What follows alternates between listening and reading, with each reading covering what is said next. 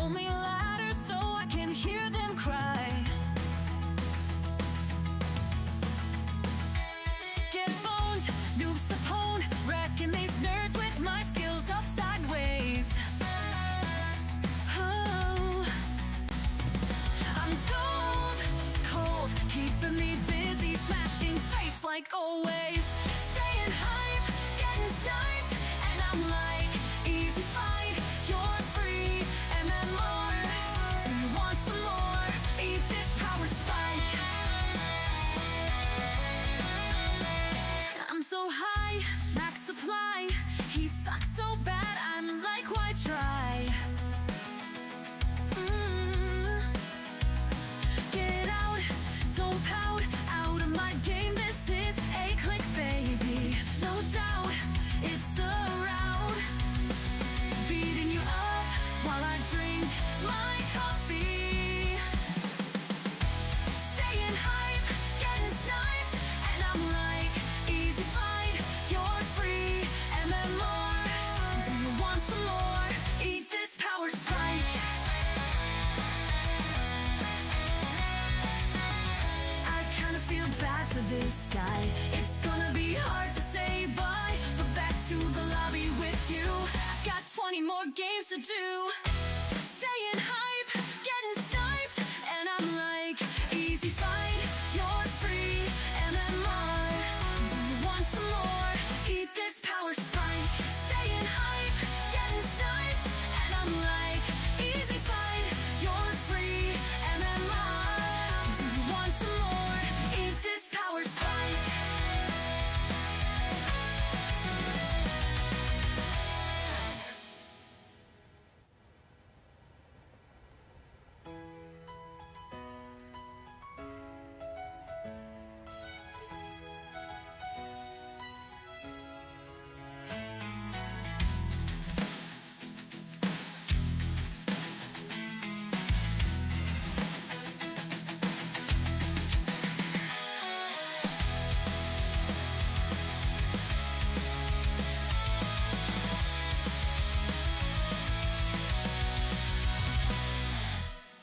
I kinda feel bad for this guy. It's gonna be hard to say bye. But back to the lobby with you. I've got 20 more games to do. Staying hype, getting sniped, and I'm like, easy fight, you're free, MMR. Do you want some more? Staying hype, getting sniped, and I'm like, easy fight, you're free, MMR. Do you want some more? Eat this power spike.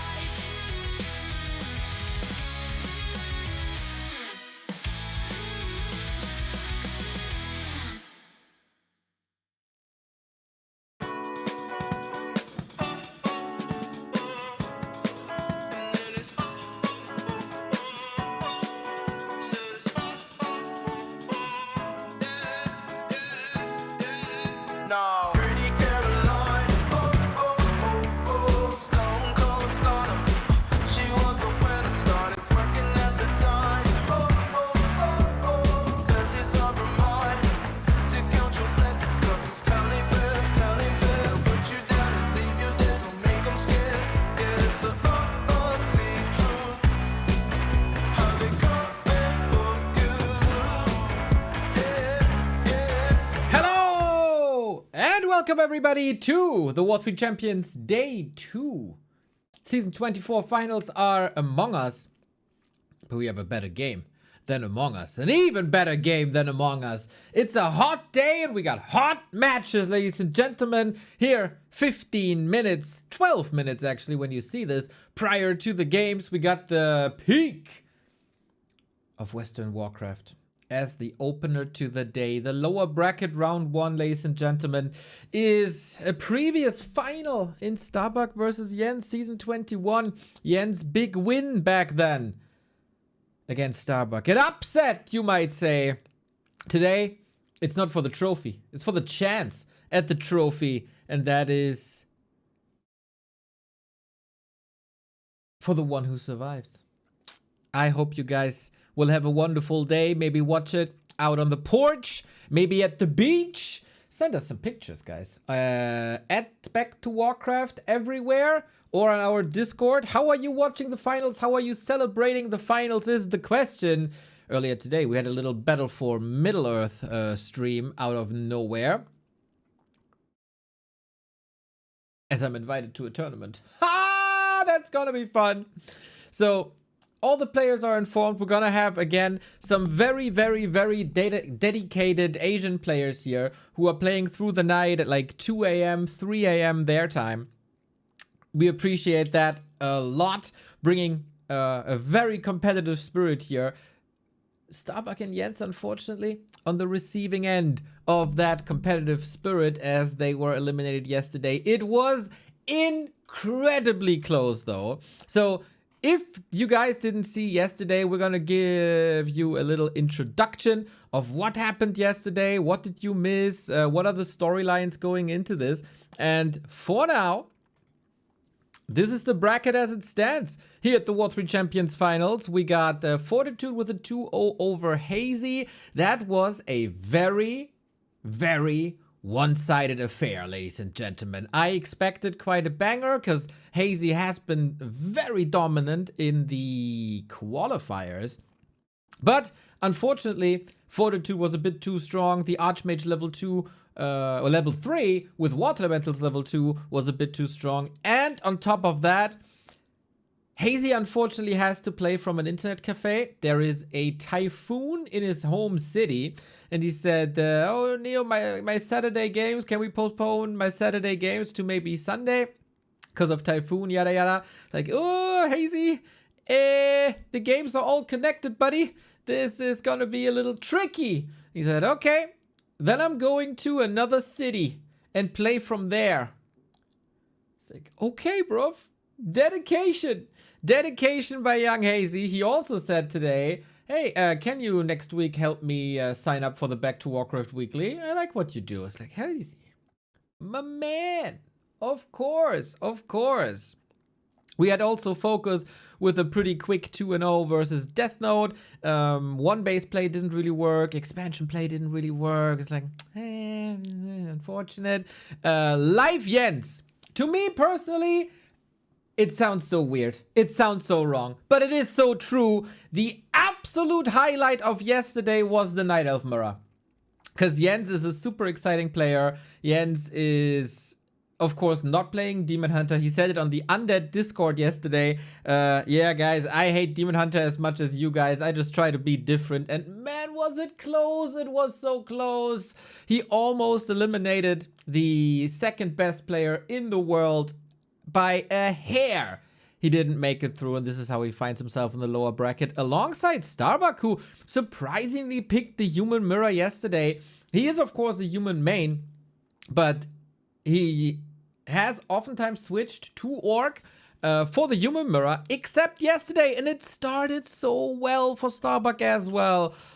Unfortunately, the second and third map was some grand adjustments by Chaemiko, and then Starbuck was in the lower bracket, and this is how we get the Western Derby of Europe versus South America in the lower bracket, as well as Fortitude versus FoCuS, Life versus Chaemiko, the lower bracket round 2 as well. It's gonna be wonderful, and the only thing that could make this even better is a co-caster, and that co-caster is the most wonderful man, Mr. Ape Man!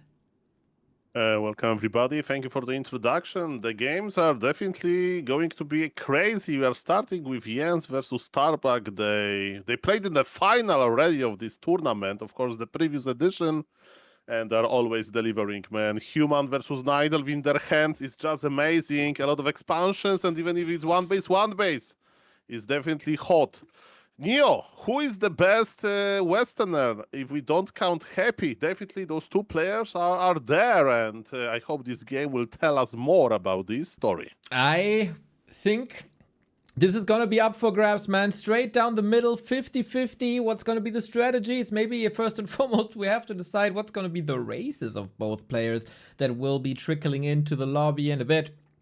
It's, of course, a little bit of a fall from grace. Like, results wise, if you've been in finals before and if you've were on the final day, you kind of see yourself on the final day as well.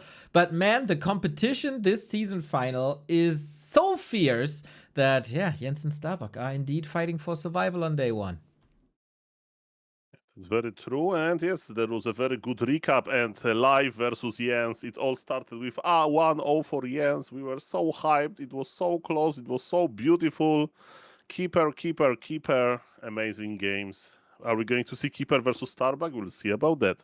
We will see about that. And what we also see is 30 predictions from you guys. Can't show the results right now because that would leak the emails that you guys use to sign up. But I can tell you, very, very smart predictions by 7 people who are still perfect.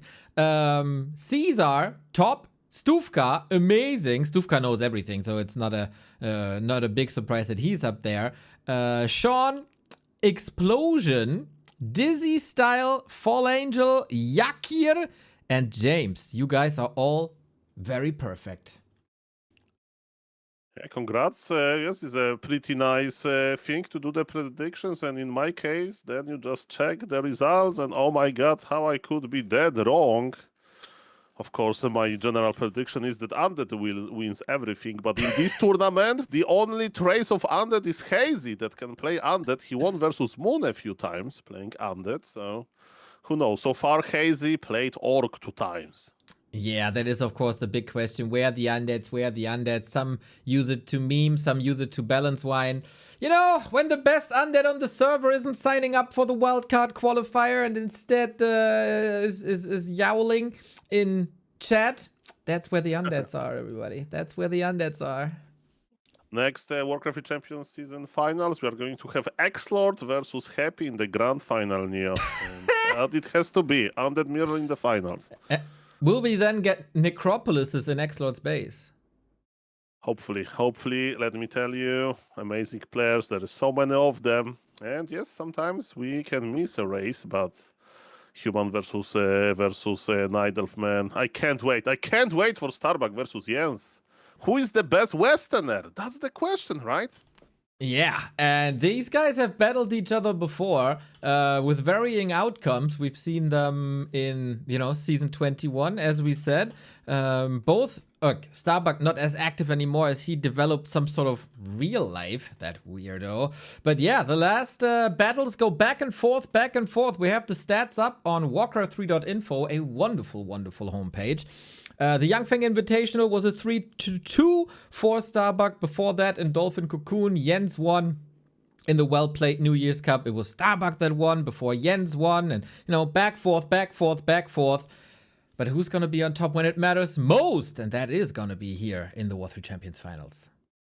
Yeah, and being in the loser bracket is not a shame if you face rank 1 and Night Elf in the world. And if you face Chaemiko, right, who is a professional player, basically, still active. And Starbuck also played Human Mirror, Yeah, what was that about? Yeah, I mean, I watched some football these days, right, because of the World Cup. Do you remember when Norway, they decided to, bench Haaland and they, lost a game to France? Yes. Maybe to get a better bracket later. So maybe that's the idea. Maybe Starbuck wanted Jens. Okay. On his way. Yeah, I mean, if you have to choose between facing Life next and facing Jens next, both not the easiest bracket draws, I guess. But that's what happens when you have 8 amazing gamers. No bracket path is easy, unlike in that competition event that's going on with the World Cup. I mean, Starbuck is a competitive player, so of course I'm kidding. Definitely he wanted to win, and it's probably back to Warcraft Weekly, right? That give him the idea to try Human versus Chaemiko, and Starbuck made 2 similar mistakes, right? That's why he lost 1-2. And I think if they would just regame, I think Starbuck would go Human again, because those are easy mistakes that you can fix. I'm talking about some economy harassment that Starbuck allowed in the mid game. Okay, yeah, we'll see where it goes. Lobby is up. We're 5 minutes away from the game, so I want to see Soul Prediction Man here today. Fortitude versus FoCuS, who goes through? Fortitude versus FoCuS. It depends. Fortitude plays Polar Rifle. Is it 2-0 for Fortitude? If Fortitude plays something else than Polar Rifle, he will get demolished.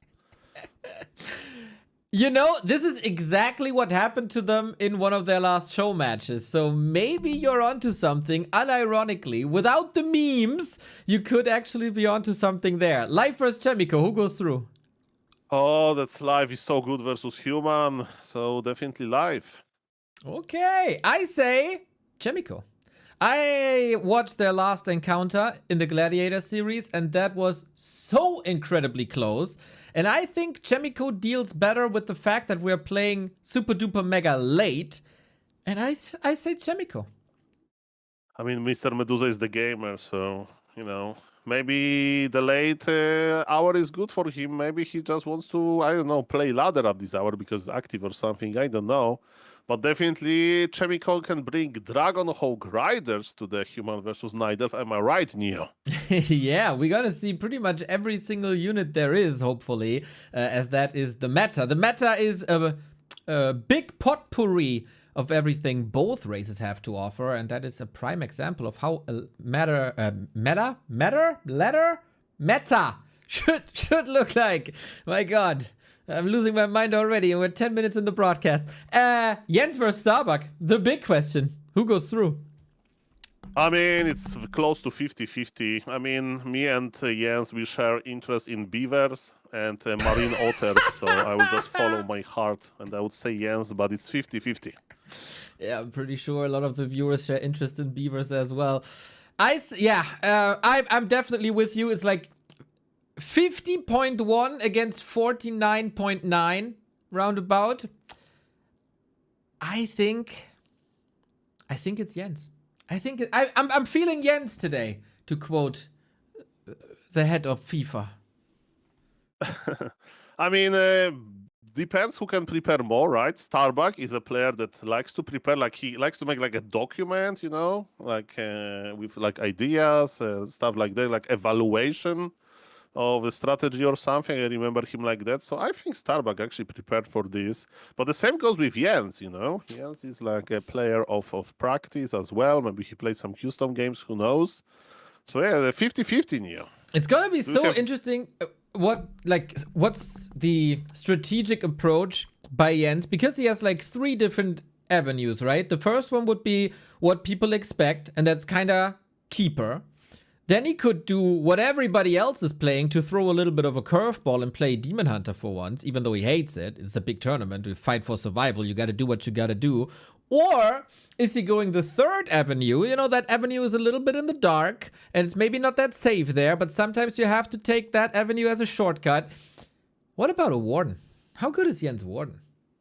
I mean, Mr. Neo, you people are, you know, limited. You can be a baker, you can be a neurosurgeon, and I don't know, drive a taxi, you know? There are different jobs for that, there are different people for that. We can specialize with that many things. You can't be the master keeper operator, master imba hunter operator, and warden operator as well. I think Mr. Jens is not wasting his time for some warden play, and he will just either give us big imba hunter or big keeper. We'll see. I got a message from Starbuck. He's gonna be like 5 minutes late. What does that do to you and your prediction? Well, depends. If he's coming back from a picnic or something, then it's Ian's favorite. If he's coming back he needs 5 minutes because he needs to warm up in the micro game, then it goes into Starbuck favorite. We need more information than that. Okay, maybe in the winner interview we'll see about that. It is the weekend. Starbuck probably like socializing, barbecuing, beer drinking at the weekend. Wouldn't be too surprised. We'll see. That gives us some time, of course, to tell you guys again that we have a crowdfunding going on.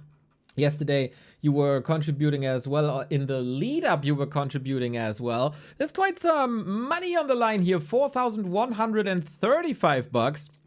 We thank Ted, not the one who's going to be playing at BlizzCon, with maybe Soul 8-Man casting at BlizzCon. But it is a Lich already, so maybe it is Ted, but in disguise.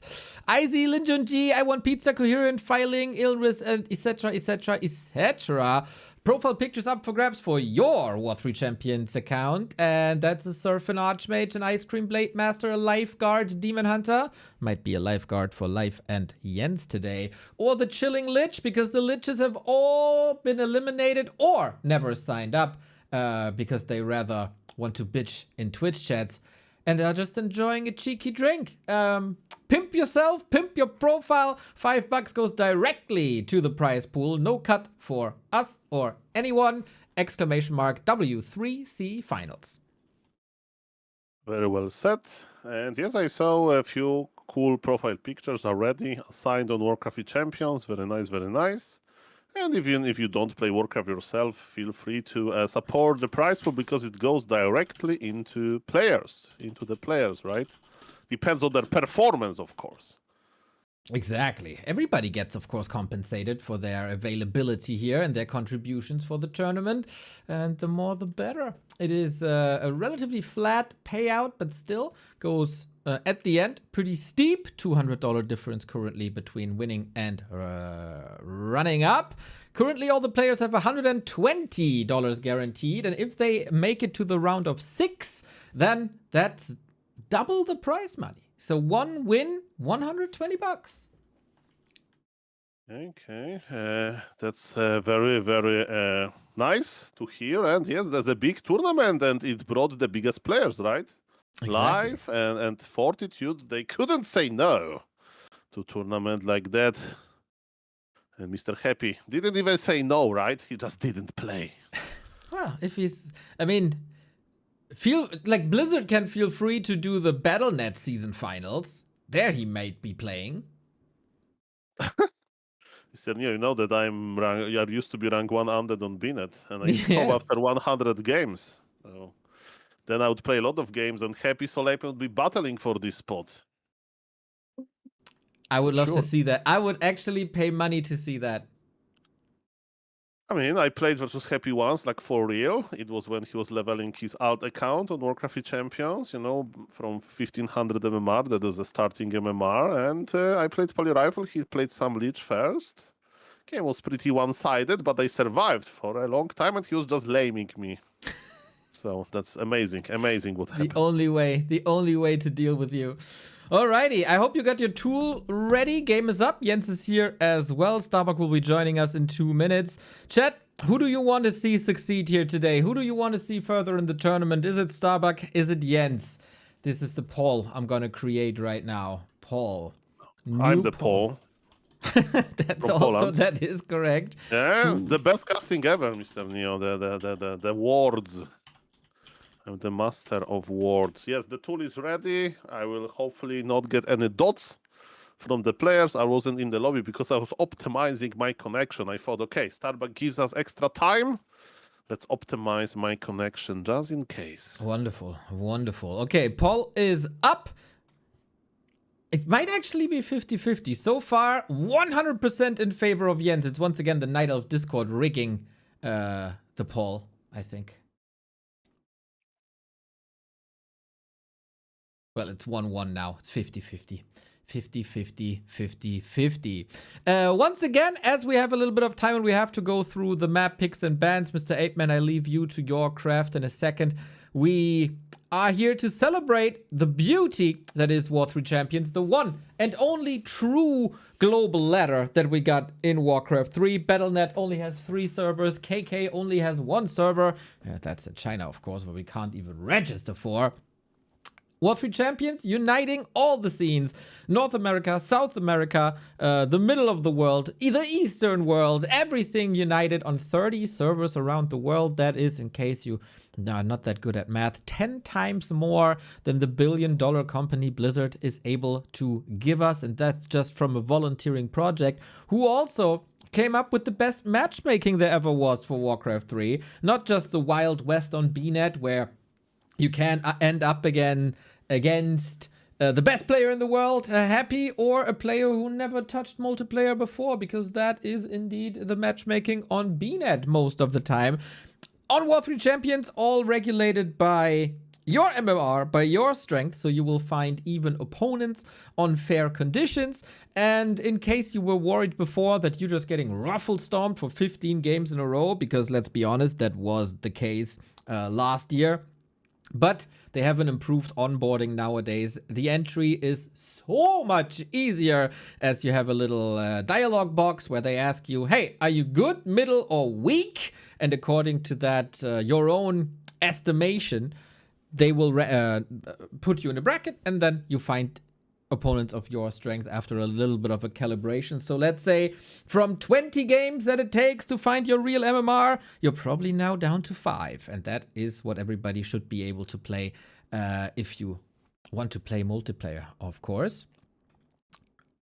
Great map pools, amazing in-game features like which creep has the loot and what kind of loot. And if melee is too sweaty for you, you can also play direct strike like Mr. Remo Demo, Legion TD like Mr. Checky, Mini Dota, all the randoms, etc, etc, etc. So a beautiful, beautiful platform for everyone. I played there today, Neo. I played Polar Rifle and I won a game. So miracles are possible on this platform. Indeed, indeed. Players are now here, and Bucky has human selected. Okay, so no shenanigans, no lamer orc plays with bad riders or whatever it is. But the standard human, this is what we were hoping for. This is what we expected. Jens currently leading the popularity poll with 8-6. Not too many people clicking here. It's a very narrow situation, but we said it already. Whether that's about the skills of the players or the popularity of the players, it's all 50-50. It's great to hear. And we have interesting map in the map pool. You picked already Boulder Vale. And did you know that Moon is a big fan of Boulder Vale? And Jens picked this. Yeah, I think this is maybe an oversight by Starbuck, but he picked Last Refuge first. That's a bit tough for the human here for sure. Last Refuge very good for Night Elves. Last Refuge first. Yes, that's what I mean. Like you have two bands. What was the second band? SG. So Last Refuge should be the first veto always. Leon is the same opinion, for example. And then Shallow Grave over Boulder Vale. That's really interesting. I mean, the beauty of the map veto, but yes, what we can tell also about Warcraft Champions is that there are replays on the website, there's a lot of statistics, you can check popular hours, you can check the mostly used heroes, you can watch the replay, you can download the replay, you can play versus AI in the lobby, you don't need to do it on Binet, you can play versus two computers, you can set two computers to play versus each other, limitless possibilities. Exactly. We also have wonderful possibilities here. Possibility of players. The drip by Starbuck. Mamma mia. Oh, you don't even see it yet. He probably went socializing here. That is a beautiful, beautiful shirt he's wearing there. Summer Spirit. And the golden chains, Mr. Neo. I mean, the golden. You know that Grabby had like a chain when he was casting his main tournament Sunday. So that's a trade of a powerful streamer. Ah, okay. I did not know this. I mean, the small one, that's in style, It's not like the thick golden one that I have. That is you're of course you're also one of the biggest streamers, so you need one of the biggest chains. I will respond like Pitlord, tremble in front of me. That was actually pretty good. The more you play, Pitlord, the more you sound like one. Well, I remember when I was new to the internet, it was like 20 years ago, I saw like in Polish and a like fake article generated that dog owners, they look like their dogs, kinda. They're like people, somebody had this white and black dog, the colors like Dalmatians, 101 Dalmatians or something. Yes. Wearing similar outfits. Beautiful. Yeah, I mean, I came from the bottom of the pit. I played a bit of Pit Lord myself.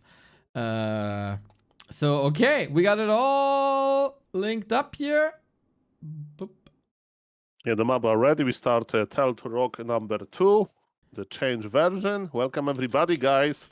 We are starting early, and we are starting with an amazing players. Starbuck versus Jens, who is the best Westerner. I'm so hyped for this game. I'm so hyped for this game. The loser of this best of 3 will be out. The winner goes on and has a tough challenge ahead as well. Fortitude or FoCuS are waiting for the winner. So that is also not going to be too easy. But hey, the day 1 results gave us that bracket. And now only one can survive. Turtle Rock. Interesting map. It is, of course, the updated Turtle Rock that we are graced by on the War 3 Champions. The stats are currently wrong. There they are. Starbuck won the last encounter between them. It was a best of 5, but here margin for error is very, very, very slim. Only 2 maps and you are eliminated. This is the 3-2 here, and the 3-2 says it is very, very close. Who opens with what, and who is the best player in the Western region? We're going to decide it all now. Turtle Rock is an interesting map. There is one huge Warcraft 3 streamer that says that it's not that hard to expand on this map, actually. Maybe you know him, Mr. Neo. It's you, Kappa. But I want to see, is it going to be expansion or not? You may say, Soul, there is so many expansions here, you know? But there is no expansion in this comfortable position, you know, this like pocket corner position. So I wonder, are we going to see one base Starbuck here? Because if there is a one base map besides Concealed Hill, there is not even in the map pool. That's the map. I think so too, man. Expanding on the back of the turtle is really, really, really hard. When did I say that it's not that hard to expand here? Maybe I'm already hallucinating, you know. I hang out with AI more and more, you know, so starting to hallucinate. But that's what I remember. But guys, is a little bit changed. Turtle Rock, there is no red camps anymore on these pocket expansions. They are a little bit easier to creep. We can make Ashen of War in some interesting positions as well. But at the end of the day, it looks like it's going to be the good old Archmage Footman opener versus somebody that is playing Keeper even on one base? Yeah. Yes, with the Keeper. That's gonna be cool, man. Yesterday, it almost led to victory against Live Jens so far with a 100% Keeper of the Grove raid. Off we go. No deny. Item done. And why are you so surprised to see this versus one base? What are the strengths and weaknesses here with this build? I mean, Keeper likes to creep quickly. You can summon Trians and, you know, creep one camp, then move quickly to another one. For example, you can do on Tide Hunters. You can start with creeping a huge camp like on Hammerfall. But Keeper in the late game gets dispulled a lot, you know? That's why you need Demon Hunter Naga, so I'm a little bit afraid that this Keeper may be not as powerful as Demon Hunter in the late game, but that's a lot of time. By the way, speaking about expansions or not, I see only 2 farms at Starbuck, 24 supply. The Madman is playing 2 farm tech, Mr. Neo. Second hero will appear very, very soon. And if there is no Demon Hunter, you know what atrocious things MK can do with his not limited mana. We'll see if that's the strategy or if we go straight away for Naga and push. We got both heroes on level 2. Both have summons, of course. Both want to be disruptive.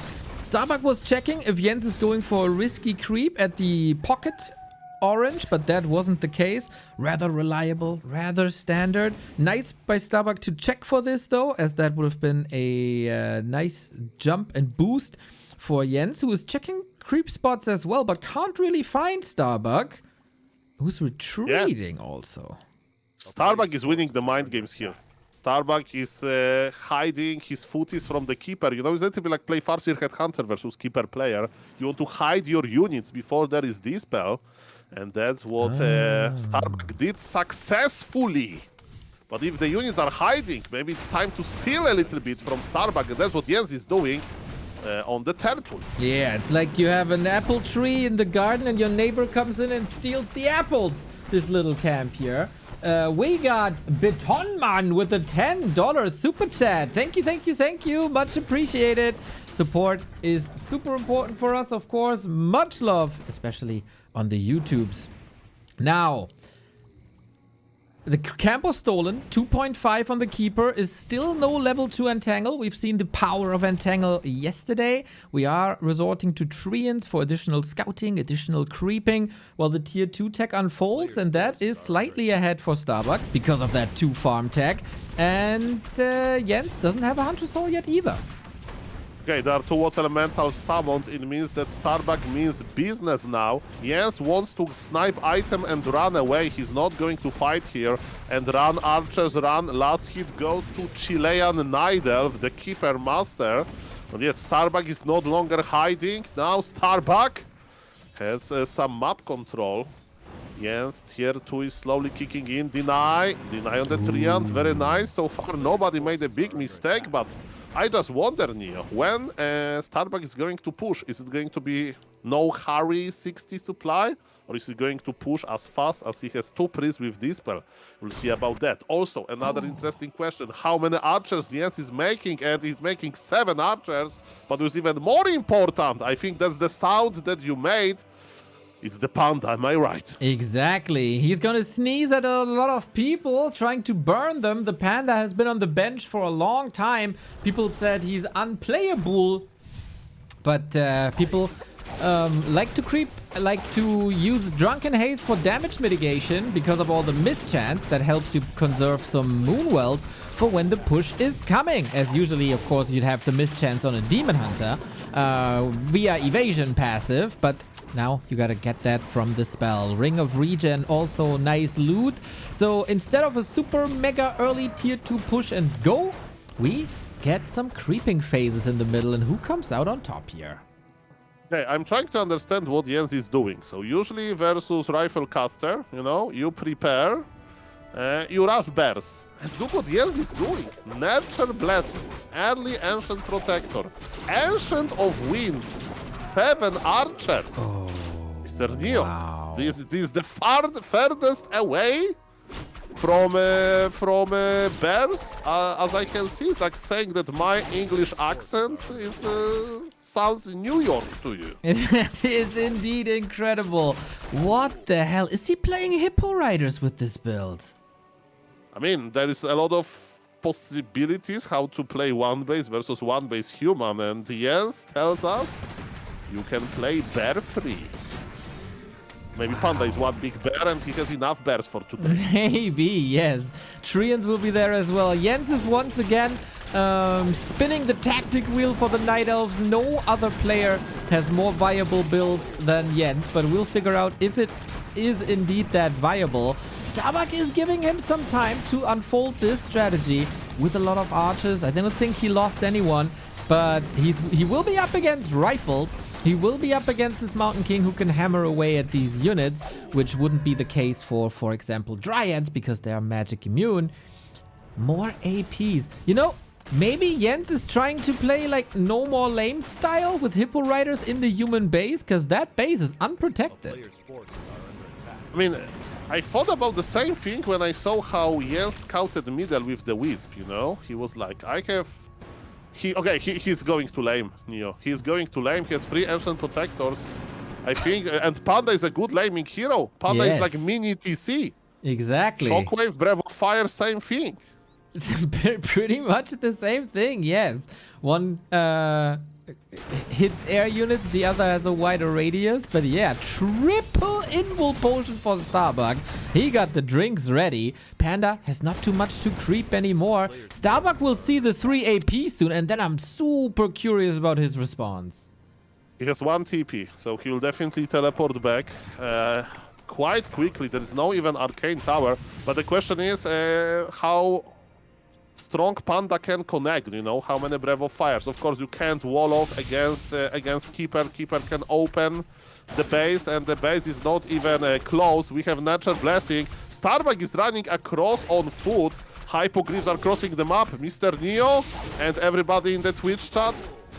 This is a big laming, but Night Elf doesn't have speed scroll. Night Elf, you know, can't really escape in a different way than just teleporting out. Triple Breath of Fire on all of those Moonwells. Starbuck keeps his TP unused, but Jens is slowly but surely getting into tier 3. Is Starbuck is Starbuck economy strong enough to switch into flying machines? I don't know. And Panda is also good versus flying machines. Am I right? Yeah, exactly. Like, Dragonhawks are a possible solution, but that's also very expensive. Dragonhawks are a bit more sturdy against Breath of Fire than flying machines are. I love that a scout tower is used by Starbuck for actually its purpose, and that is scouting.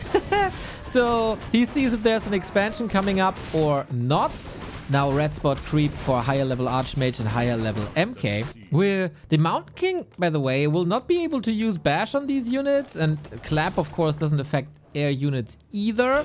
And now Starbuck, the one who loves to lame with Orc versus a Night Elf, is now getting lamed himself. Man, this range, Starbuck teleported on the edge. At the same time, Jens is creeping right now. And is Jens going to expand? Jens is on tier 3. He can go for a marksmanship, you know, to buff Mr. Ape Man, attack. it's already finished.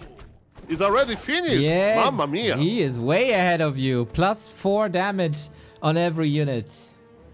Starbuck joins the lane. I mean, Starbuck broke the supply. Jens is still at 43 supply only. And Jens is not complaining that much about creeping, you know? Like, he will get the red camp himself. And he's placing an expansion. That's crazy, man. Okay, we might see a lot more Trees of Life here. Turtle Rock, in a way, can be played like Twisted Meadows, where we see trees and trees and trees and trees, especially by Moon, of course. He made it famous. Lawliot introduced this playstyle to Turtle Rock as well. So don't be surprised if you see 2, 3, 4 expansions going up for Jens now. And you are right, spot on, Mr. Neo, but Starbuck has flying machines now, and in flying machines you can scout a lot. By the way, a movement speed aura, I think that's what you want if you lame, right? So Jens can move quite quickly, but again, Jens can't take the fight. Starbuck is at 64 supply, he's ready to rumble, he's ready to go, while Jens is just getting his... I mean, this is not a fighting army. Jens needs to win a little bit of this map position game, you know? He can't fight now, he's behind a lot of supply. For a moment, I thought it's going to be lovely, but now Starbuck is clearing both expansions at the same time. I love that he's aware of the situation. I love that he knows that it's not only one Tree of Life, but definitely 2. Drunken Haze, Mischance, and Tangle. Wait a second! Jens is holding this!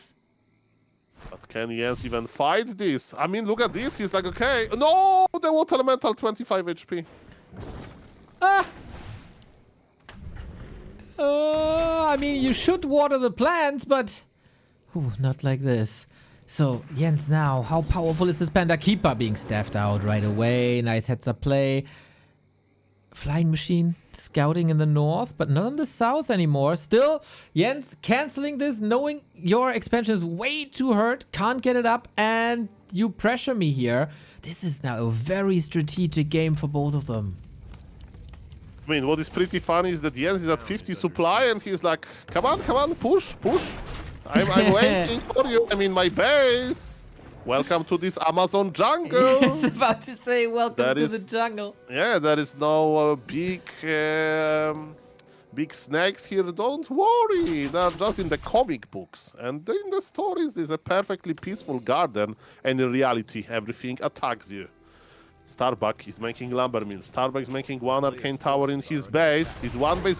And remember, Jens is getting gold advantage. Are we going to fight for real? You mentioned that Starbuck has mass invulse. But is Jens ready? Oh, the keeper! Nice. Man, double step technology online immediately. Treants try to clear something up, but the gyros are constantly scouting. Gyros were also... Oh, maybe on the left-hand side. Jens wants to be a neighbor of Starbuck. Yeah, Jens says, okay, I'm done. I'm going to leave my base now. And with this movement speed aura, that's okay. Jens has no TP in here. Ooh, scary. Very scary, actually. He can go to the shop, though. Yes, this looks like there is a possibility. Okay, there's a dangerous position. Oh, damn. Oh, this is so scary. We have double staff. We have flying units. We got Starbuck reacting to this expansion once again. This is beautifully played by Starbuck. Okay, and this play to entangle MK to slow him down. Also, Glady, slow has a long duration, and the second staff is now not available. Keeper still without the TP. Expansion did finish, so Jens invested a lot into it. Staff on the Panda is 10 seconds away. Breath of Fire, but this Breath of Fire missed everything. The first beautiful Hypoglyph Rider is gone. Yeah, that was a breath of nothing. The range has been decreased in the past, so yeah. Another tree coming up on the right-hand side, while the tree on the left-hand side is fighting for survival against the two footmen. Get some regeneration there as well. The army might set up a bit of a trap. We have to remind you guys, still, Starbuck is paying upkeep the entire time. So, oh, that breath was a lot better as well. And Panda has orb. This Panda is clearing 3 flying machines is 300 gold, Neo. Yeah, and that is not even level 5 Panda. Oh, Stormbolt coming in. Doesn't connect though. Man, this tree is like, this is a human open buffet. I just snag a little bit of medicine, and this tree already killed 1 footman. And with the power of the Treants, 2 footies are gone.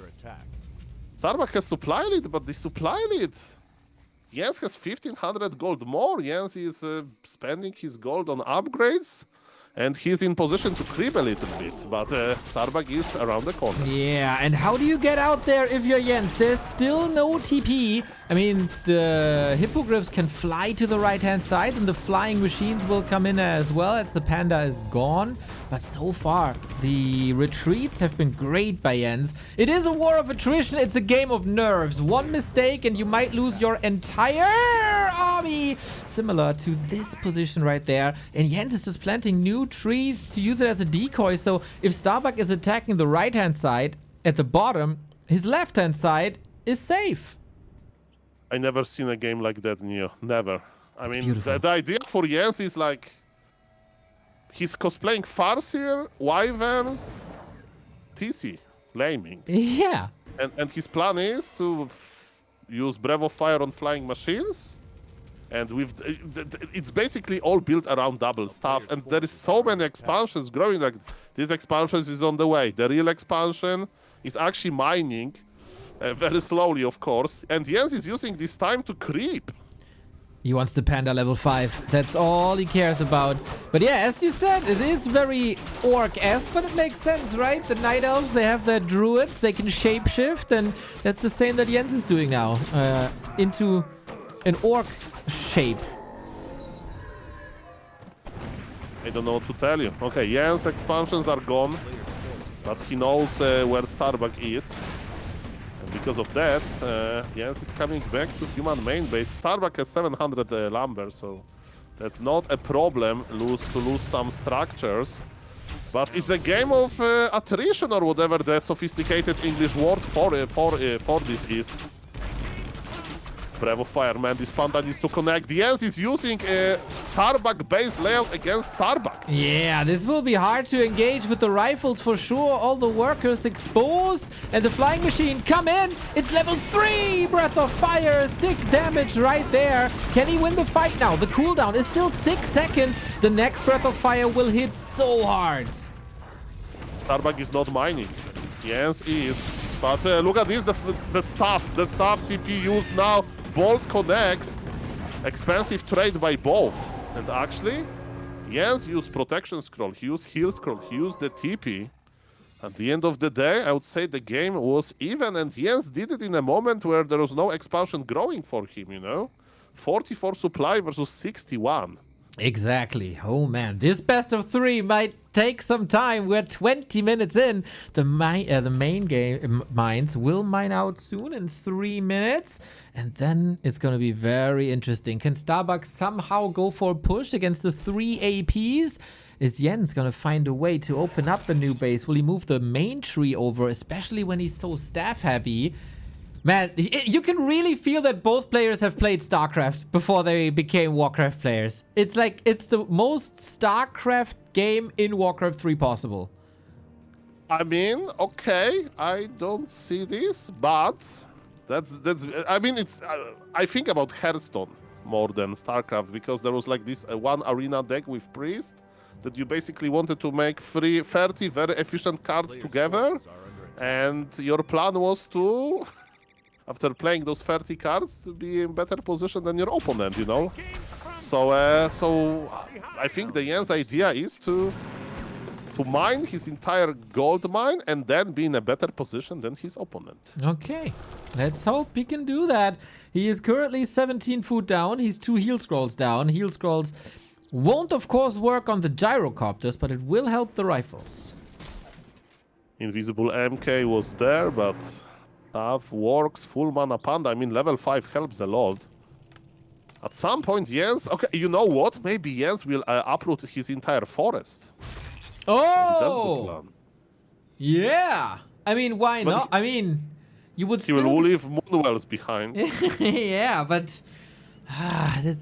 he's still gonna lose a synergy, but yeah, that is possible. Mamma mia. I hope this style will get more popular than all of the people that say that Age of Empires games, Age of Empire 2 games are longer than Warcraft 3 games. They will say, no, not in human versus neither. It's the best matchup, man. So many different styles possible. Water Elemental still scouting. Jens gave up on the idea of planting new trees. He's gonna move the main over. Starbuck is the one with an additional base. Okay, Jens was able to invest his lumber into Bear Master, and he will have Bear for Roar, so maximum damage. And it looks like both players are breaking the supply right now in order to expand. Okay, interesting. We also get a bottom. We get, as you said, Bears, we have 3 upgrades on Jens. That is so powerful. Starbuck is struggling a little with the gold, but the expansions shall save that. But if we go Bears, like the gyros will be useless. And that's such a big part of Starbuck's supply. I mean, that's the one bear just for Roar, you know, and occasional reju. But the problem is that, man, those Hypogryph Riders, they will die so quickly. You may say, you can dismount, okay. But then you lose your free upgrades. Yes, those Hypogryph Riders are free upgrades. And marksmanship. And soon the bottom aura. So yeah, they are All doing scout, not the aura even. Okay, I mean, there were some invisible Mountain Kings. Makes sense. Oh, the timing by Starbuck against the Entangled Gold Mine. Gorgeous. Here we go, ladies and gentlemen. There is entire forest on the move. The old scout tells us where the MK is. Panda needs to connect. It's all about the positioning, ladies and gentlemen. So far, Tree of Eternity holds, and we see the hero focus again. Breath of Fire into the gyrocopters. This will most likely determine the outcome of map number 1 in the lower bracket. The Tree of Eternity looks like it's gonna hold. You were right with your assessment. The APs have moved as well. Such a huge fortification for Jens now. I hope that the map maker of Turtle Rock is watching this, because maybe that's how Turtle Rock was intended to play. And I hope that he's still alive, because probably he made Turtle Rock like 20 years ago. That is right. With Frozen Throne, I think that is that. Oh god, way too long ago. Way too long ago. We are still sieging this. It is a good amount of rifles, but Jens is very tranquilo. Tranquilo, claro que sí. Vamos, Jens, vamos a la playa. Not this weekend, though. This is Vamos a la Computero. Ordenador, claro que sí. Computer is ordenador. That's what I remember, ladies and gentlemen. Jens has All Scout basically is like a radar. It's like, All Scout, tell my Panda where flying machines are. We need to connect there. And Panda stabs back here. Mamma mia, it actually was a good reposition. Ladies and gentlemen, this beauty, this is art, this is beautiful Warcraft 3. But now using staff is a little bit problematic. Starbuck is still there, but Jens is mining. Oh yeah, supply is now evened out. How are you supposed to win against this Panda? Can you just clobber him down? There's a lot of Stormbolts, and if this Panda is gone, I think Starbuck has a good chance, but it's also a big if. Moonwells are full, but what is not full is the Tree of Eternity HP. MK has no more invulns. There is one invul on the Archmage. There is so much damage! Flying machines are connecting. Panda, we need you. Tree of Eternity is going down. No more. But maybe Jens can still win this. I don't know. He damaged Starbuck so much. He killed so many flying machines. But if Jens can win this, he has to win now in a fight. But he's not mining, but at the same time, look at these Trials are interfering with Starbuck mining. Yes. Panda is full mana. This is so close. Supply is kinda even. Nobody's mining. And exactly. We still have so many wisps here. We got another tree growing in the north. Peasants are getting wrecked, and Starbuck is down to 4 peasants. 3 peasants. Oh, this is incredibly close. The Treants, man, they might push it over the edge for Jens. Even though he can't go for any potions no more now.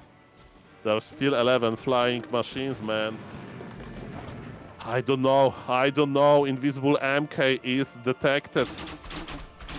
Man, this is so close. Can Panda carry this? Bravo Fire! That was good! Level 2 bottom. Now we have the aura. Okay, 10% damage on all the hippogriffs. That's quite a bit. Still gyros in the air. Question then, though. Can the rifles even deal with that? I don't know. The Panda might just the Panda Keeper might just carry this. I mean, level 6 Panda is possible, Mr. Neo. Yes, 40% away. Yeah, and this Panda is very good when armies are small, you know, the ultimate, because it's basically you multiply into very high. Look at Jens, he has a pocket. That's right. With a little exit there as well. Entangle, focus fire. Of course, the owl is there. Starbuck must have known. Breath of Fire is ready, locked and loaded, and all the time the tree was growing. Arcancius, thank you for the resub. Yeah, we have Water Elementals checking out on the tree, and man, Jens' position is not that great. Jens is uprooting every single ancient. Supply is still surprisingly close, but Starbuck is getting his gold advantage back.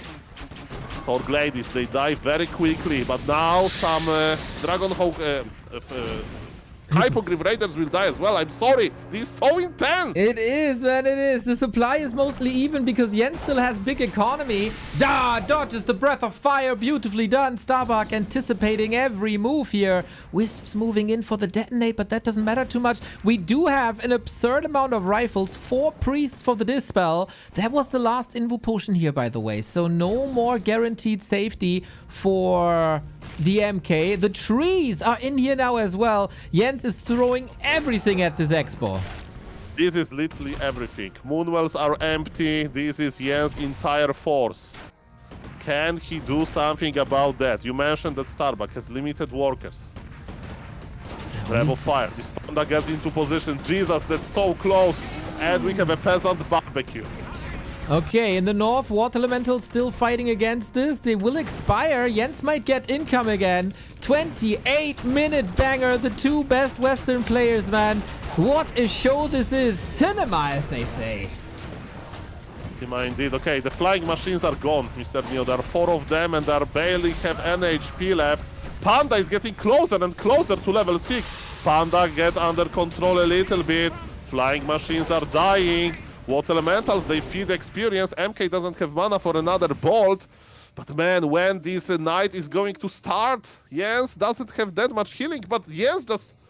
How this expansion is here, I don't know, ladies and gentlemen. Yeah, it was attacked by Water Elementals, but they couldn't get the job done. Entangle to create some space. The Panda needs a little caretaker here. All the trees gone, no more reinforcements. What you see is what you get. The heroes might take it out eventually, as there are wisps moving over to the right-hand side. Stormbolt is a game-winning move, and Tangle in this situation is a game-winning move, and moving the rifles over might also be the game-winning move. I mean, can those rifles deal with the tree? The tree has a natural blessing and fortified armor. A Panda got stuffed there! Oh no! No! Panda is in the north! Oh no, he forgot! He forgot. Oh, what a mistake at the end of the game. 30 minutes was apparently a little bit too long. We said it, man. It's a game of nerfs, and whoever has the best nerfs will prevail here. The panda was the chosen one. He was the most important piece. And apparently, this is now gone. How do you win this now, Jens?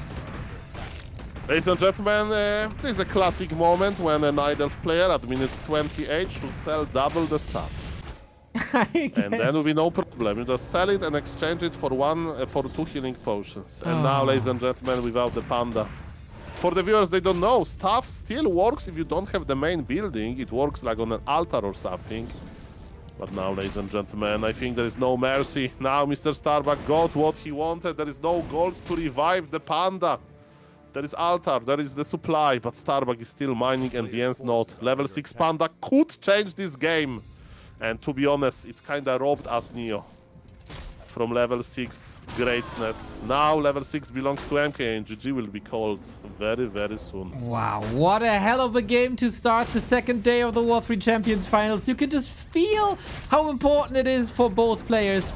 The Water Elemental blocked there as well. He's gonna die at his own main base here. The priest also, oh, I was about to say in position, but yeah, thanks to the Brilliance Aura, there's no way out, is there? The Hippogriff Riders are taking out the main, okay? That level 6 now for the Archmage. And that's mass teleport, you can respond.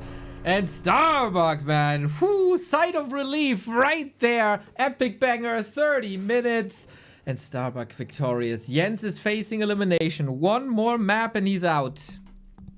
If more Nidals will, adjust this style, play this style, not get fooled by the muscle memory with staffs, right? When you have actually expansion where you don't want to staff to, I think you will sell much more F Nidal match, Mr. Neo. Because I guess. let me tell you, this style was beautiful and very, very weird at the same time. Yeah, but amazing. Amazing games between the two.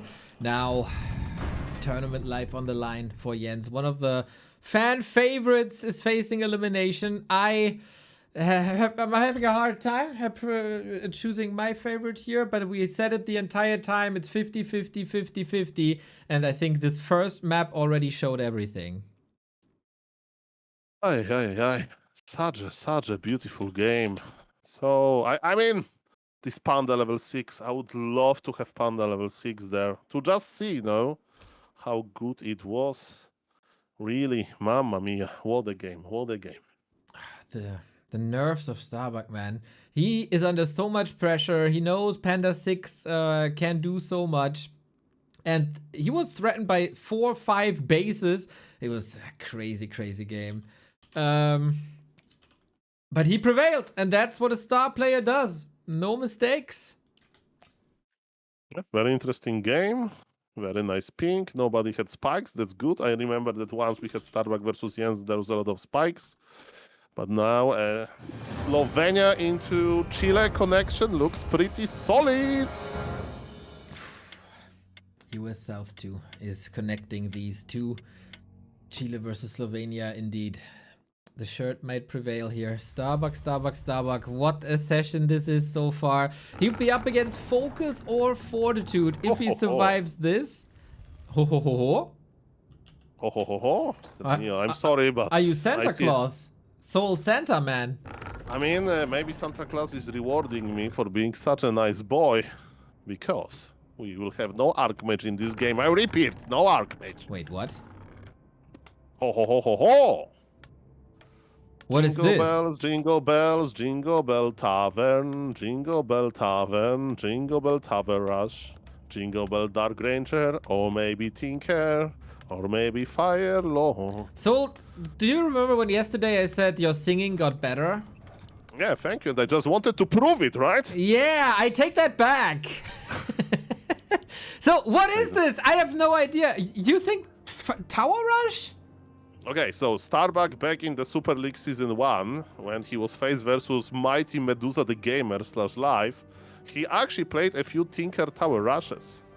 So that looks to me like a tower rush, actually. But probably not Dark Ranger, because everybody knows that Dark Ranger was nerfed without any reason. What the hell? Okay, yeah, Starbuck has played Mountain King tower pushes, Archmage tower pushes. Dark Ranger could be a thing. What else? Tinker? But I don't think so.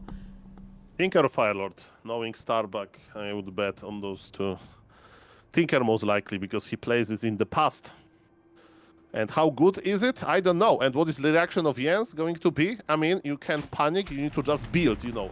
Another Ancient of War, another Moonwell. Some players defend with Hunter Soul. Jens knows he just scouted Tavern Hero, and I'm going to observe his base, Neo. And you observe the Tavern, please. Okay, I don't see a lumber mill just yet, indeed. We are going to the tavern. It might be a regular game after all, but yeah, Boulder Vale, you go for this orange camp, which has bash. This exposes your back to an ambush, and we see the boys.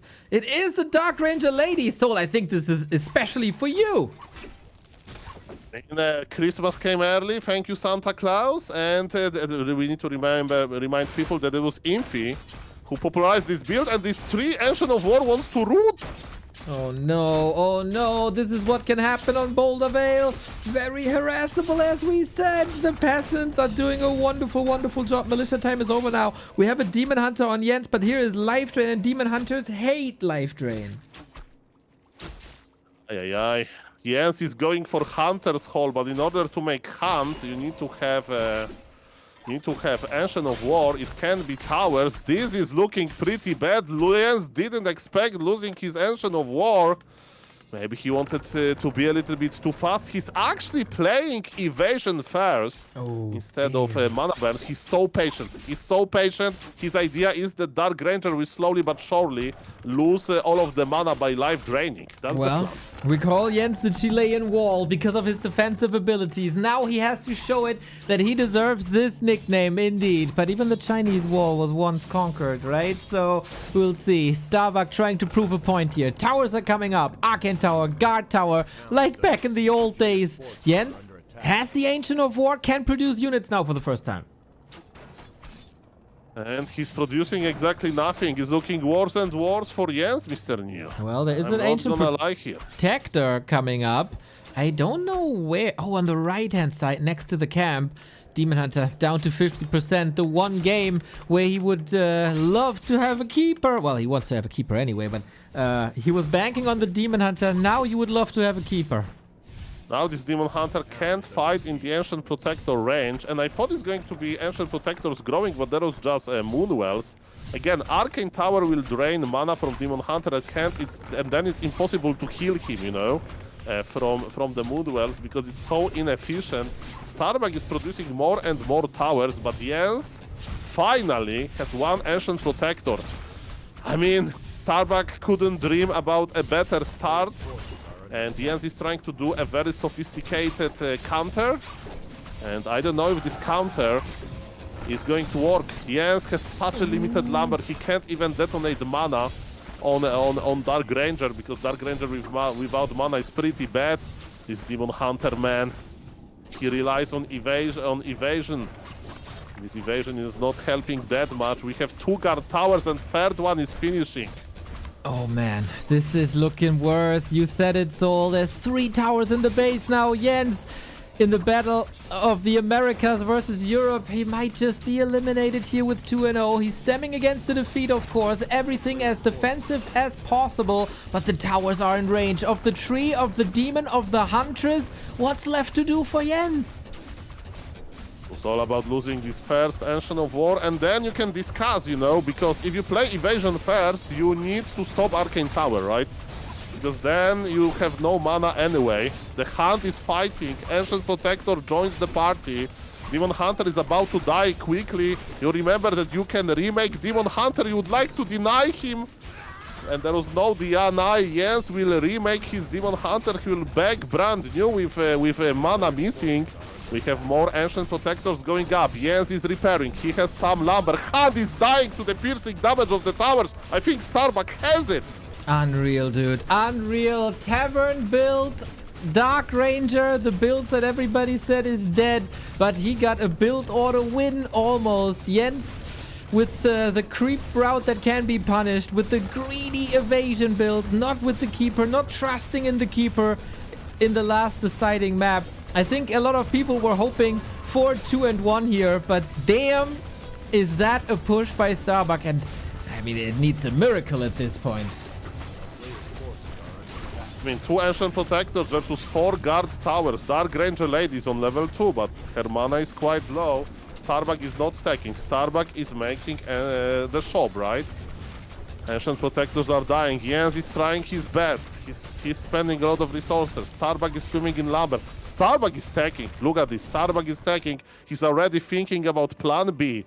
And the good news for him is that if he's in his towers, he can clear 2 Moonwells, altar, and even if Jens survives, it's going to be a life support basically. Against the ropes, man, it's not getting better. The supply deficit is not getting better. The AP at 50%, Moonwells are falling, there's a shop up as well. You can just run, but you can't hide from Starbuck. And it's the Jens map pick. Boulder Vale. Ancient of War couldn't root, and Ancient of War died to Militiamen. And without the first Ancient of War, how you can produce units? And now this Dark Ranger is healing, stealing the mana. Jens has 1 Ancient Protector, that's about it. Versus the Sea of Footman. These are the last moments of Jens, a previous War 3 Champions champion in this tournament. This was a final in Season 21. There Jens prevailed, but Starbuck in the Young Fang Invitational. Now also here going through. Last time when they played each other, it was incredibly close with 3-2. Here, Starbuck is sending a message to the rest of the competition. 2-0, as it looks like. Yeah, I mean, what's even left to do? I mean, Starbuck has tier 2, man. It's going to be Archwitch second, probably Rifle Caster. And it's a recipe for glory. Very patient play. Yes, he's surviving, but again, it's level 3 Dark Ranger Lady. Life Drain level 2. Demon Hunter goes down. GG will be called in any second. I guess so. I mean, 19 food, 2 Huntress, no altar, can't rebuild. Is he preparing this already on the right-hand side? No, he's building a shop, but he doesn't have a patron to use that one. It feels like Jens can't believe what's happening here. He is trying everything, but at some point, everything is nothing. I mean, if there is an... Oh, I'm lagging. Me too. I mean, this is gonna be the easiest to call decision ever, I guess. I think so. Okay, so you have this waiting for host thingy? Oh, yes. Okay, here we go. That was a big spike. But I mean... Okay, if game can lag, is in situation like that, when one player has tier 2 towers in opponent base. Yes, says go, go, he's still trying, but... Where is the Demon Hunter, Neo? Well, Where is he? He needs an altar. The altar is at like 10%. It will take a long time. I don't know if Jens knows that Starbuck is teching, and yeah, we can heal now. We build a mortar team. It's like, yep, GG, good luck next. Starbuck does it and goes through into the round of 6, where he will meet Fortitude or FoCuS. Now we need to ask this question to the Twitch chat. Was Dark Ranger nerfed enough, or we need more nerfs coming? No, come on, don't make this about patches and nerves and stuff. Starbuck, just very nice strategic counters. I mean, maybe this Ancient of War position is like, you know, taverns. There were 2 taverns on this map, right? So Starbuck chose the tavern closer to Ancient of War. Militia hit there very quickly. And after that, Jens was already in a very bad situation, right? Then we can discuss decision of mana burn versus evasion versus immolation, you know? Because if the first Arcane Tower goes up, then you like to spend your mana, actually, you know? And then you just remake your Demon Hunter. Hard to say, hard to say. Close game, GG. True. All true, all very, very true. Ooh, that was a banger, man. That was a banger indeed. Let's see if Starbuck wants to join us for a little talk or if he's locked in and focused on the next one. GG's, guys. Banger series. Starbuck, wanna join for a quick chat or focus on next game first? Fine. That sounds like a very well drafted message, Thank Mr. you. Neo. Thank you. Thank you.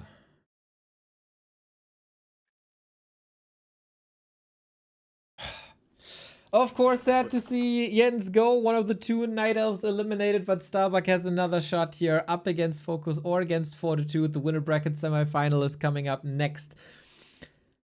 Another banger, and then another banger, and then another banger, and then another banger. We got you covered with Warcraft 3 entertainment pretty much all day here on this wonderful Saturday afternoon. I mean, we all expected a little bit, a longer, closer series. We had a 30-minute game, number one, so we are not complaining about that. And man, sometimes simple solutions works best. Well-executed tower rush by Starbuck, man. Yeah.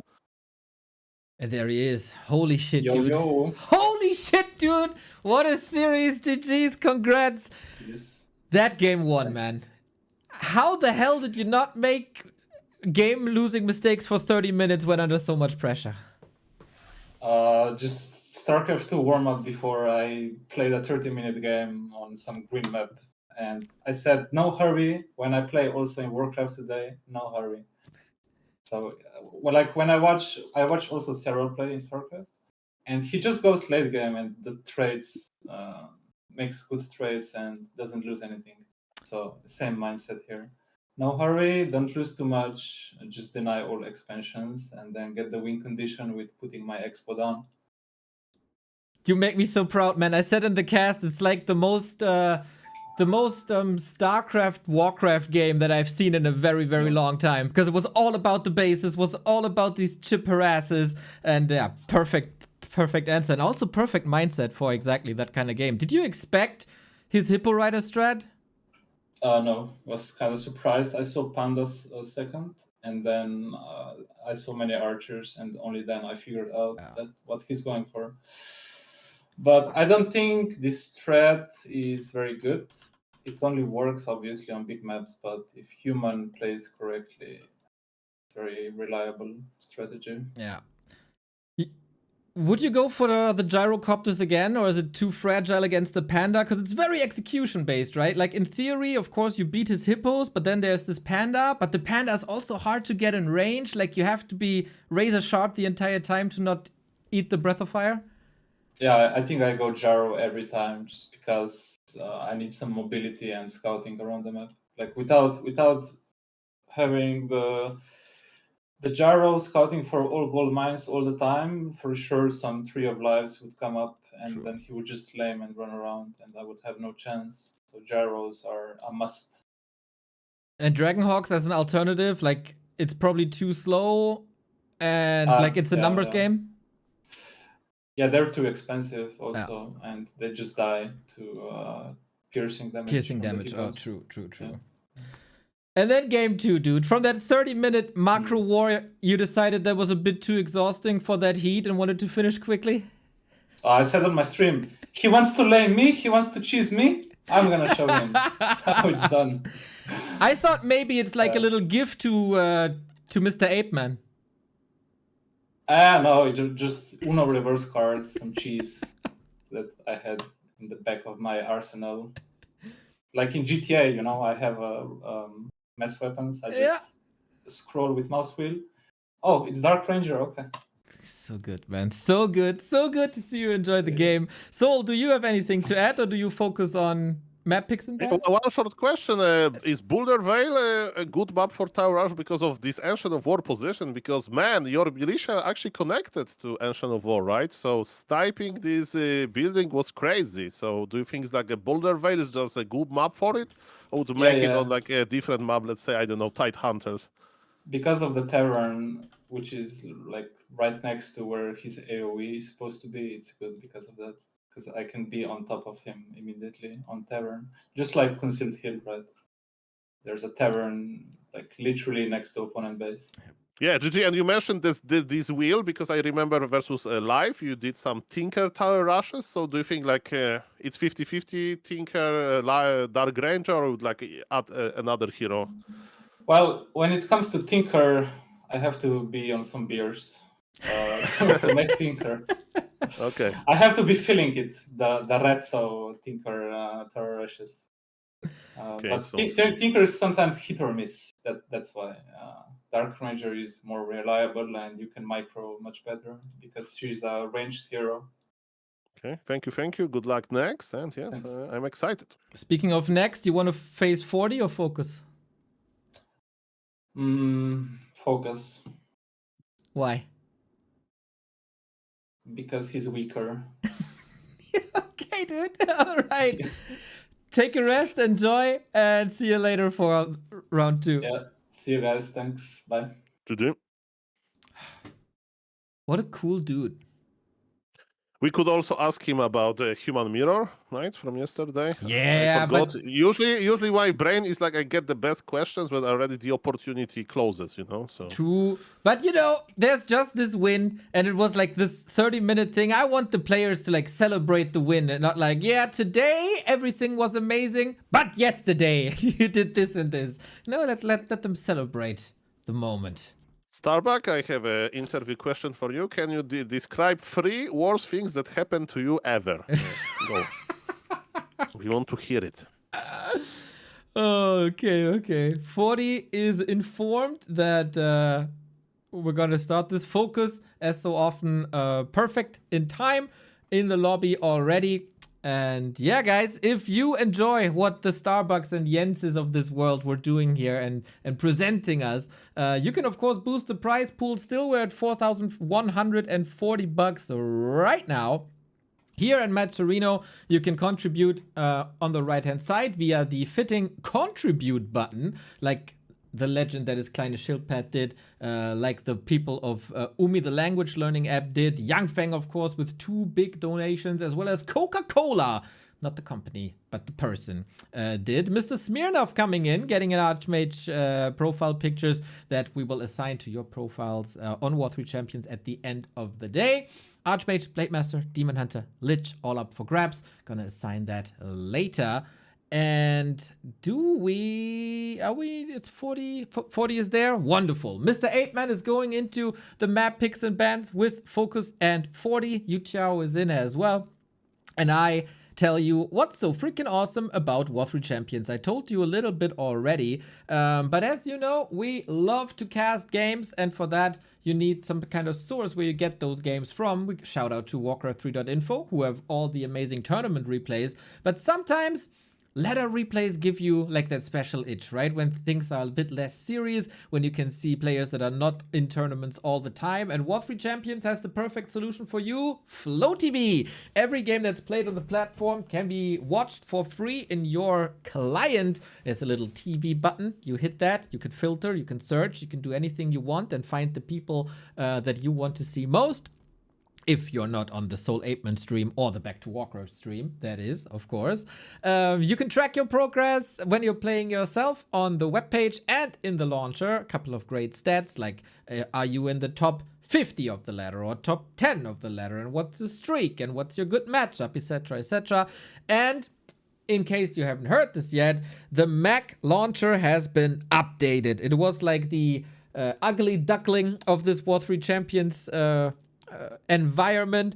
It was deprecated for a long time, it was hard to update it, but for all the Mac gamers out there, yes, I'm talking to all 3 of you at the same time, there is now a new launcher, and it brings War 3 Champions on Mac to the standard that you're used to from Windows.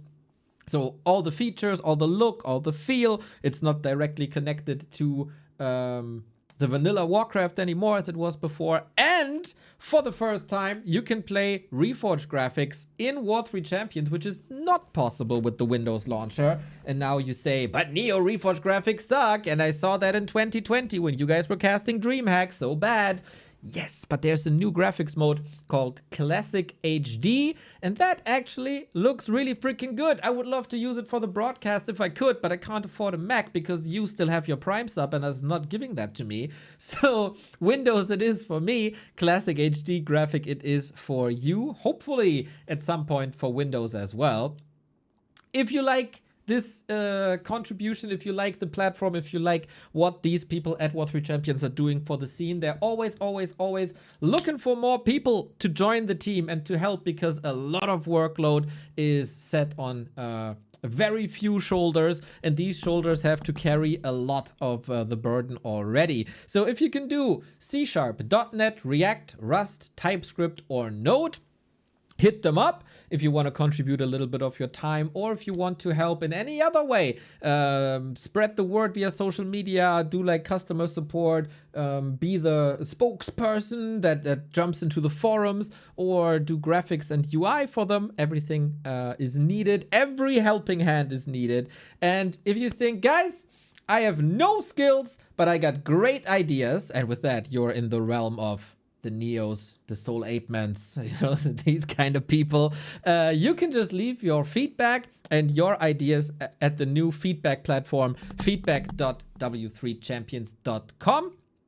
And then you can also upvote the ideas that other people brought forward already, and then the team sees what they shall focus on. For example, currently, Linux support is the most wanted, which to me is crazy.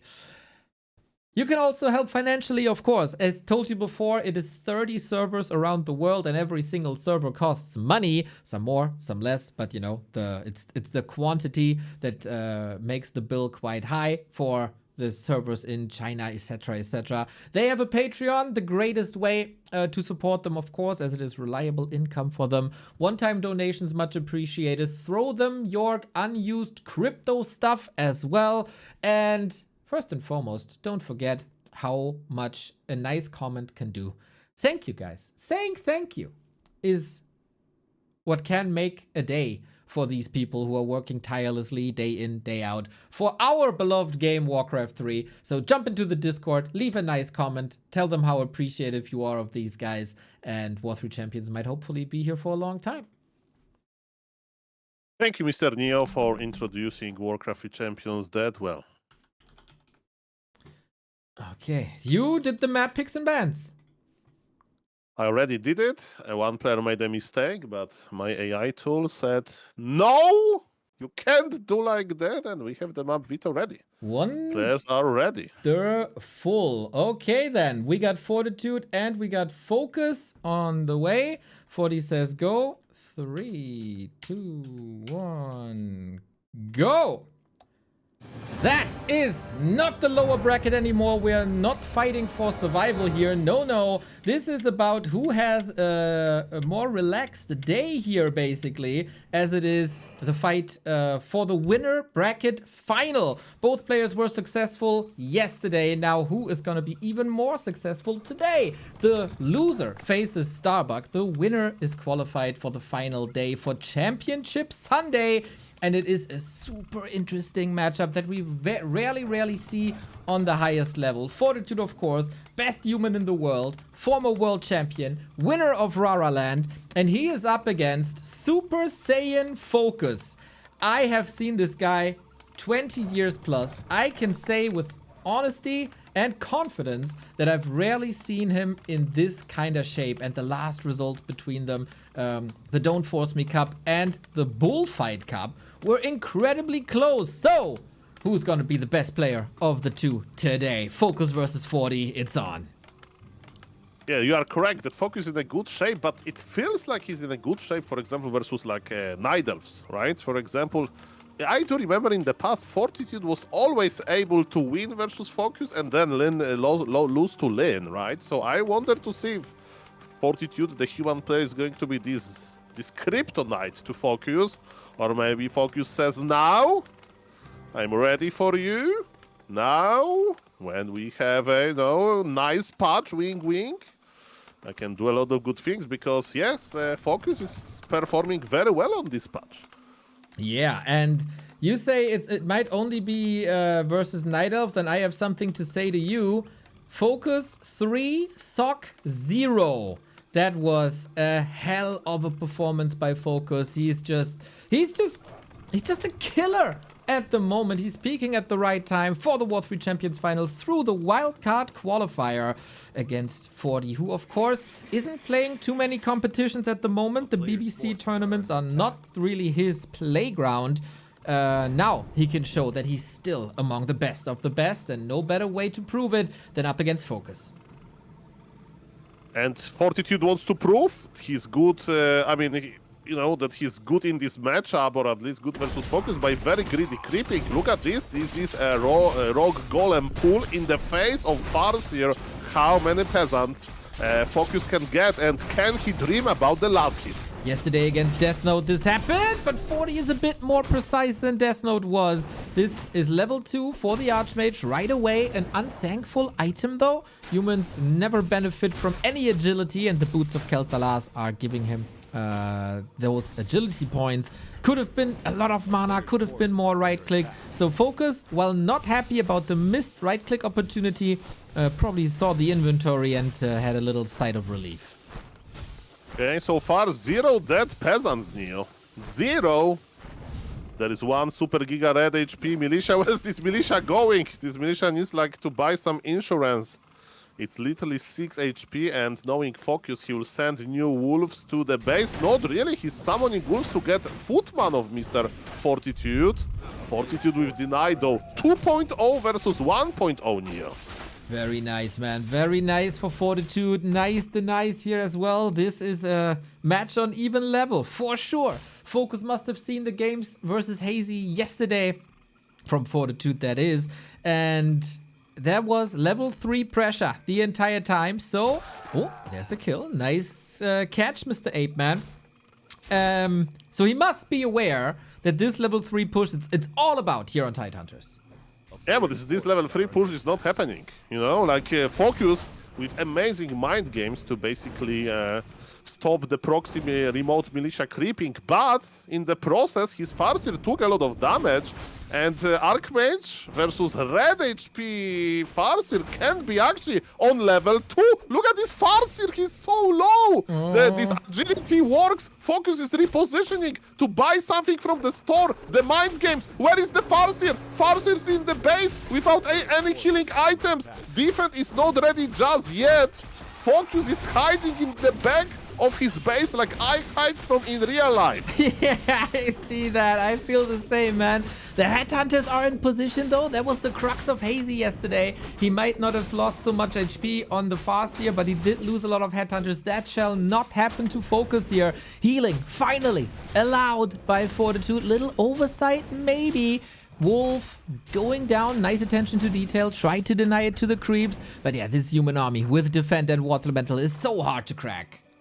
I mean, there is a lot of healthy units in FoCuS army, right? And now Farseer is half HP. Actually, Farseer has more HP than Archmage, so the dangerous moment is over. TP was forced, yes, but besides that, FoCuS is not looking too bad. 2.8 Archmage though. There's a lot of experience, and Militia with the remote creep provides level 2.8. Okay, there's only small Murloc left. But don't worry, Fortitude found Giant Sea Turtle, and yes, level 3.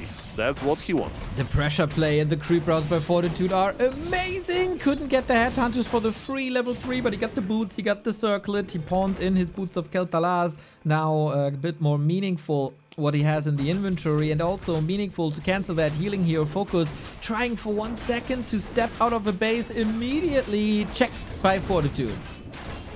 We have 2 grunts already, and how good defense is versus grunts doesn't help at all. Should Fortitude even trade here? Orc army looks so big, but Watermentals are big as well. Yeah, looks like 40 underestimated the damage output a little bit here. The 2 grunts are an amazing situation. Defense makes it so piercing damage does almost nothing to these footmen anymore, but normal damage does, and you got the wolves for that, you got the grunts for that, and of course you got the hero damage type in the Farseer. Plus, Something that Hazy wasn't able to accomplish, FoCuS did, and that's an unchecked Spirit Lodge in the back of the base for Shaman, and Shaman can now deal with the Water Elementals. I'm checking Fortitude base. Do we have Blacksmith? No, it's going to be double a Sanctum. There is such a low lumber values. Fortitude with only 71 lumber. He just invested into Mountain King and Sanctum, so that should be fine, especially if he can get some more units here. That Footman could be a hero, but FoCuS is again on point. And the Water Elemental also checked by a Shockwave. Well done, man. What a high-level game that we're witnessing right here in the winner bracket semifinal. Okay, Fortitude is healing, but he needs some time, you know, to heal. Because it's a non-combat consumable, or maybe he can just micro well and take all of damage on Water Elemental and Mountain King, while his Archmage and Free Footies will heal in the back. We'll see about that.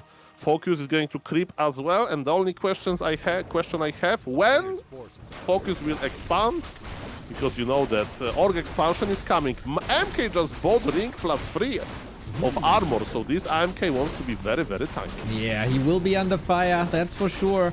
We get Raiders for additional disable, or for the first disable. Well, actually, he got Purge, which is kind of a disable, but not technically. Still, it's movement speed reduction to 0, which is a little bit different. It doesn't matter. We get a level 3 fast here, creeping. Expansion on the way by FoCuS as well. In just a second, the peon is waiting for the order. Order has been given. And that's FoCuS win condition. FoCuS just did Purge Murloc Marauder with Purge. That was beautiful. I don't know in my history I ever seen somebody using Purge, but it was just to, hey, big Murloc, don't go back. And look at this amazing item, Healing Wards. When you creep a big camp with poison, why not to pop one immediately? Exactly. And FoCuS needs to have a healthy army, because he will have to protect his mighty expansion. Fortitude with 2 Sorg Ladies on the way. Footies are still alive, so he's making a backline. Yeah, this healing is amazing for FoCuS here. Got a heal scroll, got a heal ward, got everything under control. He's also brave enough to start another creep spot. Same for 40 actually, who is also checking the turtle here. I think, are you still there? I want solo experience on my Mountain King. Thank you.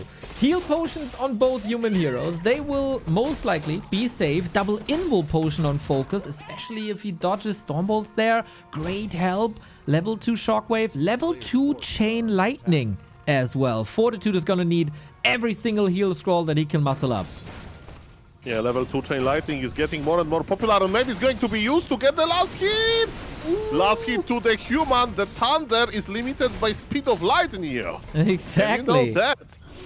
But speed of light will have a faster internet. Maybe we'll destroy the universe in the process, you know, the balance of universe, but it will be a faster internet for some time. Well, you gotta pick your poison, man. Internet is, of course, most important for us gamers. We're getting some breakers. A little bit of a front line here, supposedly established, but we also have grunts. FoCuS was stalling enough time, 2 minutes and 20 seconds for this expansion. Fortitude is pushing, but can he break through? +2 intelligence stolen by the MK4. Shockwave, Fork Lightning, not that good. I'm sorry, Chain Lightning. FoCuS, can he do it? Fortitude, Militia is coming. Fortitude is real. Another Shockwave, Chain Lightning, and that was money. But was it enough money? Is there something like enough money? We're going for the casters in the back, TC. Fascia has no TP. It's only the Invo Potion. FoCuS has to fight here. Lightning Shield. We've seen this yesterday. Onto the Kodo. So much damage. And a quad kill by the TC. Ladies and gentlemen, FoCuS is crazy. This micro, the targeting is primo. Amazing. Well, usually the longevity in these fights are with the human. They have heal, they have mana. Now we gotta be careful. No dodge on the Stormbolt. That was telegraphed quite a bit. We have another Stormbolt, don't we? Oh yeah, 2 of them. You gotta be so careful. This time we gotta dodge. Archmage in the process, maybe a bit hurt here. Mana Potion could enable another Chain Lightning, but we're not getting that. The tug of war between the two continues. FoCuS cool as cucumber, but he's going to lose one Kodo Beast. Human army doesn't look that big. FoCuS still has invul on the TC. Archmage is the target, but in his inventory we see some survivability. Mamma mia, it was looking so good for FoCuS, but Fortitude is proving that he's rank 1 human player. Farseer, Oh. Farseer is to be careful!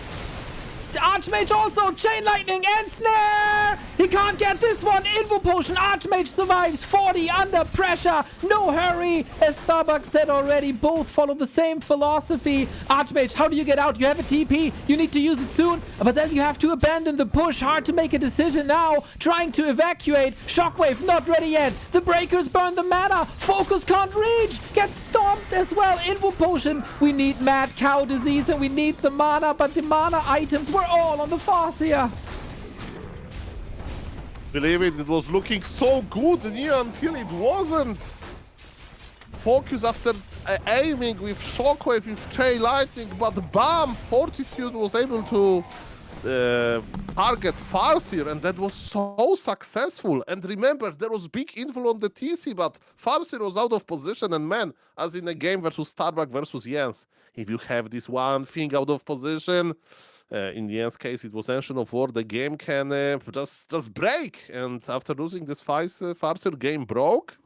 And FoCuS left the game with a healing ward in his inventory. Sad. Indeed, a little bit sad here, but man, what a tug of war. Both players know exactly what to do, when to do it, and also, as we saw, perform very much so under pressure. Amazing competition between the two. Now, FoCuS under pressure, as we saw. He's facing the lower bracket versus Starbuck. Not an easy, of course, not an easy thing to do. We'll see if FoCuS can resist this. This is a match on eye level to me. I mean, it's the best human in the world versus the best active orc in the world. It's better be on high level. If in the next Warcraft Champions final, it's going to be Fortitude playing versus me, and I will represent the orcs, and there will be no better orcs, then you would know that something went wrong. What went right, though, is the raid of Frenchcraft TV. Merci, mon frère. 14 raiders coming in. We are casting the War 3 Champions Finals, Fortitude versus FoCuS. Thank you also to the resubs that are coming in. Deadly, SARS, and Copilot, and Meat Frog. Much love, you guys. Real XS also. Thank you guys for the prime. Thank you very much. We are waiting for Fortitude to join the lobby. We are going to play on a different server. Let's see if Fortitude can play on Korea. Maybe ask him, you know? But it sees, I don't know, Mr. Neo. You have a good intuition about servers, so maybe I'll leave it to you. The map is Boulder Bay. That's perfect. By the way, I have a small detail from the map veto. So I said Fortitude ban one map, okay? And he said Autumn Leaves, Boulder Vale. I said, excuse me, one map, please. And he said Autumn Leaves. And you know what happened?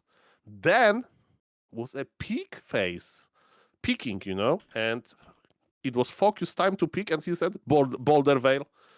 Okay. Maybe he saw that Fortitude doesn't want to play this map, and he took Boulder Vale. He's like, I wanted to ban this map. I'm playing it, actually. I'm picking it. That's my secret. Oh, FoCuS. This is the first map that I've seen him lose in a long time, actually.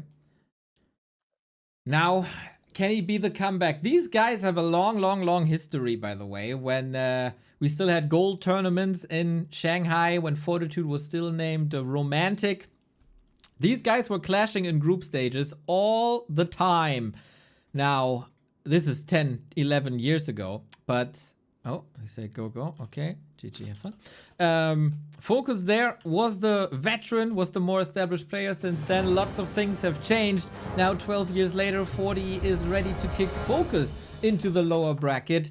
Hard work indeed pays off. But you gotta go through Boulder Vale, and sometimes, and especially if you're not too familiar with tournaments that are not in every tournament map pool, this can give an advantage to the pressuring player, and that pressuring player will for sure be FoCuS. We also know how important it is for the humans to have a well-crafted, precise creep route, and this might all not be the case on Boulder Vale.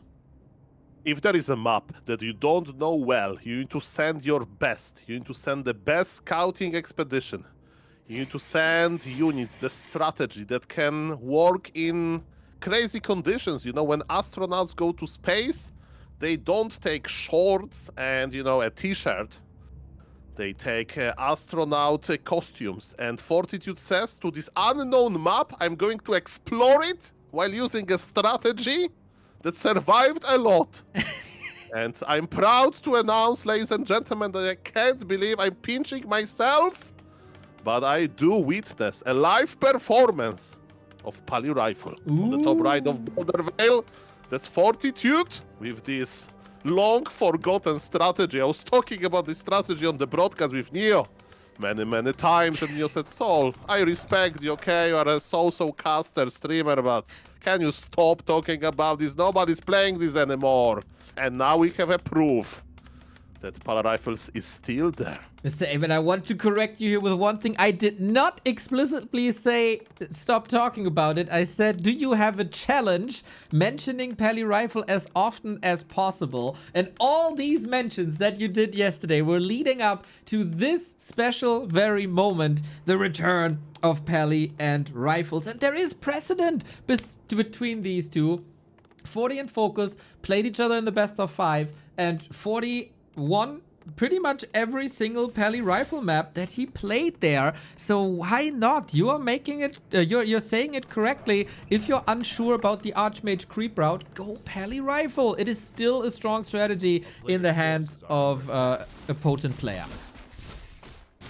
Fortitude is very potent with this strategy, and I see this in his map, his base layout actually. And look at this, FoCuS has a special creep road prepared for Boulder Vale.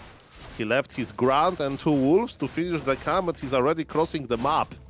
He's a little bit too late, because the Pally Rifle is already creeping. And when the Pally Rifle starts creeping, can you even stop this? I don't know. It's like a train with a diesel engine takes some... I don't know if trains run on diesel engines, but you know, it takes some time. And then at some point, it's unstoppable if you don't throw anything on the tracks. Don't do that, guys. Yeah, Pally Rifle. So, can you remind the people about the strengths and weaknesses and why you're so in love with Pally and Rifles? It's like talking about, you know, my ex-girlfriend or something, I don't know. Or maybe deceased, actually. Because I have a lot of good memories, but the old Pally Rifle that I used to love is no longer there. Ladies and gentlemen, yes, let me find a moment. Last hit to Pally Rifle, okay. So that was the first thing. Rifles, they shoot very fast, and you can get last hits, you know. If you contest the creep camp, Rifles, they attack extremely quickly.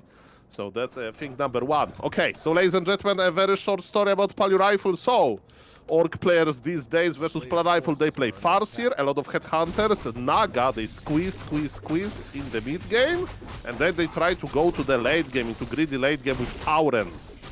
And Pally Rifle players were able to counter it with Griffin Riders, but then Lin showed us the way with, the way with Witch Doctors. But ladies and gentlemen, we need to first get there. Body blocks with Pally Rifle! Fortitude, so potent, you know him well, Neo. That's right, that's right.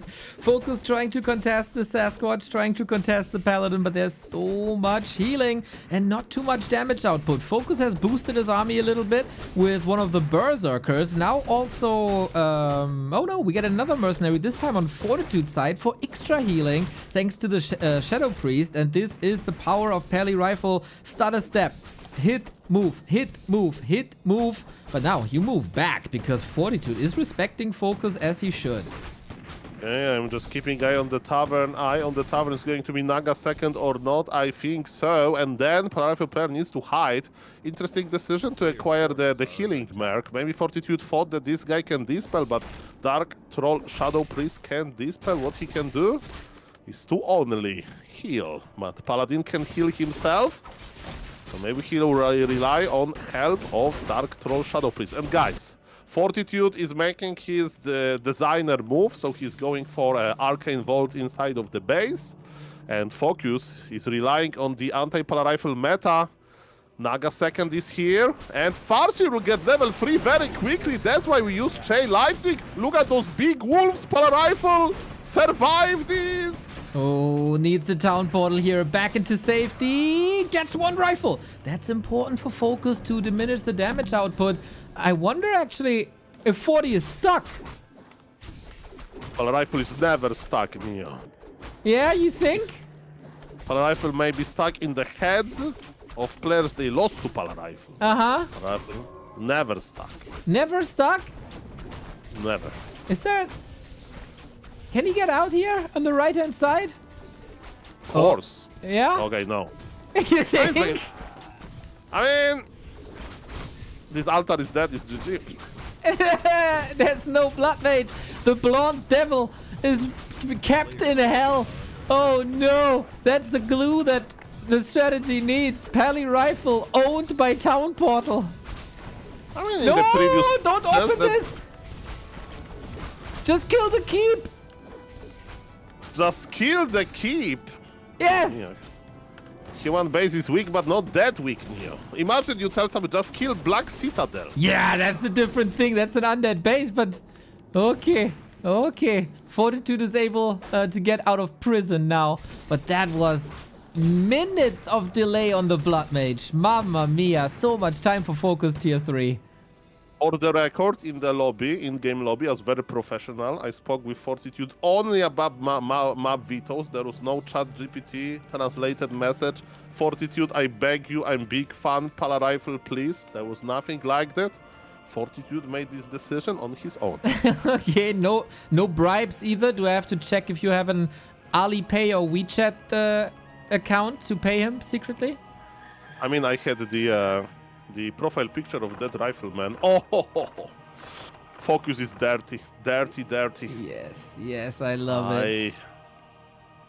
Look at this paladin stuck on level 2 in the middle of the map without TP. I think Fortitude just leave. I would just leave at this moment. I think so too. This is so over. We're going for the tower. We're going for the blood devil. First he killed the altar. He'll now be able to kill the blood mage himself. I've seen Pally rifle builds survive with 2 workers. We need one of those games now. In the old patch, I would say that Pala rifle is still ahead, but in the current patches, I think we are behind a little bit. Tier 3 for the org is ready. And we have Taurens coming. Fortitude says GG. And... Ladies and gentlemen, you know that sometimes, when I'm going to mention it, I think we have, like if you buy a pack of cigarettes, you don't do it, of course. There are those pictures, what is going to happen to you if you smoke them in the future. So that should be printed out this game and put on rifle strategy boxes. Okay, or you build your base better. Yes. So altar in the back. Noted. I guess. Oh, yay. Fortitude losing his first map in this competition to FoCuS. We get the game 3 that we were hoping to see. Now, one map decides between winner bracket final and lower bracket round 2. This is a lot longer this way for the person that has to go via the lower bracket. This map is important. Now, this map also means the winner is top 3 guaranteed, while the loser could still be eliminated as top 6. That's very true, and Starbuck is definitely watching, because, if he can get Fortitude, he can get FoCuS, and if he gets FoCuS, I think he won't play Pally Rifle, Mr. Starbuck, but who knows? Mr. New is making sure that the pink conditions are correct. And ladies and gentlemen, I'm getting very excited.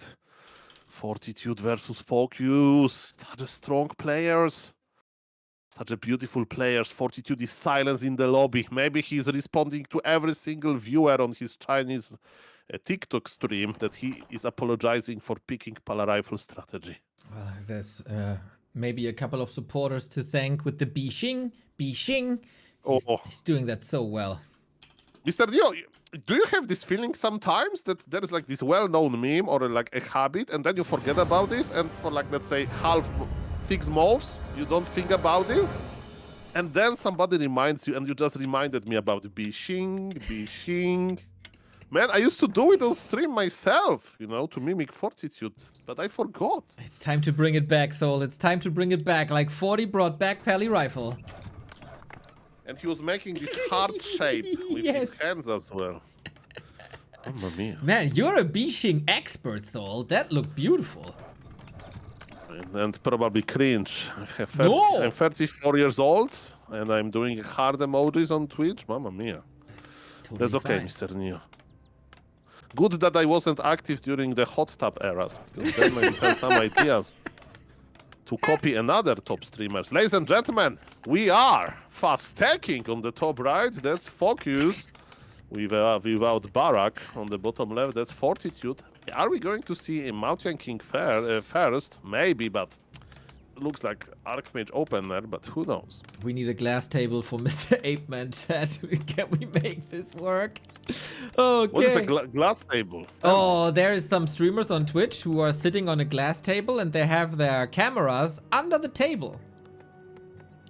Okay. Filming I mean, what they are wearing. That's the Very better question. little. Okay.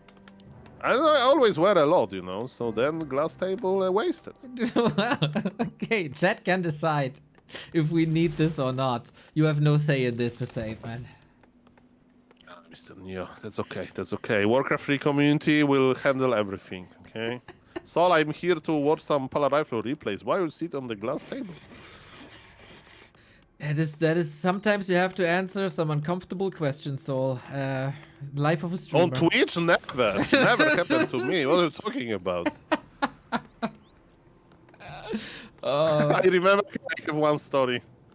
It's like 8 years ago, 6 years ago, I'm watching Todd stream, and somebody asked him, "Hey Todd, I'm a big fan. What is your favorite pizza?" And Todd like responded, you know, like in French we have this king pizza, and you know, like it's everything, a lot of different ingredients. And the viewer's like, "Okay, that's perfect. What is your favorite pasta?" And Todd is like, "Dude, what's next? Favorite salad? Stop asking." Okay, what the hell? You know, it's too much. We're here to enjoy Warcraft, and with this segue, I'm going to stop. You And gotta we are going show. to enjoy. You gotta It's show. partial The, harassment. you gotta show the viewers the limit. That's what it is. Otherwise, they never learn. Just like humans never learn that they are getting creep jacked here. The question is, how many peasants will fall? 2 is acceptable. Everything above that is a disaster. No denies, by the way, so that's a good early game by FoCuS. Arcane Tower is ready inside of the human base. What about the item? Archmage got better Circlet, and Circlet is this beloved item, of course. Ooh, cheeky watchtower. I mean, that's like a meme these days. I know that Starbuck really enjoyed this watchtower, so if Orc is expecting a lot of footies at his burrows, they make watchtower early. Okay, yeah. When I saw this the first time, I couldn't believe it. I'm pretty sure it was a game with you. And you told me, Mr. Neo, this is very normal on ladder. Everybody does it. And you were right. You were 100% correct. It's a big help in the defense that FoCuS inevitably will need, as humans always try to go in your base. You know, the grass is always greener on the other side. They always want to be in your home. You know, there's a couple of friends who always come over but never invite to their place. This is what the humans are. Yeah, okay. I mean, you may argue that, you know, footies, they have piercing, they have defense that helps versus piercing damage. They don't have defense just yet, and there is no level 3 just yet as well. But yes, this watchtower is cheeky. I like this watchtower. It's pretty funny, and let's see how good is it. Okay, on the other side, 40 is creeping with Militia on the left-hand side. He wants to play this 2-base from 1-base win to Pally Rifle loss to the 3rd different strategy. But now he sees, damn, there's burrows, there's a tower, there's already action in the altar. I can't really do much here. Mamma mia. So this watchtower was a lost mind game because Fortitude is expanding. Exactly. So I almost thought that this might be time for yet another Firelord. FoCuS defeated Death Note with the Firelord yesterday. He defeated Sheik with the Firelord in the wildcard qualifier. So it would have just been fitting if he made it here with the Firelord again. But no, it's the big cow. Look at this, FoCuS knows. He's already sharking around, human expansion. And as you mentioned, the big cow probably will go Shockwave, maybe, I don't know. Such an interesting game, and man, it's Fortitude, maybe not tournament live, but nobody wants to play against Starbuck.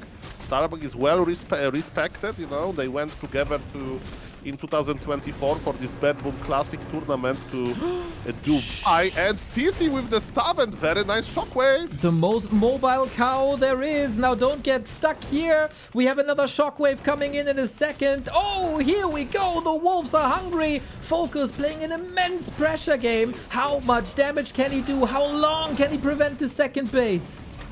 Tower is going to finish right now, so no more Shockwaves, no more Wolves. Farster is kinda low HP, but Fortitude can dream about taking, and he lost a lot of workers. Luckily for him, he brought 7 to the expansion, so now he has 4 left, and actually, is it 5? It's actually 5 in total, mamma mia, so this expansion is up and running. What's FoCuS gonna do now? 2 level 1 heroes. The staff was also quite an investment. He's going Shaman for the regular response, I would say. Maybe some lightning shield attacks as well. All about AoE damage here. And the base is still a bit impenetrable. I wonder how much success 40 has, or if he's just happy canceling the healing and regen. What is better, impenetrable base or potent player, Mr. Neo? You have a filthy mind, Mr. Apeman. Well, just asking a question. Yeah. Oh, this footman, those footies, they can surround. See about that. Okay, finally, the watchtower was like... There was dust covering it, but now this watchtower sees some action. And the shockwave, ladies and gentlemen. Can we connect? Man, this shaman is making water elementals useless. Very good arrival of these 2 shaman. That's exactly what he wanted. Piercing damage against no defense footman to do some damage, reduce the forces, get rid of the water elementals. So far, all the puzzle pieces are in place for FoCuS, but is that enough? Because 40 is on 2 bases. Nice experience on Orc. Soon he will get level 2, and we are all awaiting for Ensnare, right? Because when Ensnare is there, there's map control for the Orc, and he can start picking footy after footy. FoCuS is very good against expansions, and he can play a few different styles. He can counter-expand first, and then try to kill human base, you know, to make it 2 base, 1 base in his favor. Maybe he'll pressure without counter-expanding. I don't know. What I do know is that 1 footman went down. We have a Shredder. We will, with that, probably get a tier 3 by 40 as well. And the most scary thing that can happen to FoCuS is Griffins. Does he have solutions to Griffins? He does have the cement concrete upgrade up, so Griffins can't just fly into the base and do some damage. Also, water elementals don't do that much damage anymore. And that is time for creeping. And 2-2. Caro get a little bit smarter and has more mana. But FoCuS, I guess, is feeling the pressure of that 2 base tier 3 play, even though he has still some time. I think he arrived with this intention of going tier 3. I would be surprised if Fortitude stay on tier 2, because he bought a Shredder while he has a lot of workers, you know? So it means that he will need a lot of lumber, and tier 3 is the build for it. And yes, look at the map control. 2 riders, they ensnared footies and to ensnare on the rider from the forest troll trapper. That's pretty funny, that's pretty ironic. I'm checking the main, but it's surprising! It's actually Rifle Caster. Wow. It's Rifle Caster with a Shredder and a Witch Doctor as well by FoCuS. This is very Fly-esque. Lots of vision, of course. The vision wards, the, what's it called, sentry wards, will last for a long time and show FoCuS everything he wants to see. Is that the right call here? To go for casters? Oh, this Witch Doctor is just not going to die to towers? No. Okay. So his job is to scout. This Witch Doctor is never going to be upgraded, you know, like never. His job is to plant sentry wards, and I don't know, then AFK. Knowledge is power. That is indeed the case. We have Workshop coming up for Gyrocopters, most likely. Scroll of Regen, Potion of Healing, Mountain King well equipped, goes on a hunt. This was potentially the last sentry ward that this Shadow Priest was placing, but he got the bases covered. And now Archmage still roaming. I want to say Fortitude did 0 damage to FoCuS so far. Okay, so what is the most important? Of course, FoCuS counter expansion to go up, and I think that's already done. Or maybe not. I mean, there's 1,200 HP on this Great Hall. Can Archmage kill it? We'll see about that. I would be actually surprised. We'll see about that. Pios are already going into the expansion direction. It's going to be tight, but what do you think, Neo? He's targeting the workers. Fortitude knows it's too late. He just wants to get some Pios. Yeah, this is a bit reminiscent of how he plays against Undead as well. When he's attacking the Acolytes, FoCuS has the Shaman ready for the double purge. That's good XP. The Telestaff from the Cow to the Farseer to be here with Wolves and right-click damage. TC making his way closer and closer to level 3. Oh, what an exciting match we have. Purge again. Here it is. No disable, but it is movement speed reduced to 0 and it slowly regains movement speed. But there's more Purge. This is a TP, is it not? Forcing TP for the cost of a lot of mana, I guess. And is there enough mana to purge Water Elementals? Yes, it was. So some extra experience. And this TC needs just a little bit of experience to unlock level 3. But my question is, Neo, what's the plan now for FoCuS?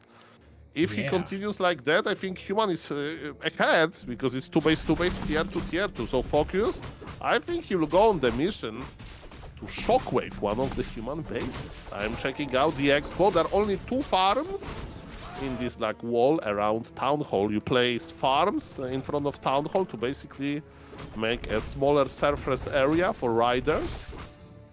And I don't know. It's not a usual matchup for tier 3, and if it's tier 2, I think FoCuS, he has to push. Oh yeah, we'll see then. Double heal scroll. Thank you, Michael, for the gift sub, and thank you, Kung Fu Jesus, for the 3 months watching this while I play Ascension. Wow, I have no idea what this is, but good luck. Don't die like I did. We get breakers. We get grunts, raider, shaman, so it's more of a fighting army. We've seen big lightning shields when there's stomp, but there is no stomp. Maybe the TC can still make it to the back of the army. Lightning shield useless against spellbreakers as it is magic. Spellbreakers magic immune. This requires some great positioning from FoCuS, but good for him. The fight, there's a lot of space to fight. There's barely any chokes here on Twisted Meadows. I see pillage upgrade in the in research. It means that FoCuS thinks about attacking buildings. Fortitude is going into tier 3. He needs his expansion to survive in order to make it worth it. Chain Lightning Shockwave, not really, just a Shockwave. FoCuS is repositioning already. Yep, waiting for the army to come in. There is 5 breakers. We do get tier 3 now, by the way, for knights and all the upgrades that you might want in the late game. Bit chaotic of a fight here. Fortitude's Militia will greet FoCuS on the right-hand side. We have a town portal, we have lightning shield, but this is what I mean, like against the breakers, it does nothing. Sork Lady far forward, lightning shield and shockwave. The lightning shield, though, is very close to the shaman, unfortunately. There it is. How do you break the breakers? He used 1 heal scroll, he has another one on his tower and chieftain with cooldown. By the way, TC needs to start using healing items. Here we go, supply is even, speed scroll.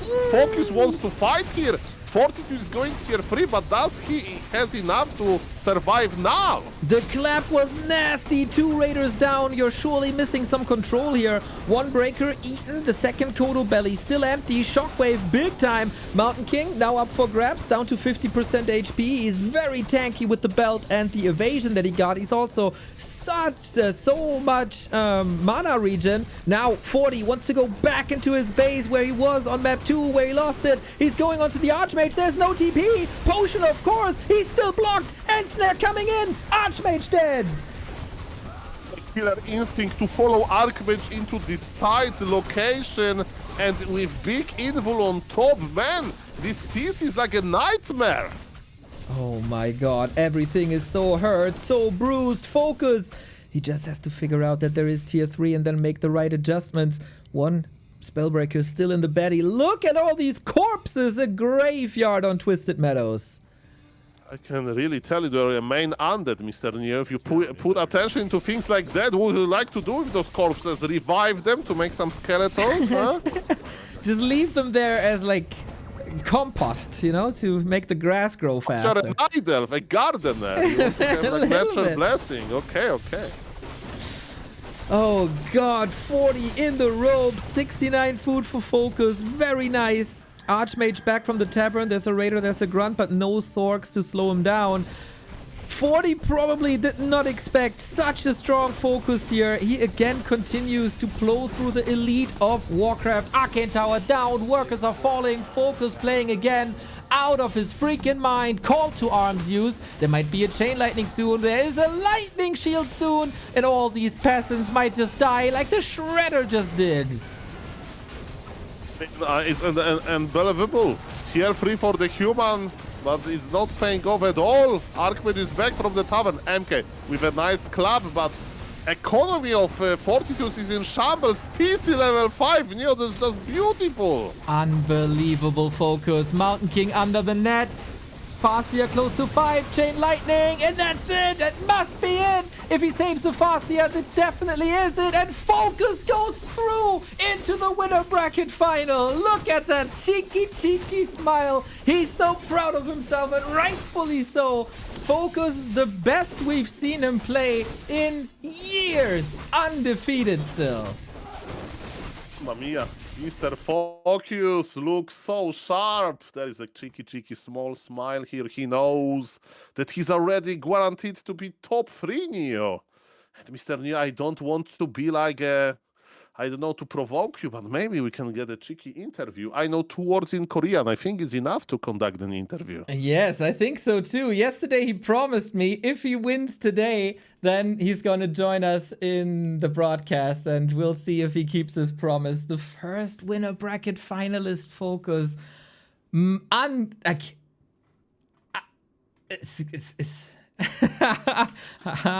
You promised me. Mamma mia. Okay, tell him that if he's not going to accept interview, we're going to like cancel the Polar Rifle game. You know, didn't count because it's Polar Rifle. He needs to play again.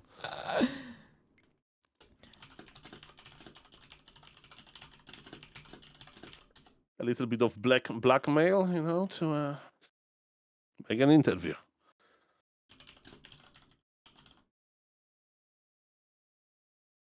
Okay, we're talking. Long time didn't speak English. Tell him Soleipen knows 2 words. No, don't tell him because there'll be pressure on me. Mamma mia. Okay, Fortitude versus Starbuck. Mamma mia. Guys, that's going to be the next game. The question is how much time Starbuck Fortitude needs, you know, to rest a little bit.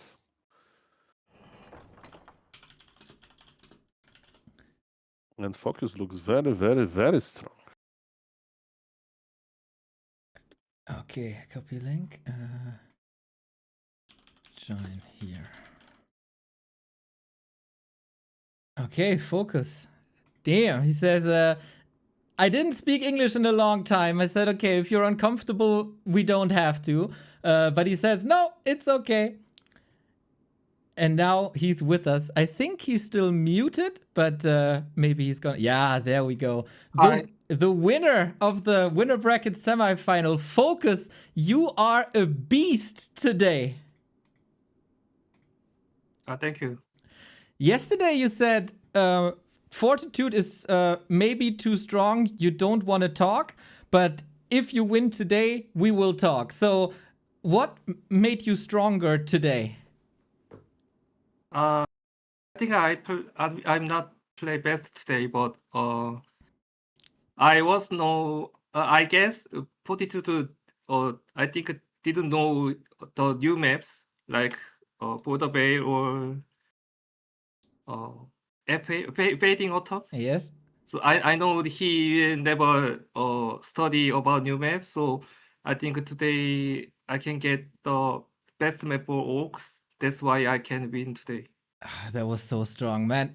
I think you play the best Warcraft in maybe 5 to 6 years.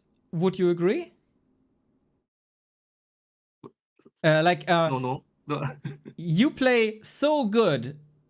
I have rarely seen you play this good in many, many years. Do you think you are the strongest FoCuS in many years? I don't think so. Just few players retired in few years, Yes. and happy not play many tournaments those days. That's why it looks like I'm strong, but I think I'm not really strong player. Okay, but I saw you versus Sock last week, 3-0. Then I see you next day versus Live, 5-0. Now I see you versus Fortitude, and you win again. So I think you are very, very strong, and maybe you can win it all.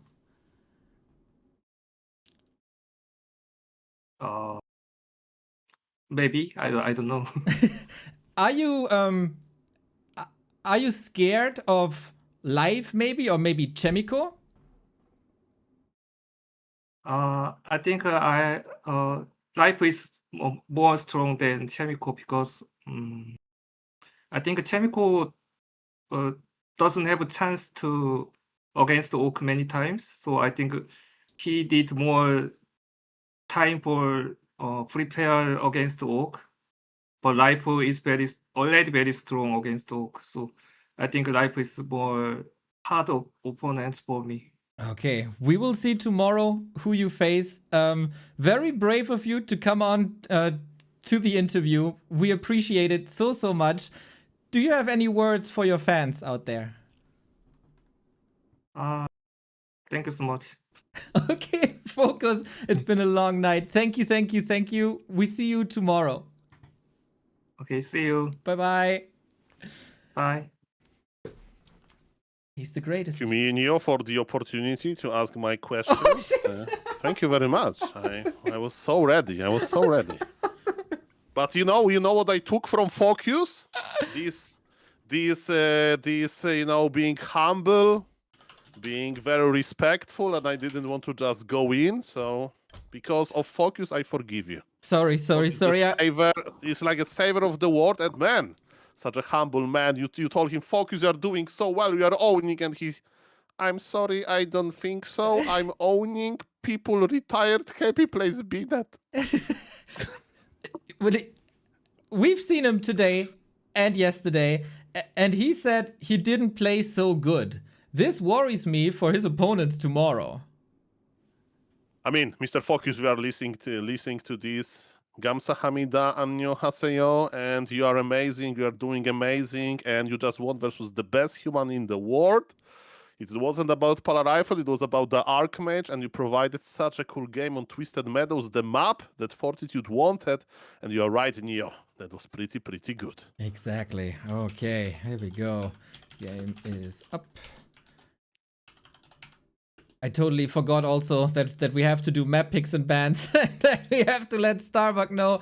So it's rare that we do these interviews and we have to coordinate a little bit, also with the Chinese scene, etc. So that little bit distraction. But I think it's worth it when we hear from FoCuS, the very rare opportunity.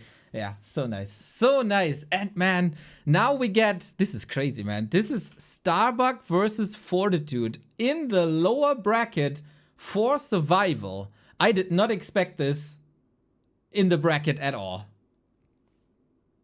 And super nice, super humble guy. I had an opportunity to meet FoCuS in Dortmund during Raraland, right? Thank you again for organizing it. Back to Warcraft. And that was amazing. Starbuck confirms Orc. I'm jumping into the map Veto. Very good. And let's go.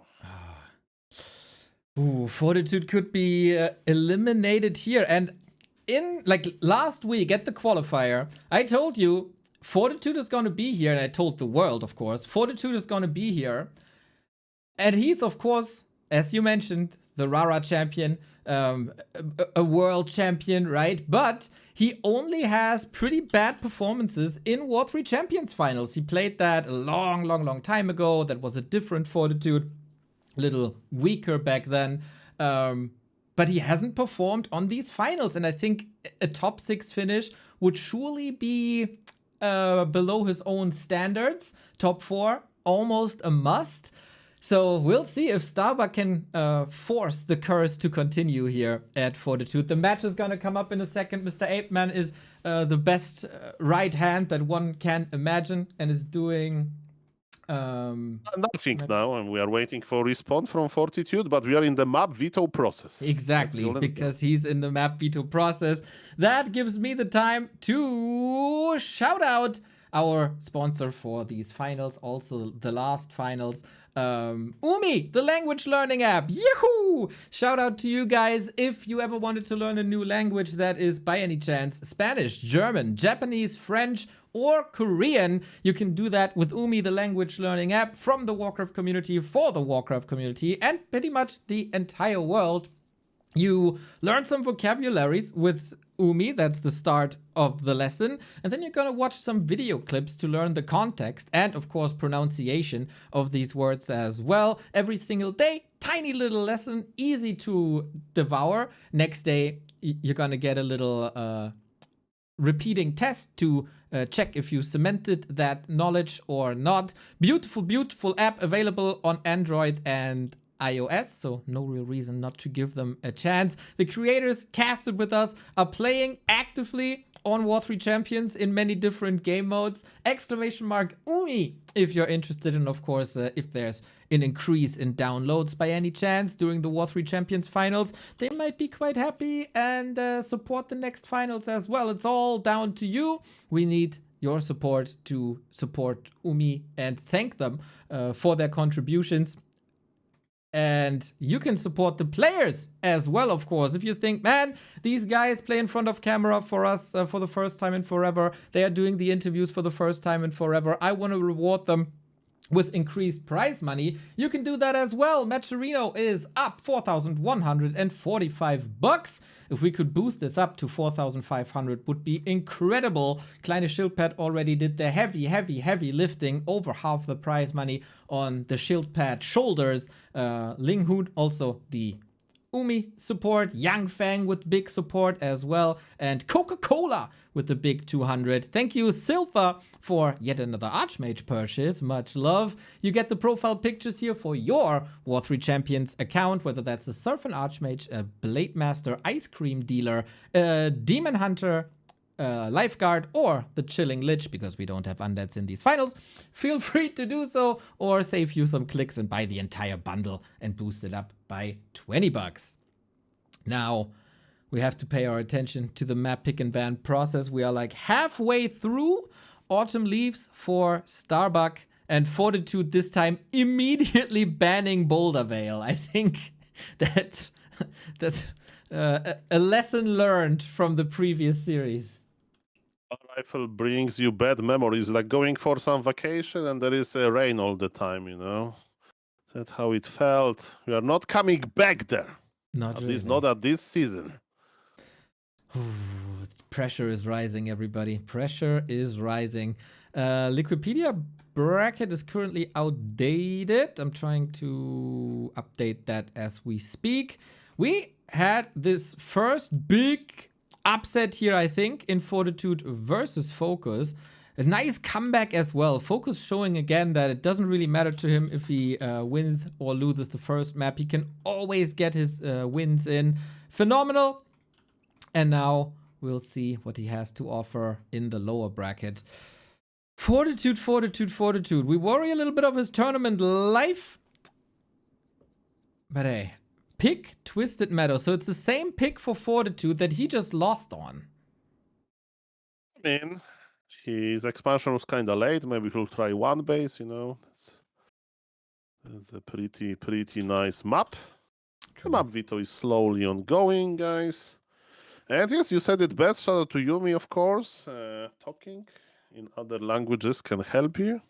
For example, if I would know more Korean words, maybe then I'll have my opportunity to ask some more questions to FoCuS. I'm so sorry, Sol. I'm so sorry. I wanted to say, you know, like FoCuS was stressed. I want to say Annyeong Haseyo to crack a smile on his face. Or maybe he would not understand me and he'd say, I'm sorry, I don't understand. I was like, it was Korean. If you don't understand, maybe you save us from a disaster, Neo. Don't worry. Oh, unfortunately. But maybe we get another opportunity tomorrow if he wins the winner bracket final. No, if there is no opportunity after the tournament concluded, you join, you invite him for the call, and then we talk. Okay? You own me. Okay. Oh man, and now I feel sad. Sorry, Saul. See, okay, I'm sorry, okay. Mr. Neo. That's not what casters should do. Make people sad. Well, It's only Sorg ladies and benches with all of those debuffs. true that. So currently no debuffs here. Fading Autumn unfortunately banned again. That makes me sad. But what makes me happy is the beautiful infrastructure that War3 Champions is providing in case you're living a little further away from Amsterdam, Los Angeles, or Seoul. Not the Seoul 8-man, but Seoul, the city Seoul. Then you have pretty bad conditions on Battle.net. War3 Champions is here to fix that. The one true global ladder, and let's be honest, we are not necessarily Minecraft when it comes to player numbers. So we need a global ladder for quick matchmaking. To unite the scene should always be our goal, and War3 Champions set out to do exactly that. With 30 individual servers around the world, that is 10 times more than Battle.net and 15 times more than KK. So that is pretty nice indeed. Go play. It's easier to onboard. Instead of 5 losing matches at the beginning of a season, you have now 15 or 20 losing matches. You have a way smoother way into War3 Champions finals. Now, no Russia Central. We select the maps. We do ping equalizer. We do color scheme. We go... With Hunters, the starting map. Yes. No, Tight Hunters. There we go. GG, have fun. 3, 2, 1, go! I always feel stressed when the players say go, and I'm still in my thing. It is this match, everybody. Starbuck versus Fortitude for survival. Here we go. Okay, before the game starts for real, I have a fun fact that you know, but maybe viewers, they don't know. Have you know that Starbuck and Fortitude partied together on a yacht in Dubai? That actually happened after Bad Boom Classic concluded. The players and casters and the crew was invited to a private yacht, and we saw the pictures on some Chinese TikTok. So man, you may say that, you know, you always tell me, Saul, you are a big streamer. I never partied on a private yacht with Happy. Happy was there as well, by the way. That would be a perfect moment to ask him to unban me from his chat on Twitch. Well, next time, maybe, so next time we're gonna do Rara Land on a big yacht. What can go wrong? What can go wrong here? We do have Fortitude on the left-hand side, fighting for survival as we said, and we have Starbuck on the right-hand side. This time, not going into the human mirror, as Fortitude is known historically as the best human mirror player on the planet. That seems to be a good choice. The thing is, what's Starbuck gonna do? He's seen Fortitude now on this map multiple times. It was always through the Archmage. He's seen it versus Hazy. He's seen it versus FoCuS. What can he do against this machine that is Fortitude? I mean, Fortitude proved that he can just creep a Goblin Laboratory and be quite good with it. So I think he'll do it again, and the Arcane Tower kind of confirms it so far. What Starbuck can do is a grand opener into Headhunters. Maybe it means creeping a green camp, or maybe it's just a stronger harassment. We'll see about that. Do you remember, right, in the previous game, Fortitude versus FoCuS on this very map, Fortitude lost 2 militia early, do I remember correctly, without denies, and still it wasn't enough. Mamma mia. Exactly. This also means Fortitude can gamble for a new item that might help him. Robe of the Magi, Subi Mask is what you want. Been a long time, I think, since Starbuck was tested by a player of the caliber of Fortitude. Is he still fast enough? Is he still strong enough? Is he peaking at the right time? Because he was so impressive versus Jens. We are definitely abusing the creeps here a little bit. Turtles into Fortitude. Starbuck was so far attacking Starbuck unit, but now they changed the target. So mayhem here. How many dead peasants? No, okay, I see 2 of them. That's actually a lot. Mamma mia. And what I wanted to tell you, +6 strength, it's amazing for MK later, not that great for Archmage. But in the previous game on this map, Fortitude got this +6 agility, you know, Boots of Quel'Thalas. So far he's not spoiled with his item drops. Should Starbuck be happy with this harassment? Probably. And now with this early grant, is he willing to trade that early? We'll see about that. A little bit of a retreat here, respecting the force that is the Archmage. I think damage is done. Tech surely delayed with the 2 kills that he got. Wolves can chase the Archmage instead of being sent into the economy line. This is then delaying creeping for Fortitude, and this keeps Starbuck's base safer against this Archmage, because the Archmage always wants level 3.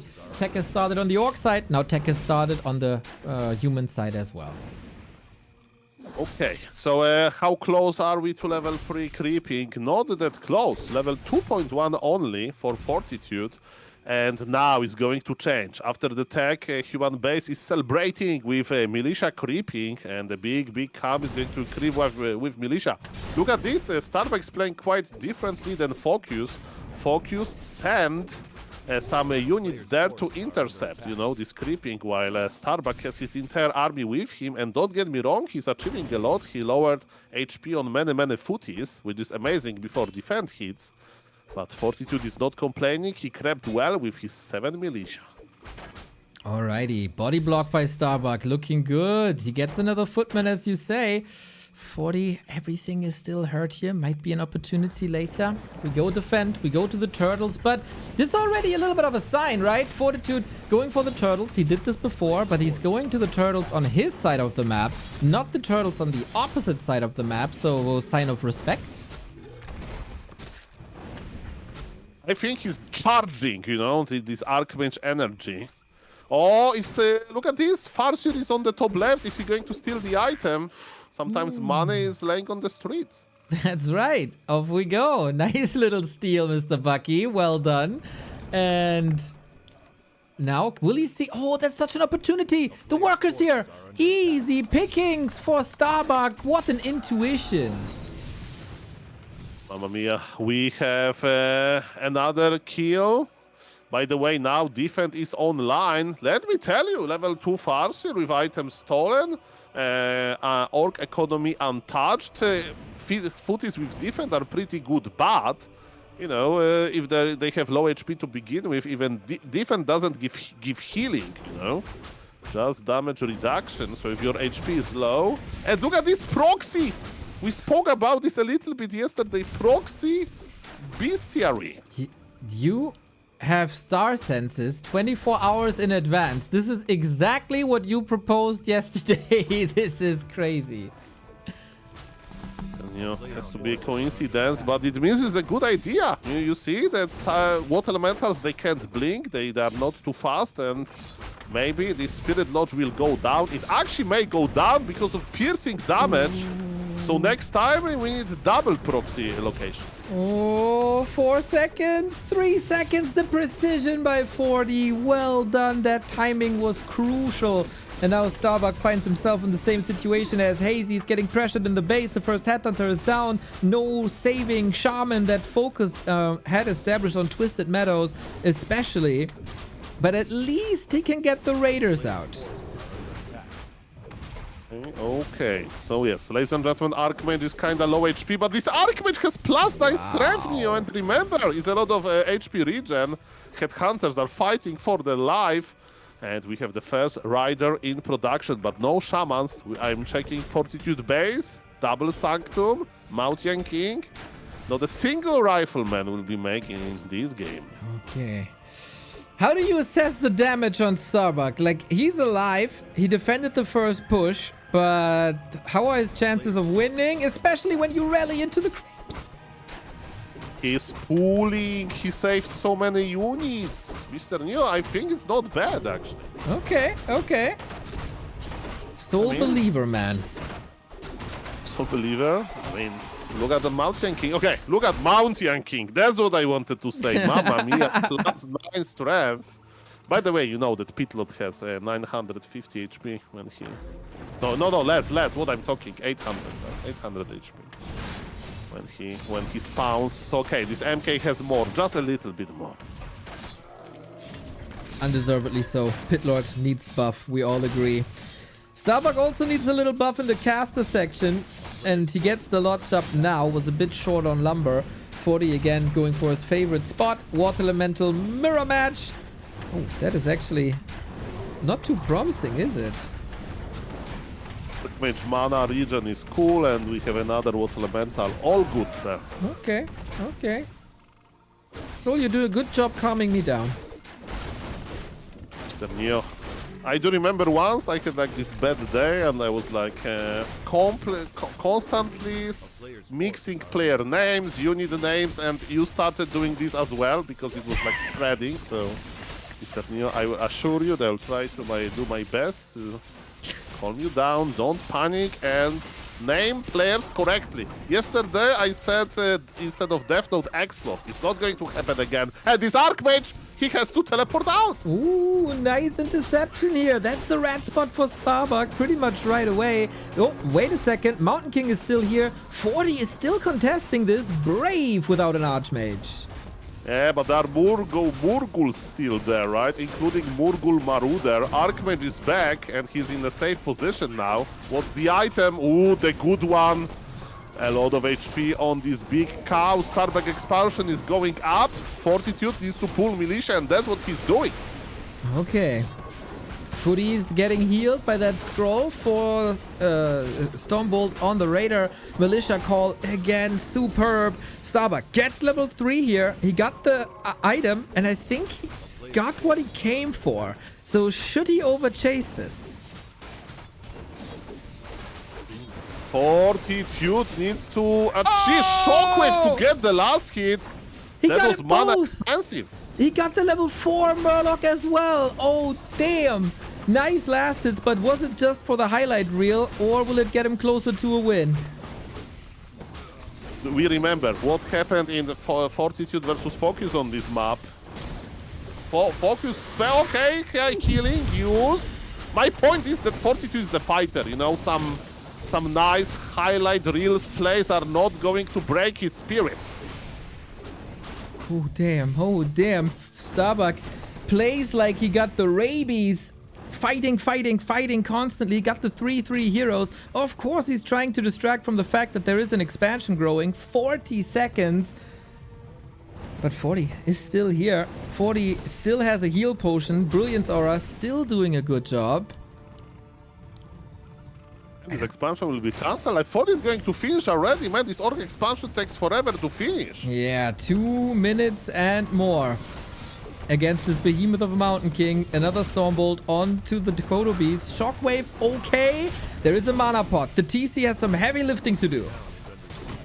One Kodo Beast goes down, but another one is healthy. Look at those Sword Ladies. They need to evacuate. There is not that many casters on Mighty Fortitude. TC is still quite tough. Remember, Fortitude went for Farseer of FoCuS, and that was his key to victory. But in this game, I don't know if he can recreate this. Where is the human army? So tiny. Oh, Mountain King has a potion, needs it soon. Invo potion on the TC. Shockwave strong, gets a lot of kills against the workers. You gotta keep this cow up. You need this aura. Fighting again. 42 versus Fortitude, and Starbuck is getting his expo up.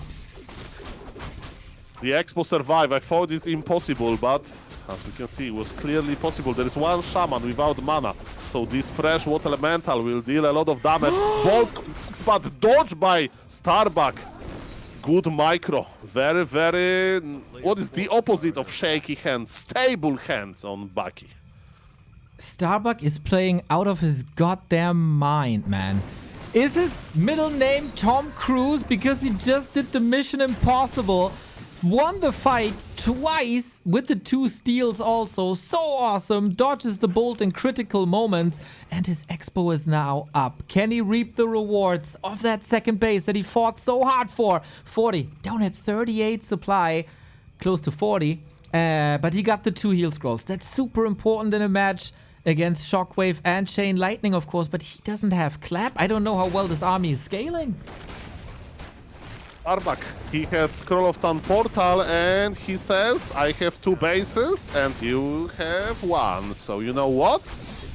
Let's base race Fortitude. Where is your TP?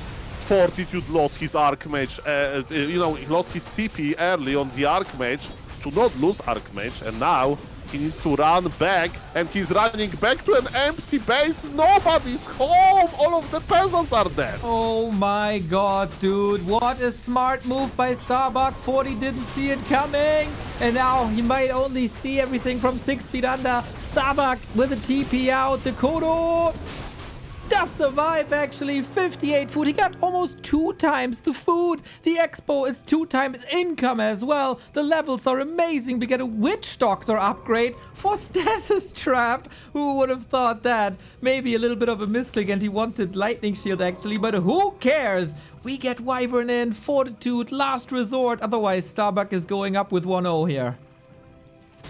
We have good news. Actually, Fortitude has 500 lumber, so losing all of those workers, not that important. Of course, he's Giga behind. You mentioned the supply lead, but Fortitude now is fighting. Can he do a miracle here? He needs one. And he needs heal scrolls. That was the first. TC has a mana pot. Farsia out of mana eventually. The army has to do it with so much control. We're speed scrolling in. We go for the backline. We got it! Starbuck 1-0 against Fortitude. Yeah, I would not expect that.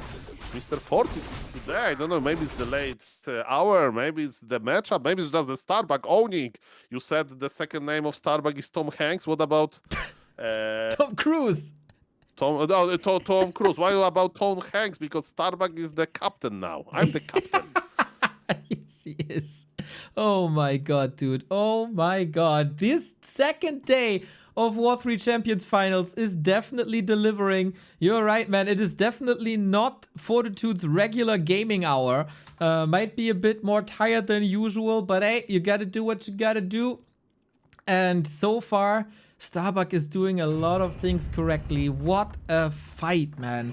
He was with his back against the wall. If he doesn't own that fight there in the middle, he's probably dead. His Expo is probably dead. But he prevailed. He prevailed and gets the map win. Now 1 step away from a Final Four. I'm speechless. Like, just well played by Starbuck. They had this very, very, very long fight in the middle. It all started with Archmage being surrounded. After Archmage check, the position of Starbuck. That was good start of the fight for Bucky, and he used that. I thought that Fortitude would be able to cancel the Expo. He wasn't. And then Starbuck played his hand right. Do you agree? Like, he kept his advantage, and then he went for this smart checkmate move that had a little bit of laming. Exactly. That was such a well thought out follow-up. Just genius, man. Why force another fight if you don't have to? You know how much damage you can do with Shockwave and Chain Lightning, and then go for it. Just go for it. God damn, man. It has always been close between the two. Starbuck was so close 3 times to victories against 40. In Super Leagues, in Don't Force Me Cups. 2-3, 1-2, 2-3. Can he push it over the finish line now? Can he beat Fortitude on Fortitude's selected map on Twisted Meadows? Fortitude already lost on this map to FoCuS. So I hope that he has a better strategy prepared. Man, Starbuck starts with clean 1-0. Remember that FoCuS lost on Tide Hunters, so Starbuck is already showing FoCuS that, man, I can do it as well. Magnificent. Magnificent performance by Starbuck. Quite crazy developments here, man. Holy, we get support as well. Richard Huber, thank you for the big $50. Thank you, War 3 Champions and Back to Warcraft for bringing us these great games. Richard, thank you for the big contribution, man. Means a lot. And also Corayo, who I had the pleasure of meeting in Krefeld at our German finals with the $20. for the profile pictures. We got $4,215 right here. Can we push it to 4,500? Thank you for all of the support. Definitely, games are delivering. Man, Mr. Starbuck, remember that he started in the lower bracket today. 1 versus Jens. 2-0, and now he's against Fortitude and he's ahead. That's so impressive. By the way, the hero openers, Farseer Grand into Headhunters versus Archmage Footman. And the only question I have, Neo, expansion or not? What do you think? Did he learn the lesson from last time? I don't know, man. He's probably of the opinion that he can do it better than he did versus FoCuS. He might also think that Starbuck is not going to do it as good as FoCuS did. So I think yes. I think expansion it is. Okay. Ooh, we also got a first-time subber in. Thank you, Dima Rubem, for the tier 1 sub. Welcome. Welcome to the Warcraft 3 subbing viewers. Good choice, sir. It is interesting that Starbuck is going creeping, huh? So he thinks rushing across the map is not worth it. He won't be there in time. That means Fortitude gets this camp uncontested with the Ring of the Archmagi for the Archmagi. And then he has a stronger level 2 follow-up if 40 expands. A lot of mind games. Starbuck is going to creep another green camp, and with the power of this Grant, you know, Grant takes a perch. Okay, maybe not in this situation, but Starbuck will resummon wolves in a jiffy. But yes, Grant of course helps a lot with early game creeping. So far, Fortitude is not pulling the mercenary camp. And I'm observing Fortitude economy, Mr. Neo. It looks like one base. There is no farm number 4. And Fortitude is still missing Lumberman. Pulling that much militia and investing into Arcane Tower is quite expensive. Starbuck scouts the expansion with the perfect level 2. By the way, +6 agility is not what Farseer wanted. And man, one base. That's going to happen here. We have militia being sent to a green camp, but Starbuck will scout this with a small wolf. Okay, he will know now. No missed opportunity then. And he might think, yeah, I did the right call. I got ready and oh my god, he's reading the creep route so well. These militia might be slaughtered against Chain Lightning. And this also means, of course, no level 3 Archmage, right? Yeah, but Starbuck can't be everywhere at the same time. Fortitude is in his base, paying him a visit. 2 monsters are dead. I mean, 2 peasants. For some people, they are like monsters. Is Arcane Tower alone enough to deal with this aggression? And what Fortitude can achieve? He's trying to kill a barracks. Is it worth it? I don't know. It's forcing some repair. That goes on to lumber. Spikes coming up. That buys a lot of time here. And Starbuck, all the coolness in the world, going for the Null Overseer. Should be a guaranteed kill right there. Level 2.5. And 40 is banging his head against the wall, it seems like. When I play like that, you know, like Fortitude right now, I feel like a, you know, not the best player. Like, even killing Altar is better. I mean, at least trying, because you stop the second hero. That's a big deal. Yeah, this barrack just took a lot of damage, but it's still producing. It is about the lumber, right? It must be about the lumber. Because Starbuck is at 70 lumber now. He can't build a tier 2 building. That's true, but, well, Fortitude Lumber is not looking any better, Neo. Look at this, 69. Nice, usually nice, but now not so much. Archmage finally got his level 3, but Starbuck is home to defend now, very close to his own level 3, especially with that water elemental. No sign of a deny either. Oh, that's a big chunk of XP right there. Can Starbuck get the hero out and the tier 2 building up? Yeah, defense kicks in, so those footies, they can fight, that's for sure. Archmage is going to reunite with them.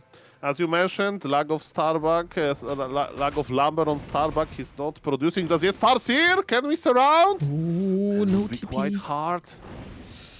No staff, no TP. Careful, Starbuck. Mountain King second again with shop. Base still fragile, Fortitude lurking for the tier 2 buildings, but they are not coming up. PC is ready, probably is going to be Shockwave. Oh yes, how well you can aim. 2 footies.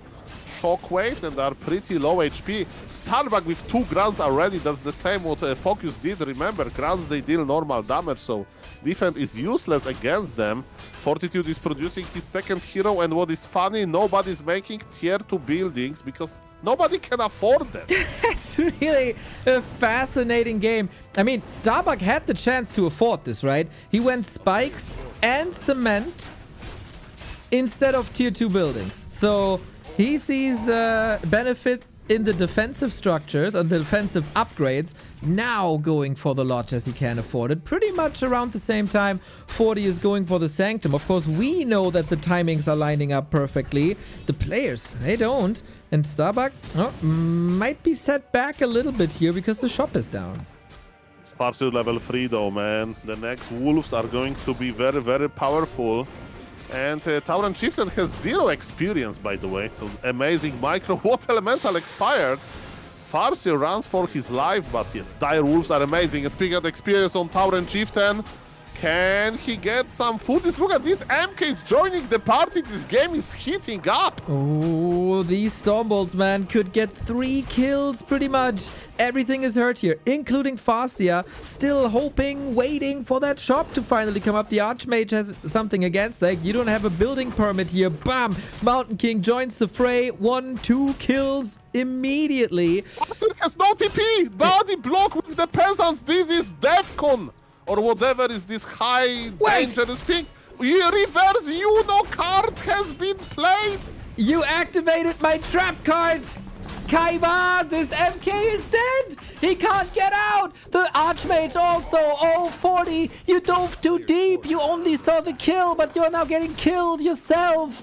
Starbuck with the Giga Chat 500 IQ trap move. Very nice peon block, and man, this MK was forced to go to this pocket where he was surrounded. Farseer survived. Guys, remember, there was no TP. And with double bolt, MK would be able to get level 3. But man, Starbuck with the prime micro move, so impressive. Holy.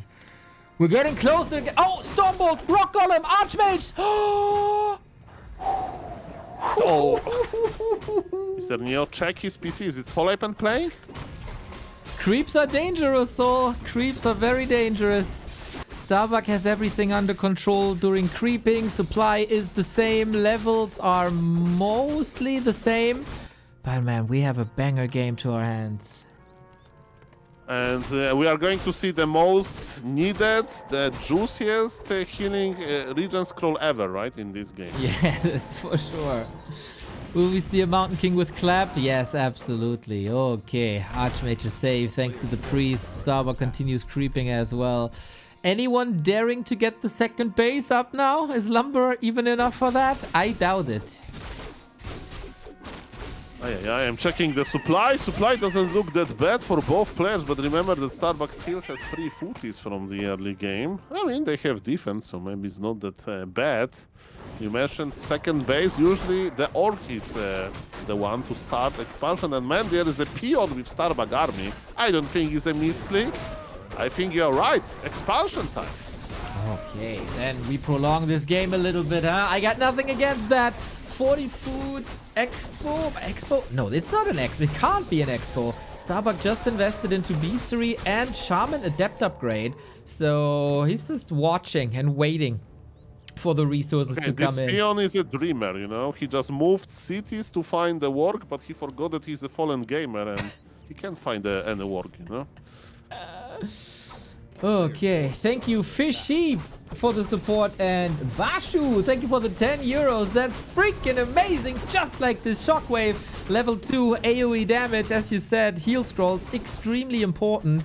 Starbuck has to make a decision. Does he want to contest or not? And speaking of expansions, Fortitude is responding with expansion himself. Oh my god, Starbuck got both heal scrolls. That's a lot, but it's expensive as well. Is he ready to fight? That's my question. More important, there was a precedent of 40 vs Starbuck where Starbuck lost the game because he had both heal scrolls on one hero and not shared, so they share the cooldown. Oh, Nuke! Archmage has an Invo Potion, has a TP. Surviving for now. Mountain King, Stormbolt locked and loaded. This is getting dangerous. The creep can be still alive. What a intense game. Fortitude, the best human in the world, is facing elimination in not even that advanced, day 2. Start of the day 2, Chain Lightning to get the last hit, and TC with a decent item versus MK, I guess. Run Tracers could be better, like Sobi Mask, but in the big fight, he's not complaining. Oh man, so many people were so sure it's gonna be the Fortitude Live Finals. First FoCuS says no, and now Starbuck maybe. Headhunter's still fallen. 40 food versus 50. 40's expansion is of course taken off. Invo Potion on the Mountain King might be able to dodge a Stormbolt once again. Limited forces for Starbuck. How do you drive back this human force now? Low is everywhere. Farseer has no TP and Farseer has no survivability. Look how much mana is on the MK. He almost level up. He's literally 1 experience point away. I'm mouse overing the the experience bar, and it says 499 by 500. Oh, so close. He might get that soon, Starbuck. That fight there was maybe a bit too much. Thank you, Perception, for the support. Now, footy support against the Great Hall. This will cost them a couple of HP points. He couldn't get the job done on Tidehunters when it was about the expansion, but here on Twisted, he surely can. And then it's 2 base, 1 base with a 20 food lead. This was just pure skill expression by both of the players. Are you ready to fight? Is that the way? And for 40, it was definitely the way. Oh, the Wyvern, the Fortitude army. Oh no! Okay, the second Wyvern is doing a good job here supporting this push. All the workers are dead. Town Portal traded, but of course all a little bit too late. Plus a Wyvern for free, plus the Expo gone. He has no other way than to tap out, and 40 is still alive in the War 3 Champions Finals. It was so close. I mean, I feel for Starbuck. He had this game almost, in his hands. That the early game was good for him. He worked so hard, and then expansion cancelled. This fight at the shop, even though there was double heal scroll, right? Didn't help that much. And man, we are in the decider. I know it's just a best of 3, but still, this is a very important best of 3. It is for survival indeed. Into the top 4 of this tournament. Whew, again, just like in the game against FoCuS, everything on the line now. The loser is out. Starbuck started with a 3-0. First the 2-0 versus Jens, and then the 1 game versus Fortitude. Now all that could be in vain. All that could be for nothing. Fortitude is called the Big Bout Machine for a reason. He always performs best when it matters most. Yes, sir. Yes, sir. But now we are on Starbuck map, and Starbuck is pretty good with, with preparing for tournament. So, what is his plan on Autumn Leaves? That's a good question. I guess Farseer could. Burrows would be good. Yep. Maybe Barracks. 1 or 2 headhunters also. Yes. Great Hall. Yeah. Some peons. And we have our recipe. I mean, he likes the grand opener, so you can make Farseer, 1 grand into Headhunters, then creep a green cam, and then harass. We will see. Definitely Starbuck is well prepared in this creep roads department. And look at him. He joined Team 2 to leave space for Fortitude. Very nice, Oh, very yes. nice. Okay. Ready if players are, I guess. Score is tied. 1-1. 1 map remaining. Who can bring his A game now is the question. And is the A game of Starbuck enough for the A game of Fortitude? That's a great question. Starbuck is ready. We are waiting for Fortitude sign to just start. And he says G, Mr. New. Good game. Have fun. No luck involved here, and my best wishes. Ooh, Jens already eliminated. Death Note already eliminated. Starbuck is the hope of the entire Western scene. Otherwise, the top 4 will just be Asian players here. Can the Vanguard be broken by Starbuck? And will Fortitude be eliminated? All these answers here on the Starbuck picked map. And it was, again, the map pick and ban system is a little bit different here. The picks are coming a lot earlier. You got 2 bans and then you pick. from a map pool that is pretty damn big, as we feature every single map that we got on the platform, and that's a lot. So is that advantage enough for Starbuck to close it out? And this map veto system is so sophisticated that you need to be a doctor, I think, to actually run it. Starbuck did pretty well in the map veto, so that confirms it. And it still reminds me when you introduced this system, and Smurf and Biko were doing through the veto during my first internship at Back to Warcraft, and I just got DM from Smurf, so, maybe a Night player from Poland, I'm afraid that we can't do map veto. It's like, what's wrong? It's like, it's impossible. Mr. Biko is still not getting it. Yeah, that was rough. There are a couple of players who, yeah, have a different There was a order. language barrier. There was a language barrier. Yes, yes, of course. I mean, we had the same issues in our German league, and there was definitely no language barrier there. Mamma mia. I mean, Mr. Neo, it's the ball is in your corner. What is next? It's going to be like map veto with like random map appearing in the middle of the veto. Something like that. You see about that. Ladies and gentlemen, so far the heroes are Standard, Farseer, and Archmage on the way. And there is no Grand Opener, so I was wrong with my prediction. Yeah, it is a straight up Headhunter opener for Starbuck. No grunt involved this time. Farseer, of course, the hero of choice, as it always is. Archmage starting with creeping. Again, on the way to a level 3 creep route. We'll see how sophisticated these creep routes are here now on Autumn Leaves. They were pretty good on Tidehunters, but also shut down. Starbuck had a little bit of game tape, and he's pretty good in analyzing his opponents, knowing 40, of course, taking him somewhat as an inspiration as well. So it's on right away. It's on, no last hit so far, and I'm here to inform you guys that it's a different build order by Fortitude. In this game we will have rifles, I think, because it's 2-farm tech. And the question is, what Starbuck is going to do about that? He sees the lack of Arcane Tower. It means Starbuck can send wolves into the human base for as long as there is no Arcane Tower ready. And you may say, Soul, he's not even going to kill one worker, but wasting militia time? That's amazing. Exactly. That is very, very greedy by Fortitude. This is the fastest tech you can do with 2 farms, with the skip tower. All these resources saved to overwhelm at the beginning of Tier 2 when the human power spike is hitting, and the Tier 2 buildings for the Orc aren't up just yet. But Starbuck, of course, has been on the receiving end of this, has been at the executing end of this. If someone knows how to stop it, it's him. Okay, we have 2 Spirit Wolves in Starbuck base, in the Fortitude base, and again, look at this militia uptime. A lot of it. It is a lot. We only had 38 lumber. Usually it's all about expansions, and expansions are about gold, but this map and the last have been about lumber, especially on Fortitude's side now, saving the wolves without a resum. Oh, there we go. And this Arcane Tower that he skipped might turn out to be a big liability.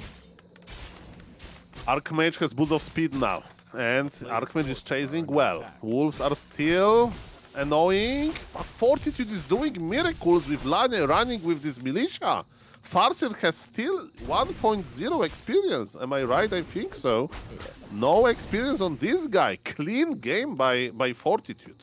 I mean, he has 6 on gold, but we can forgive him. Now he's probably going to fix this. Look at those 2 wolves. They're kamikaze wolves. Oh, they wanted this militia. Arcane Tower cleans it up, so no extra experience. Archmage also level 1. I think that is fine as long as the Archmage is not running away with XP. As an Orc, you're satisfied with this. Interesting game. Speaking of the Archmage, he lost some HP. Man, the first rifleman joins the party. Starbuck lost some HP on his headhunters, but they're range units, you know. If you have good position, you can just deal damage with them and keep them alive. Speaking about that, maybe the first headhunter will go down. Oh yes, and still 0 experience on Starbuck. True that. Second headhunter must survive, otherwise it's the Brilliance Aura unlocked. The wolf body block is amazing. Archmage and headhunter on a collision course. Can you outsmart your opponent? Can you find a way out without giving the kill away? Headhunter is very hurt. Move to the north. Farseer now has to say sayonara as the Archmage is still lurking. This tier 3. Ooh, instant tier 3 by Starbuck. That's pretty good. So you play Shadow Hunter for map control. You start with Hex first. And you just play Berserkers with one Kodo Beast, basically, for damage. Oh, Archmage! Archmage will lose his HP again. By the way, a less experienced player like me would go for shop now, and Fortitude is refusing to make shop. He's like, Sol, this Archmage is almost healthy, right? He just needs a priest in his life. Yep, that's right. Heal, very, very good spell. In we go for the last hit. No Chain Lightning, of course, to fear. Oh, he got it! He got it! Wow. Fortitude! That was so important! Level 2, it means more HP. Man, rifles are amazing with last hits. How he did it! This rifleman deserves a medal, and MK is here! TP will be forced! Okay, Shadow Hunter is coming. He wants to dodge the bolt with a TP. Oh, that's risky. No, he didn't! TP! Ooh. Shadow Hunter is still haunting, but you know what he's haunting, Mr. Neo? Shadows! Archmage was able to survive! And Shadow Hunter feels like... I don't know. He was left behind. I mean, this did buy a lot of time. 40 doesn't even have the farm for 50 food. First Hex coming in. Rifleman with Wolves. I love this Shadow Hunter play. If it succeeds, it takes quite some momentum away. Eat, eat, eat. Got him. Okay, Shadow Hunter is back, Farseer is back, Archmage can buy Scroll of Healing. Remember, Starbuck can't lose that many Headhunters before tier 3 kicks in. He wants Berserkers, right? And upgrades gives you a lot. Bolt on the Shadow Hunter! Is the Shadow Hunter dying? He's under speed scroll! Sick escape with 17 HP. That's a Headhunter falling. Oh! HP! The Headhunter also needs to be denied, but the Shadow Hunter lives. Mountain King finds another victim. 2.6, 1.8. But Sol, I don't even know if 40 knows that this is tier 3. I mean, he needs to, like, on this level, if he sees Shadow Hunter, he knows, you know? Okay. The first moment. Sorry, Mr. Big Brain. Because, no, not Big Brain, but, you know, if you play on B-Nets, if I would see a second hero Peter, I was like, okay, that's B-Net, but on Pro Play, Shadow Hunter means tier 3, TC means tier 2, I think. But I may be wrong, Mr. Neo, so don't worry. Okay. The Tauren, they're coming. Twice. The big TC as the third hero and the first big Tauren there as well. Waiting for Pulverize. This is still time to wait for Starbuck. His army is still not online. Struggling a little with the creep. Fortitude gets the middle. The middle. Okay, what tier 3 has to offer? With that, even with 3 Headhunters, right, it was worth to go for Berserker upgrade, and Fortitude is looking for some action. So I think he knows, right, about tier 3. He sees 3 heroes now and tier 3 unit, Tauren. So he knows for sure he needs to bring militia and push. TC has no Storm, TC has no Shockwave, not a single level up on Starbuck. What's more important, the tier 3 army, the Tauren melting, but we do have some damage here, and the kiting game, in the absence of Sork ladies, are still now in Starbuck's favor, thanks to the Endurance Aura. Oh, sends the militia back, doesn't want to pull through, saw the Tauren, respects the Tauren. Yeah, okay, 48 supply on Starbuck, 50 supply on Fortitude. Starbuck definitely got enough time to get his tier 3 war fit. The problem is, Neo levels. Starbuck has 1 heroes. That's so rare to see. At minute 10. That is right. Oh, Farseer! Careful! Miss Rally! Farseer dead. Will be back in no time. It is, of course, donated XP. Another Tauren. The Tauren gotta carry this. Hey, the hero levels, man. This Warcraft 3, not Starcraft for a reason. We rely on our heroes. And yes, this Farseer will probably go out from the Altar of Storms, but level 1 Farseer with those tiny, tiny wolves. Can he do something? But you know who is not tiny? Those Taurens. 3 of They're them. getting ready to strike. Pulverize almost ready. Fastia is not coming out of the altar. Shadow Hunter TC. And that's it. That's game. That's Fortitude making it into the top 4. Starbuck sees no way out. The tier 3 was a gamble and it didn't pay off. The West has been eliminated from the Warcraft Champions finals, while FoCuS was able to defeat Fortitude. Starbuck unfortunately did not. He came, as so often, so close. It's always one map that separates him from the victory against the best human in the world, according to many. And this was yet another chapter in the book of full-out series that go Fortitude's way. Very, very impressive performance by both players. Super close games. Man, Starbuck was doing very, very good. And then this like creepjack at the shop happened. And, you know, where his Shadow Hunter went to 2 HP. Fortitude was able to handle the situation pretty well. Impressive. And this is the hardest opponent for Starbuck, right? The best human in the world. Even though he lost to FoCuS, you mentioned that FoCuS is in the beast mode these days. And yes, you are right. We have only Chinese and Korean player left in the tournament. But man, I'm not complaining because they are so good. Ah, damn. We will have some amazing games, that's for sure. Of course, we would have loved Starbuck to go through here. But yeah, Fortitude lives to see another day. Well played, well played, well played. Very, very, very close. And we talked about how vicious Starbuck was on map 1 when after the expo was up, went straight for the main. This time it was 40 doing exactly that. Kill the Farseer, go straight for the altar, follow-up damage, irrecoverable damage. And that was a bit too much for Starbuck. Neo, do you have, sorry for changing subject, do you have WeChat? Yes. Do you have Fortitude in your contacts? Maybe just play it, click this button, call. What about that? I think it's very late. So I think it's fine for now. But just call him, you know? Who doesn't like to get unknown calls in the middle of the night? Yes. I mean, it's not unknown. He's in my contacts, but I think the man deserves some And rest. speak to him in German, okay? Hallo! Hallo, Fortitude! Alles klar? Okay, let's not go there. Let's not go there. Mamma mia. Ladies and gentlemen, all jokes aside, GG to Fortitude, of course. He advances to the final day. GG to Starbuck. It was a pleasure. Amazing, amazing games, creative games. We have a lot of human versus orc, right, in the tournament. But now, guys, it's going to be a different matchup. It's going to be the matchup that we started this broadcast with. Night Elf versus human. Medusa the Gamer versus Chaemiko, also known as Chaemiko. Exactly. Chaemiko on the way. Medusa's already there. Now we gotta get Chaemiko in here into the space as well. Che, your game is up. And Whew. Damn, this tournament always brings out the best in players. It's so cool to see. Even though, you know, sometimes we don't get the results that we from a Western perspective might want. Still, banger series, banger matches. That's what Warcraft is all about. True. Big true, Neo. Thank you. Thank you. Thank you. We have, and yes, this tournament is uniting communities. We have Mr. Yutao in the lobby representing Chinese casting scene. And Mr. Yutao is like, oh, it's 2 a.m., 3 a.m. game?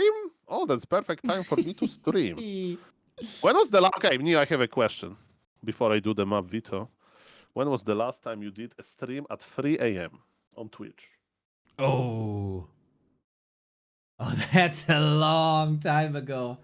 When would that ever have happened? Maybe at the beginning of the year when I was playing World of Warcraft. I definitely played until like 5, 6 in the morning. That was very degenerate of me. Okay, that makes sense. Okay, I'm going deep into map veto. I want to avoid dots from Mr. Medusa the Gamer and tell the people about something interesting, please. Of course, Mr. 8-Man. Everything I say is something interesting. People should know this. We're here for over 800 days in a row with the best competitive Warcraft there is in the world. If you want to reward us for that, you can do so via a Prime sub or a regular sub or a patronage or whatever form of support you can find at backtowarcraft.com/support. Also, you can reward Soul Apeman for his time if you follow his channels everywhere, the YouTubes, the Twitch, join his Discord, follow the TikToks, and remove the plus, of course, very important for our channel as well. And Mr. Apeman said it absolutely correctly, spot on. We are indeed uniting the scenes here from all over the world. This is why War 3 Champions is the one true global ladder available for everyone, fair playing conditions for everyone, and fair matchmaking as well. You don't have to fear facing Happy on War 3 Champions ladder, A, because he's not playing here, and B, because the matchmaking will probably prevent it as long as you're not a Starbuck, Jens, Hog, Grubby kind of player. You get opponents based on your skills, and even the onboarding when you've never played on War 3 Champions has been improved. It was pretty damn bad for many years. You had to grind through 20 losses in a row. Oftentimes, this has all been changed. You get a little dialogue box where you can select your skill rating that you give yourself, and then according to that, you will be placed into a matchmaking that then puts you into your skill bracket, wherever that might be, with 5 games instead of 20. So very nice improvements there, as War 3 Champions is always improving. Thanks to your help, there is a lot of volunteers working on this, but in my opinion, it's still not enough. There's actually just a couple of people doing a lot of the work, and if you have a little bit of free time spare that you want to invest into the Warcraft 3 scene, joining the War 3 Champions team might be the way. If you can do C#, .NET, React, Rust, TypeScript, Node, or be a help in any other way without coding, for social media, for customer support, so to speak, even though it's not real customers, like community management, basically, or can implement graphics and UI. Every single skill that any person might have is appreciated. This is the community, right? The community has to come together and support the beautiful platform that we have. It's not self-sufficient, even though it might appear that way from the outside. There's many helping hands supporting this and providing us with this platform. And I want to give a special shout out to the moderators who, yes, there's still moderation on War 3 Champions by actual people, unlike, you know, other platforms where you can play Warcraft 3, where it's just AI. That is a thankless job, and I know how hard it is sometimes, so shout out to everything you're doing. You can also give them feedback at feedback.w3champions.com if you want to see some features or you have some great ideas how to improve the platform. This might all be there, and that is the place to give your feedback indeed. Now, Mr. Apeman, how far along are we with the map vetoes? We are so ready that both players actually said ready. Change the map, pick the server, and let's enjoy this game. Okay. Let's see if Chaemiko has the cam up. Beautiful. Then we go on to Tide Hunters. I would love to see Mr. Live Camera. That would be something. Guys, if you can summon a genie and this genie can grant me one wish about Warcraft 3, not like, you know, make peace in the world, unlimited energy sources, stuff like that, I would like to spend 1 week with Medusa the Gamer as a guest in his house, just to observe him. Like, it would be like Medusa the Gamer Safari. It would be quite wonderful, wouldn't it? So, yeah, maybe your dream will come true at one point. I'm not getting connected. Ah, there we go. We have a game. We go. We're moving. Oh, okay. We're moving indeed. Let's go, everybody. This is the upper bracket semi-final. It is Chaemiko, a fan favorite, versus the best night elf on the planet, most likely in life. He was almost eliminated yesterday by Jens, but he survived and he prevailed. Chaemiko eliminated Starbuck in a mirror match yesterday that many of us did not expect to see. Now, the pressure is on. It's getting very late in Asia. Left-hand side, Chaemiko. Right-hand side, Medusa the Gamer, aka Life. Oh yes, and ladies and gentlemen, human versus Night Elf, but we have a very specific human here. Chaemiko is one of the brave players to actually play Dragon Hog Riders as a damage dealing unit. It's not to use air shackle on enemy air. No. It's just to play them with expansion. Of course, it's very rare. I'm not saying it's going to happen, but if it may happen, it's only when Chaemiko is in the game. Well, he has to face a Warden, and this is maybe the first time we see her this tournament, and we also see a Mountain King, Mr. Apeman. This is one of my absolute favorite matchups in the entire world of gaming. Not just Warcraft 3, but all of gaming. It's gonna be super explosive, it's gonna be high damage spells, and it's all gonna clash, and we're gonna have a lot of fun. All right. Okay, Mr. Neo.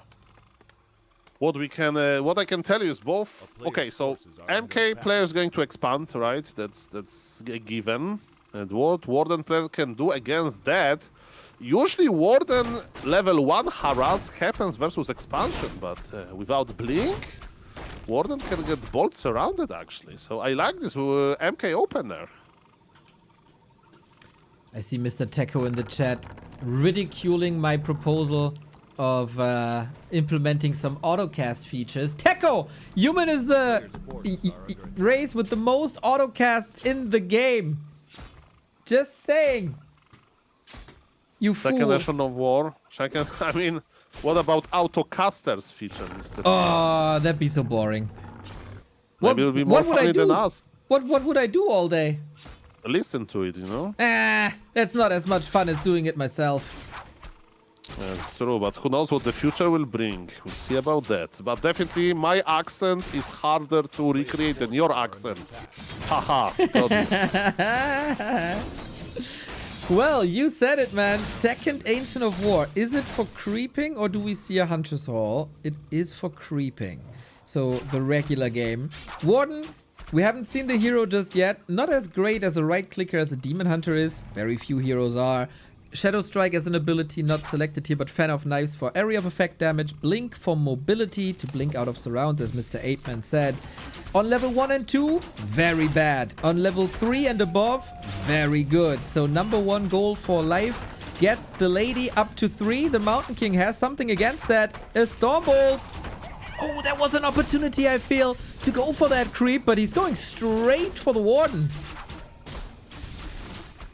And every blink is 50 mana wasted. By the way, this MK crossed the map so quickly. He's a dwarf, you know. He should have like short legs, can't move that quickly. But man, Chaemiko after expanding, he just crossed this map and he didn't give that much time to life to creep. But luckily for life, he got the big item, he got the experience, close +8. But expansion. What happened to this expansion? There is a riot!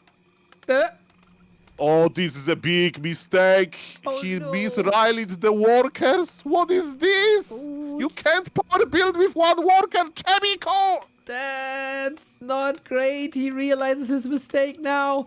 Okay, that cost a lot of seconds, and in this matchup, a lot of seconds are it's so fragile. He wanted to buy the time that he lost now with this Mountain King pressure, but this is not good for Chaemiko.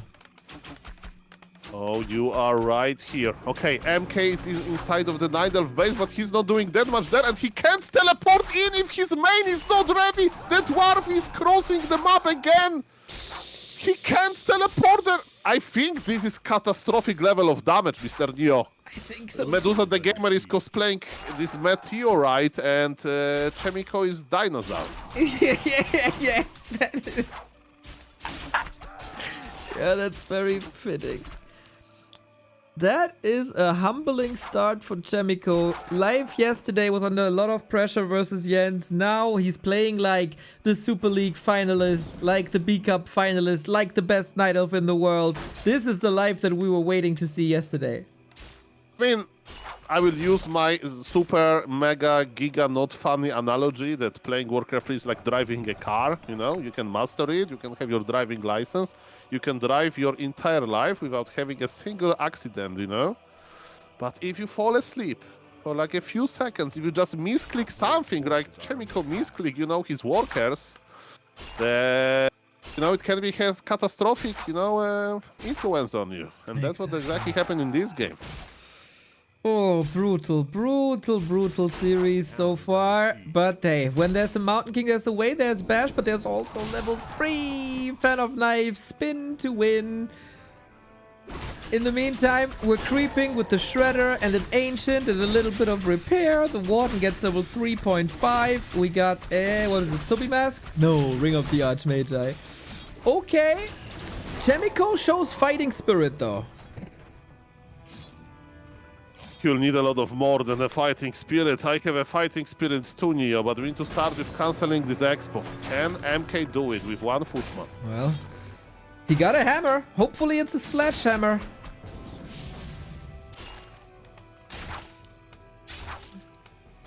That is the rare moment, guys, when Mr. Soul Apeman is out of words. That happens once every quarter, maybe.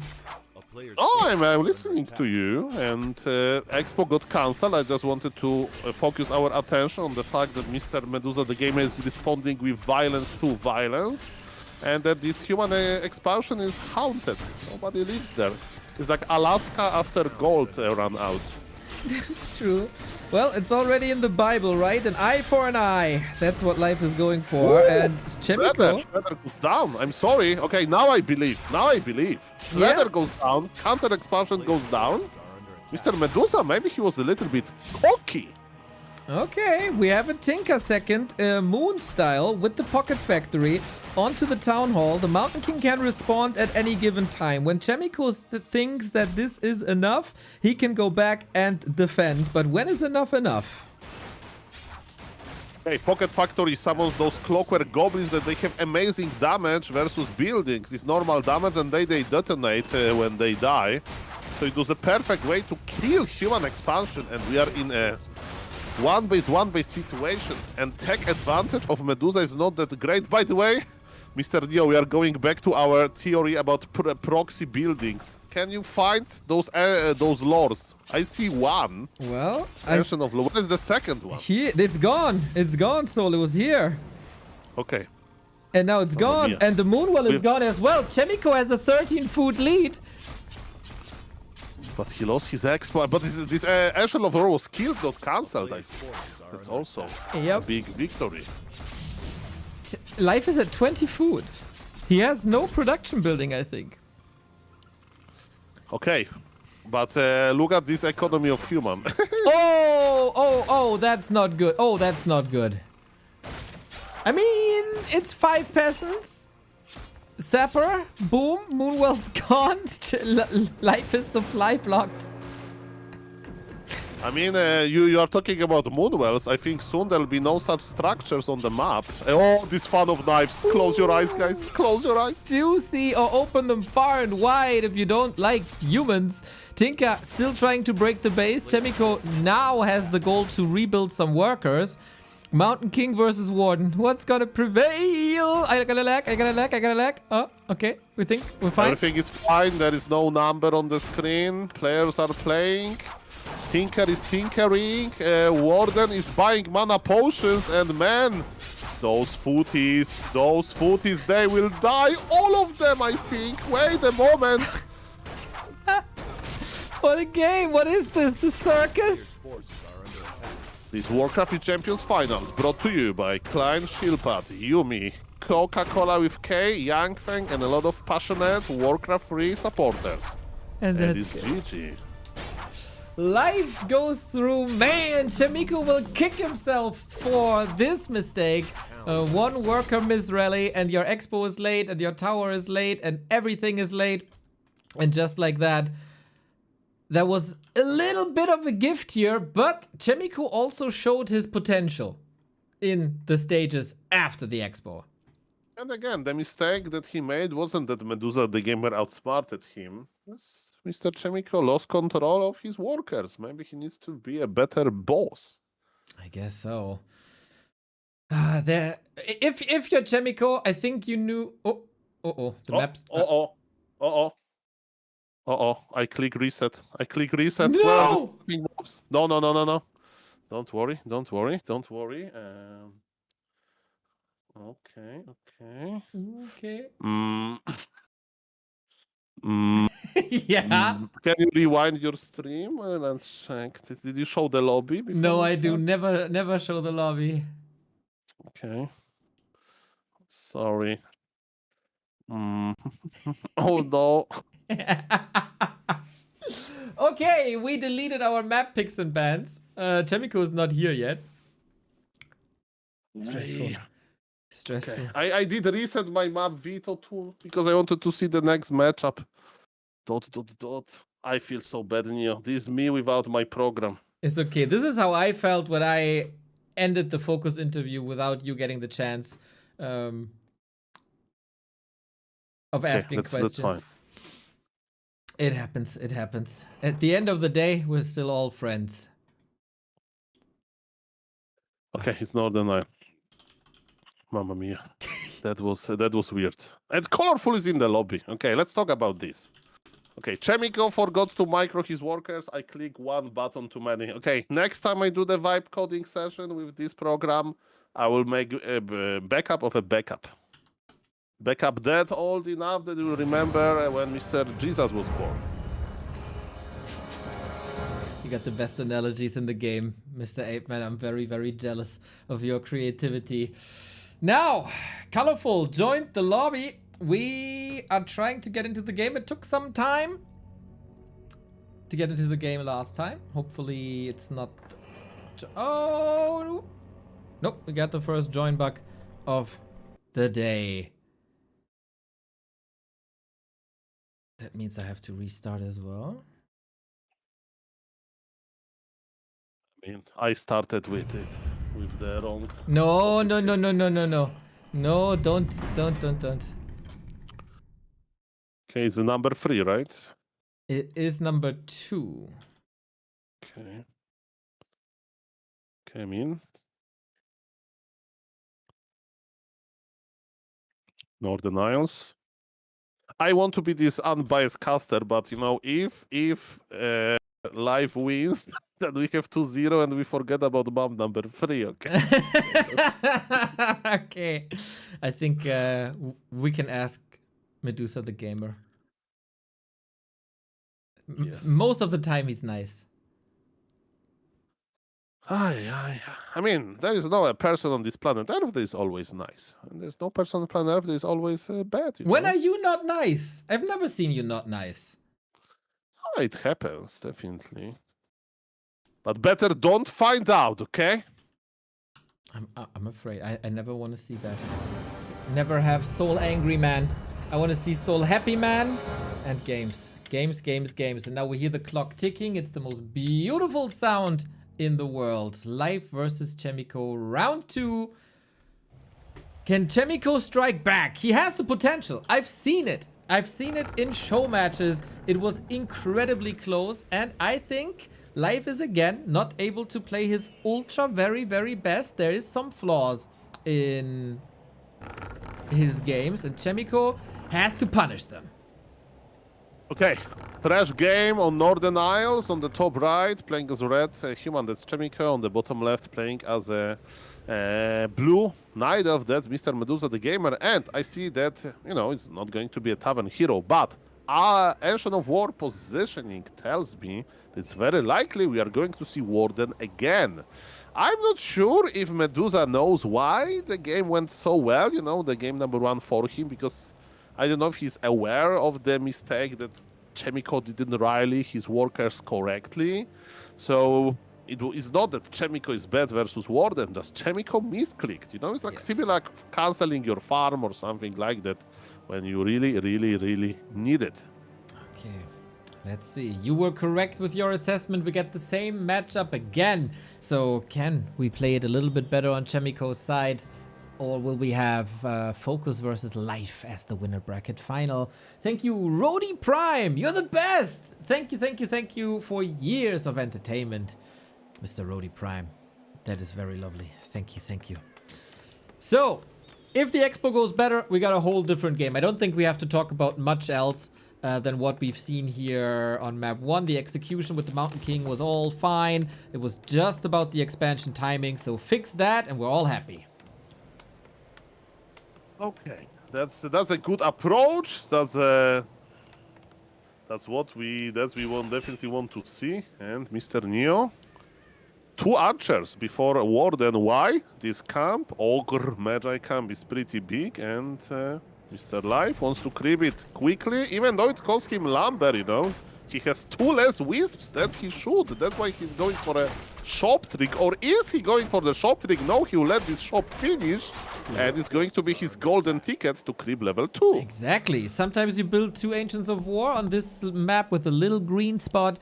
A shop is enough. Not as tanky as an Ancient of War, as it is a shop, but totally fine. What are the items? Scroll of the Beast for the Warden, not the mana she was looking for. Parry up for the Mountain King is always appreciated. We got the standard build-up and an aggressive life. Terrible item for Night Elf. Scroll of the Beast is going to be sold immediately. And Bolts around is very possible. Level 2 is here, just from this Ancient of War creeping, of course. Fan of Knives used, but Bash Bolt combination Blink. It's minus 50 mana. That's expensive to blink away. Bash, Bolt, Blink, BBB. And now BBB for the Warden. That usually stands for back, back, back. If you ever play Dota or other games. When you played Counter-Strike 2, Counter-Strike Go, BBB means go bomb site B. Oh, true. Yeah. Okay, that could be confusing. Know your game, everybody. John Bambo, thank you, thank you, thank you. We go for the power build. 1 Arcane Tower up. The peasant is cosplaying as me in university, always letting the others do the job. And steal! Another item stolen by a human player. Here we go. And the bash, and the kill. The genius plan with Ancient of Wonders creeping is backfiring a little bit, but it leaves Warden, feasting on this human expansion, you know? There's a lot of good, there's a big feast, a lot of to eat, Mr. Neo. Yeah, feast, yes. I totally did not misunderstand this. The accent! Yes, of course. Feast with EA. I see, it's in the game.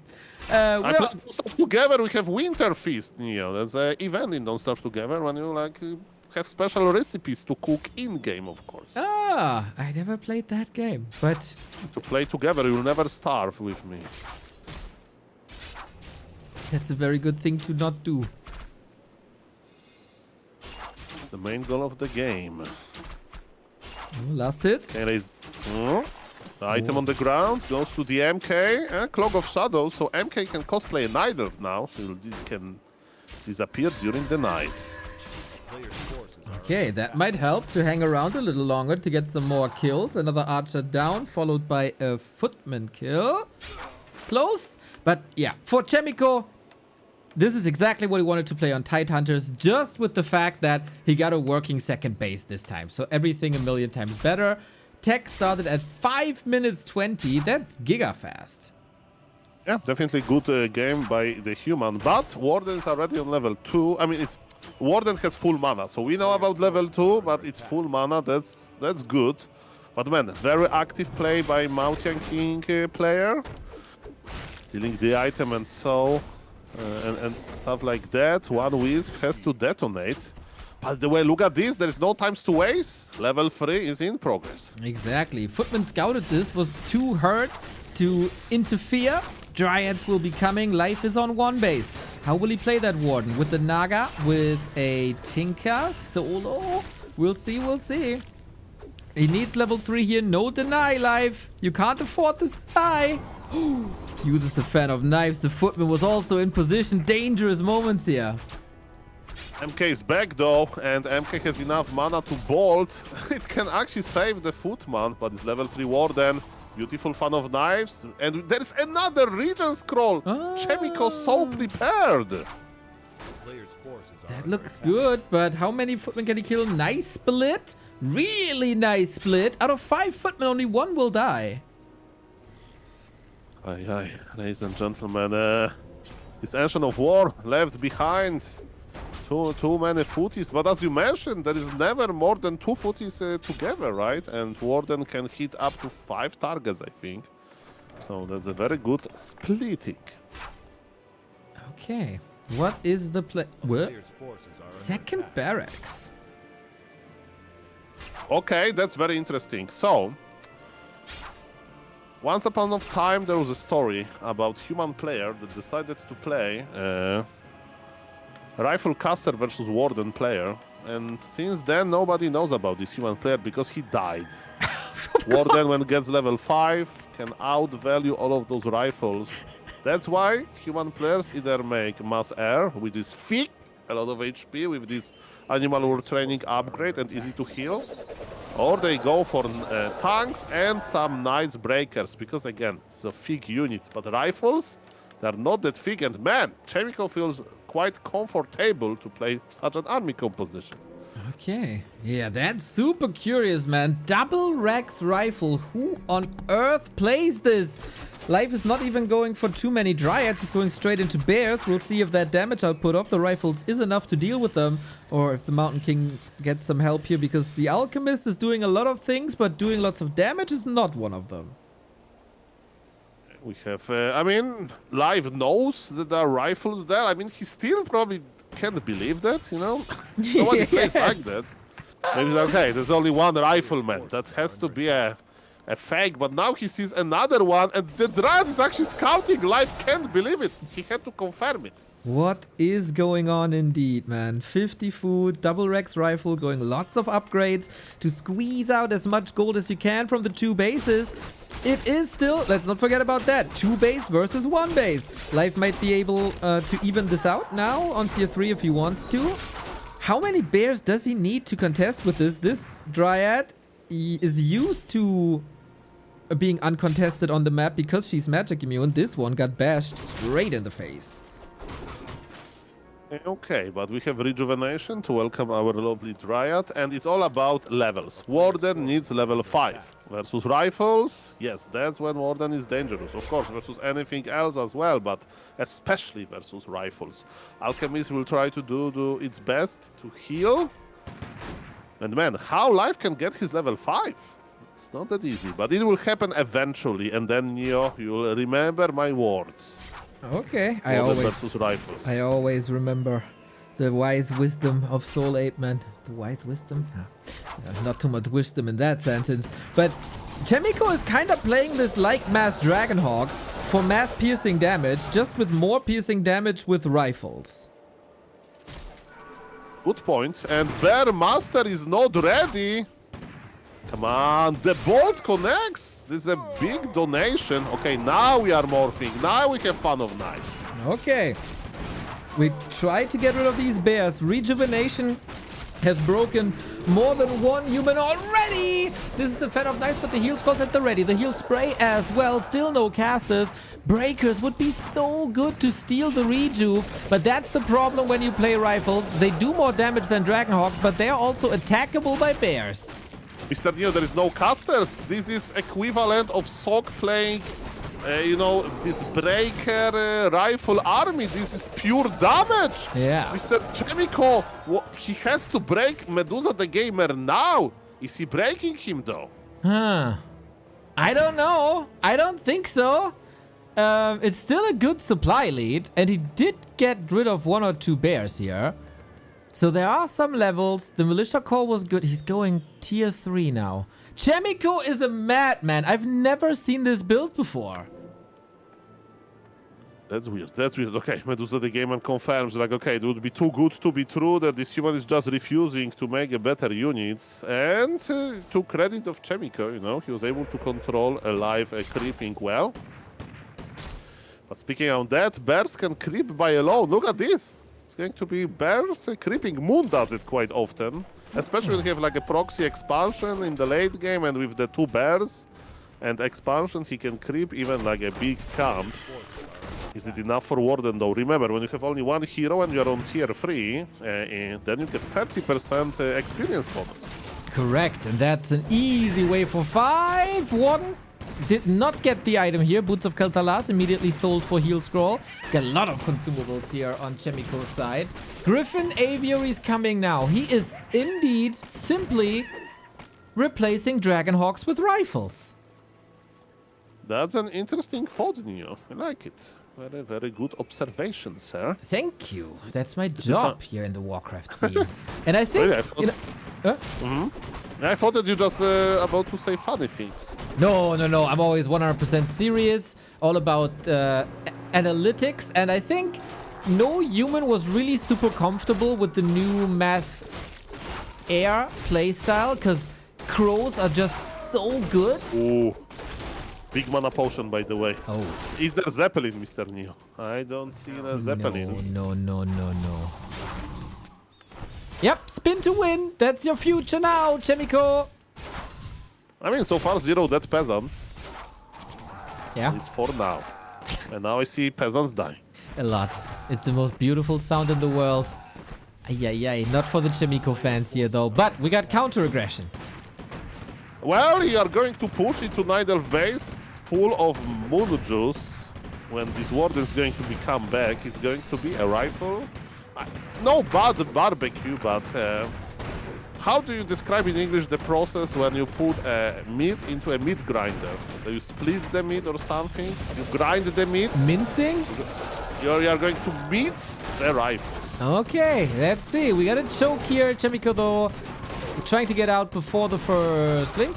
And there we go. That was the big mana potion. Just to make space in the inventory, you know? Yeah. Okay. Good. Gotta have a clean up room. It's like clean room, clean mind is what Sonic once told me.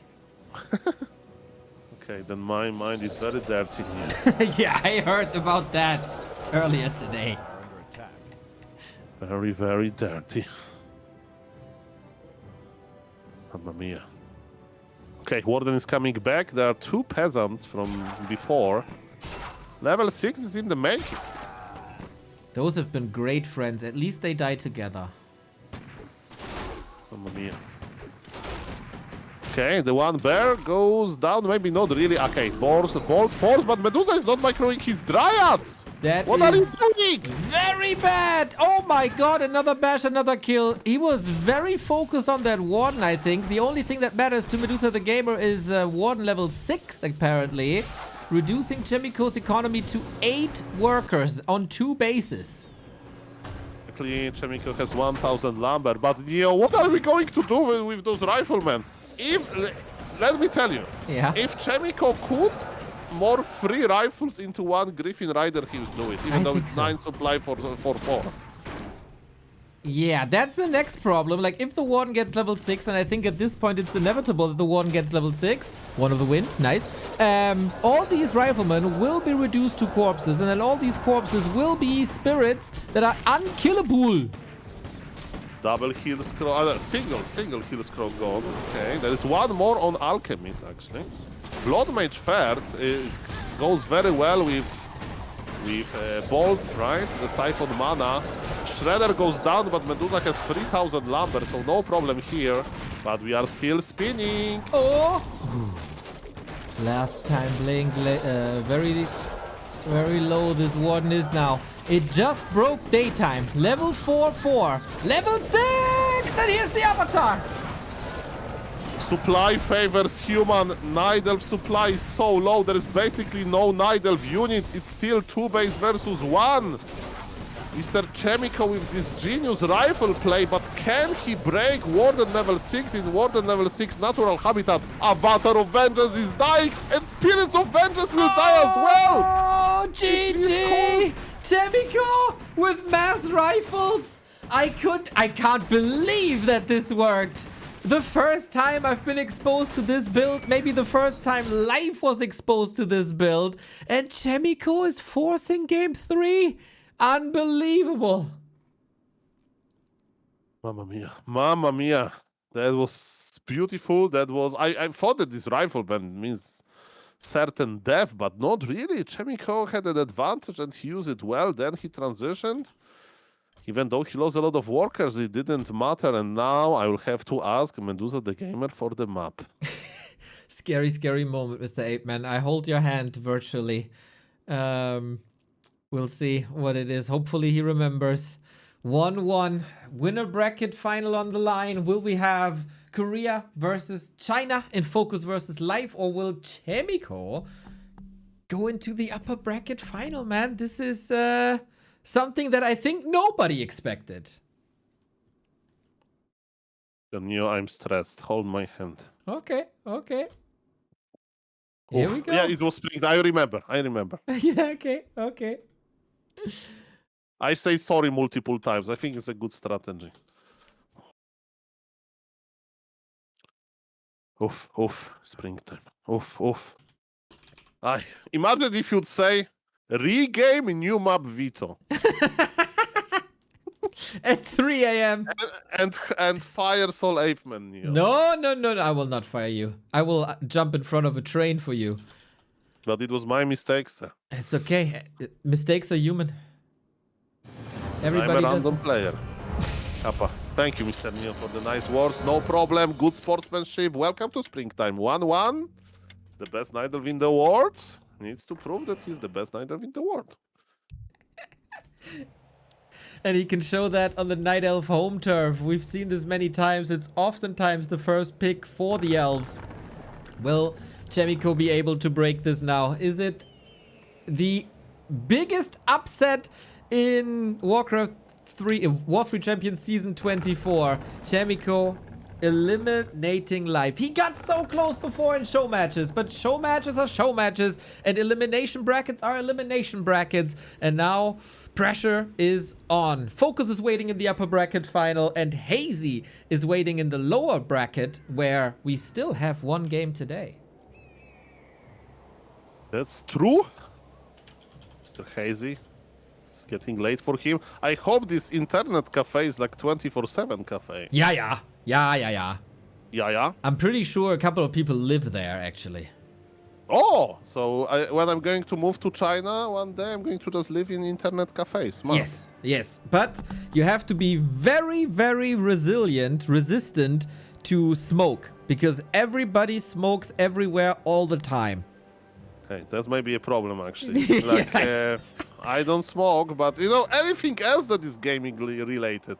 Like yelling, 3 a.m., insulting the teammates on voice, hitting the table with your fist when you are very angry, That I'm happens. resilient to that, but smoking may get me, actually. Mr. Apeman, let me tell you, I smoked a lot, especially when I was younger, and I've been in those internet cafes, and for me, that was way too much. So, it's an experience, I can say. Yeah, I mean, maybe I'll develop this. Okay, let's not go there. Let's not go. It's too sophisticated. I want to see what is happening in the game. No warden this time. We have Demon Hunter for Live. Chaemiko with his Mountain King. So far, the Mountain King did a lot of good things. Ladies and gentlemen, MK expansion directly. Okay, on the other side, we get Medusa the Gamer finally with his hero, the Demon Hunter. It would have been very obscure to see a Warden here. Level 3 is just very hard to reach. And this time, this is his best hero. But not as explosive as a Warden is, you would think. But then there's Immolation. And the magic of Immolation is supposed to carry Life into the winner bracket final now. Is Chaemiko ready for the heat?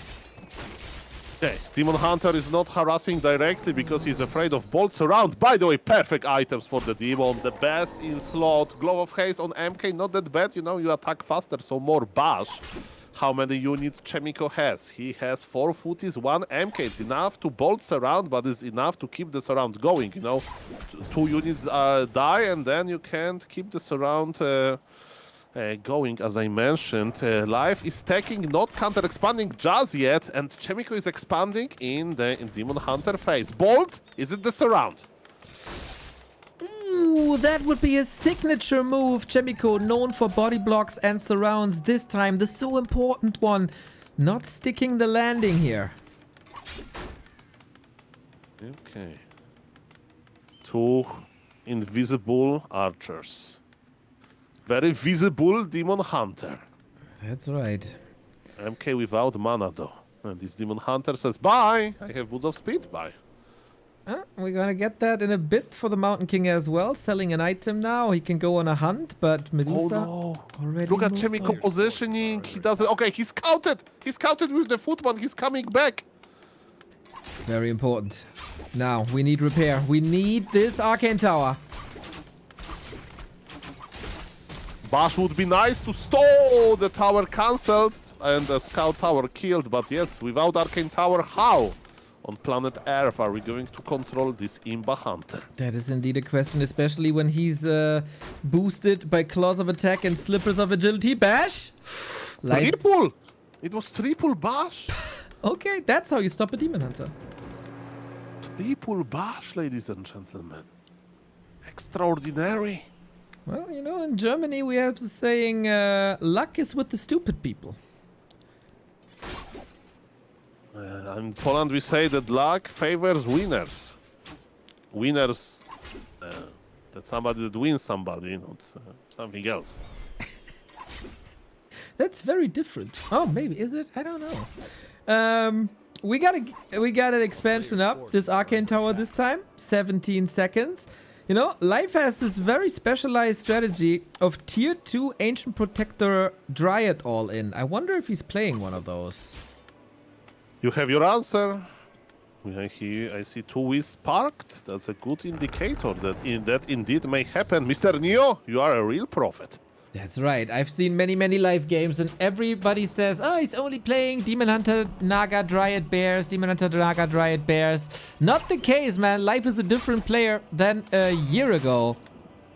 A lot more ingenuity. Lots of talents as well, but he is in to disrupt this second base, man. Very powerful push by Life and Chaemiko. If I know this, he knows this. Militia coming in. Naga. Not getting blocked, not getting surrounded. He needs a bash. Slippery Naga was able to survive. Now Chaemiko should know, but his Mountain King can't do that much. And the shop got cancelled, Neo. We have Blacksmith in a very dangerous position. Nature Blessing will help those Ancient Protectors to move faster. Chaemiko is taking. Immolation against the Footman. Lots of damage, but it looked like a deny, but I'm not sure if that went through. Trying to go for the shop again, but Life knows the rhythm. Militia coming in, ready to arrest the archers, but they resist. MK is low HP and this MK... Oh, the power build on the shop, but can we keep our non-combat consumables working? I don't think so. The Demon Hunter's too fast catching up. The APs are coming once again, not doing what the name suggests. They are ancient attackers most of the time. Mountain King in the wrong base. He needs to help his friends to just hold here. That's all you gotta do. But Life bringing in the Ancient of War as the final nail in the coffin. And you mentioned it's Dryad follow-up, so it's not like Life is going to like produce more archers or something. There will be follow-up, and why? Because this forest is not going anywhere. Bolt on the Demon Hunter, but it just tickles. He called everything. Call to arms. He called every single militia there is. Get out of my base. Bolt.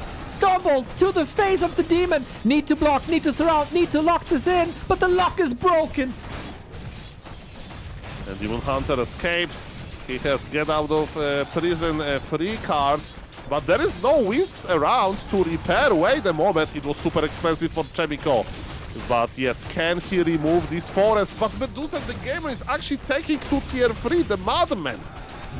It was expensive, but he is alive.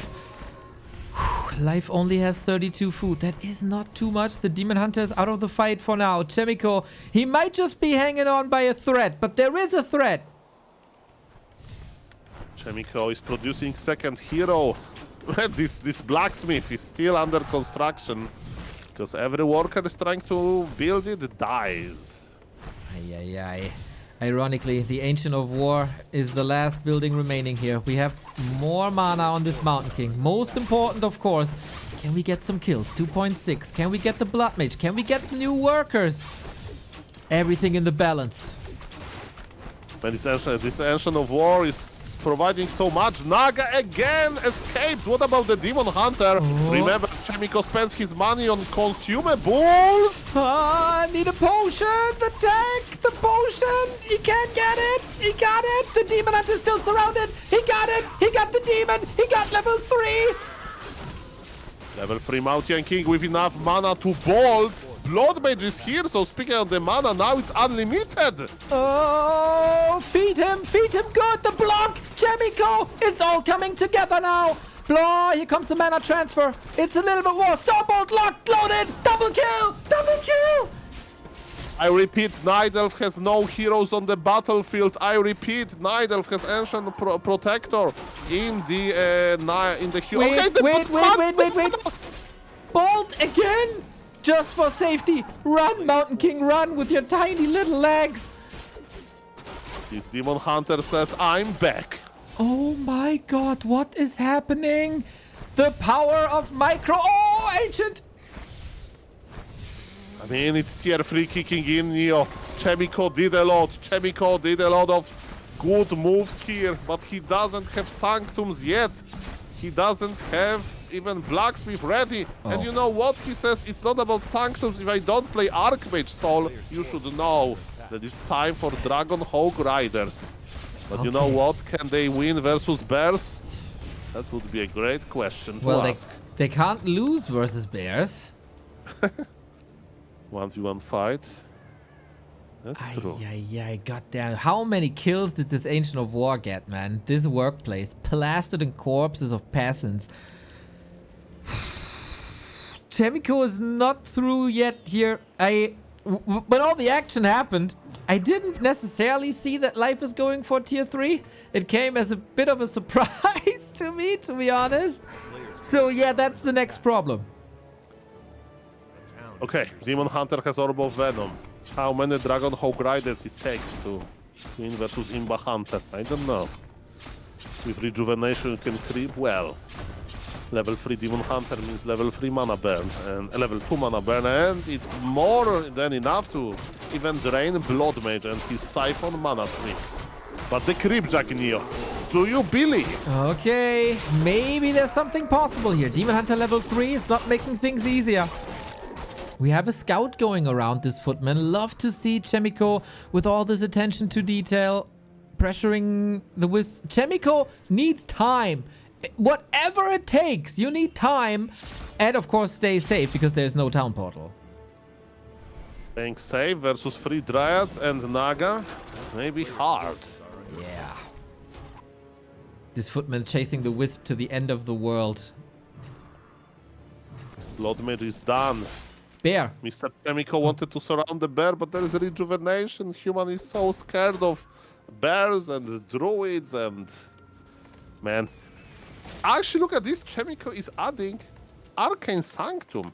In the previous game, you said that he replaced rifles, Dragon Hawk Riders with rifles. In this game, he's replacing rifles with Dragon Hawk Rider. It's not going to be Rifle Caster, it's going to be Gryphon Riders Casters. Yeah, and I think he knows there's no time for tier 3 and he needs something against the bears, and that might then be slow. Unfortunately, everything in this game is slow for Chaemiko. Maybe also breakers to just steal the redo. That must be it, I think. Slow will just be dispelled. Invo potion used already and the bears are mauling his way. Is life night elfing his way into the upper bracket with Demon Hunter, Naga, Dryad, Bears. Finally. Orb is gone, so we are not going to see probably any production from this Arcane Sanctum, which proves your point that it is for Spellbreaker. If expansion goes down, then we're in a big trouble. Imba Hunter, bolted. There is no staff on the Naga, but MK has limited HP. Heal Scroll, Healing Potion, Invul pumped by the Demon Hunter. Chaemiko pulls his militia again, but MK goes down. It looks better and better for Medusa the Gamer. He needs the surround of the Demon Hunter now. I don't see any other way, and Chaemiko doesn't see any other way either. Life versus FoCuS is your winner bracket final. Ladies and gentlemen, that was exciting. That was unexpected. Mr. Chaemiko proved that he is a fighter. And man, life was on the ropes for a moment. Very cool game, very cool game. But yes, that was a very deadly tier 2 push into tier 3. That only shows us, right, that Nidelf didn't overcommit. He dealt enough damage he wanted. He transitioned well. And man, again, Chaemiko with such a cool moves. He killed the 2 heroes, Neo. He was so close. I think a lot of people will root for Chaemiko tomorrow in the lower bracket. He deserves it, man. This is why he is one of the most beloved human players on the planet. It's always something special. It's always something cool. Just not enough today, unfortunately. And you can't help but think back to map 1 when it could have been all so nice with that expo. He could have gotten rich and getting the fame and getting the win. But the workers didn't do what he was asking for. Mamma mia. Life goes through. Top 3 finish guaranteed for Life. And we're gonna get FoCuS versus Life. Now we have to decide who has the pleasure of facing Fortitude tomorrow. It's up between Chaemiko and Hazy. Oh yes, it gives us a chance for another orc versus human. So the matchup that we've seen a lot. And Mr. Neo, how is Hazy doing? That's what I like. Is he literally sitting in an internet cafe? What's it's time in China? Time in China. 3 a.m. Yes. Saturday. I mean, early Sunday hours. I mean, that's a real gaming definition for you. Exactly. Hazy knew what he was signing up for. And now, of course, for Chaemiko, it's 1 hour later. So for him, it's 4 a.m. He's not in the smoked internet cafe. True. He's in the safety of his home. What a day. What a day from start to finish, man. Starting things off with Starbuck and Jens, banger matches with different strategic choices. And now we got the same here in this matchup. Gorgeous, gorgeous War 3 Champions finals, everybody. The dedication from the players is amazing. The strategies are amazing. The thrill. Soul Aitman disappeared. He's 1 second. I need to turn on my cosmic lights. Okay. And I will say hello in 1 minute from International Ape Station. See, I thought you have a Sork lady around that casts Invisible on you. That is, of course, also acceptable. There's so much Soul Aitman talk here. This is the last game of the day, everybody. Tomorrow we continue with more. Like, we have one more coming up. Hazy versus Chaemiko is going to be an absolute banger to beloved people. This will also decide if we have 2 Koreans and 2 Chinese, or if we have 3 Chinese in the War 3 Champions finals, as the bracket stands currently right here. We're down to the 5 or 6. Round of 6 still. Chaemiko and Hazy. Hazy has fallen to Fortitude. Then he eliminated Death Note. And now the next human is waiting for him in Chaemiko. Not an easy task, because Chaemiko, we saw it. He is here to play. Chaemiko has joined the lobby as well. Hazy sent me 1. So I think 1 minute, I think it is. And there he is. Oh. 6th hour for all of us. Perfect. And once Mr. Aitman is back,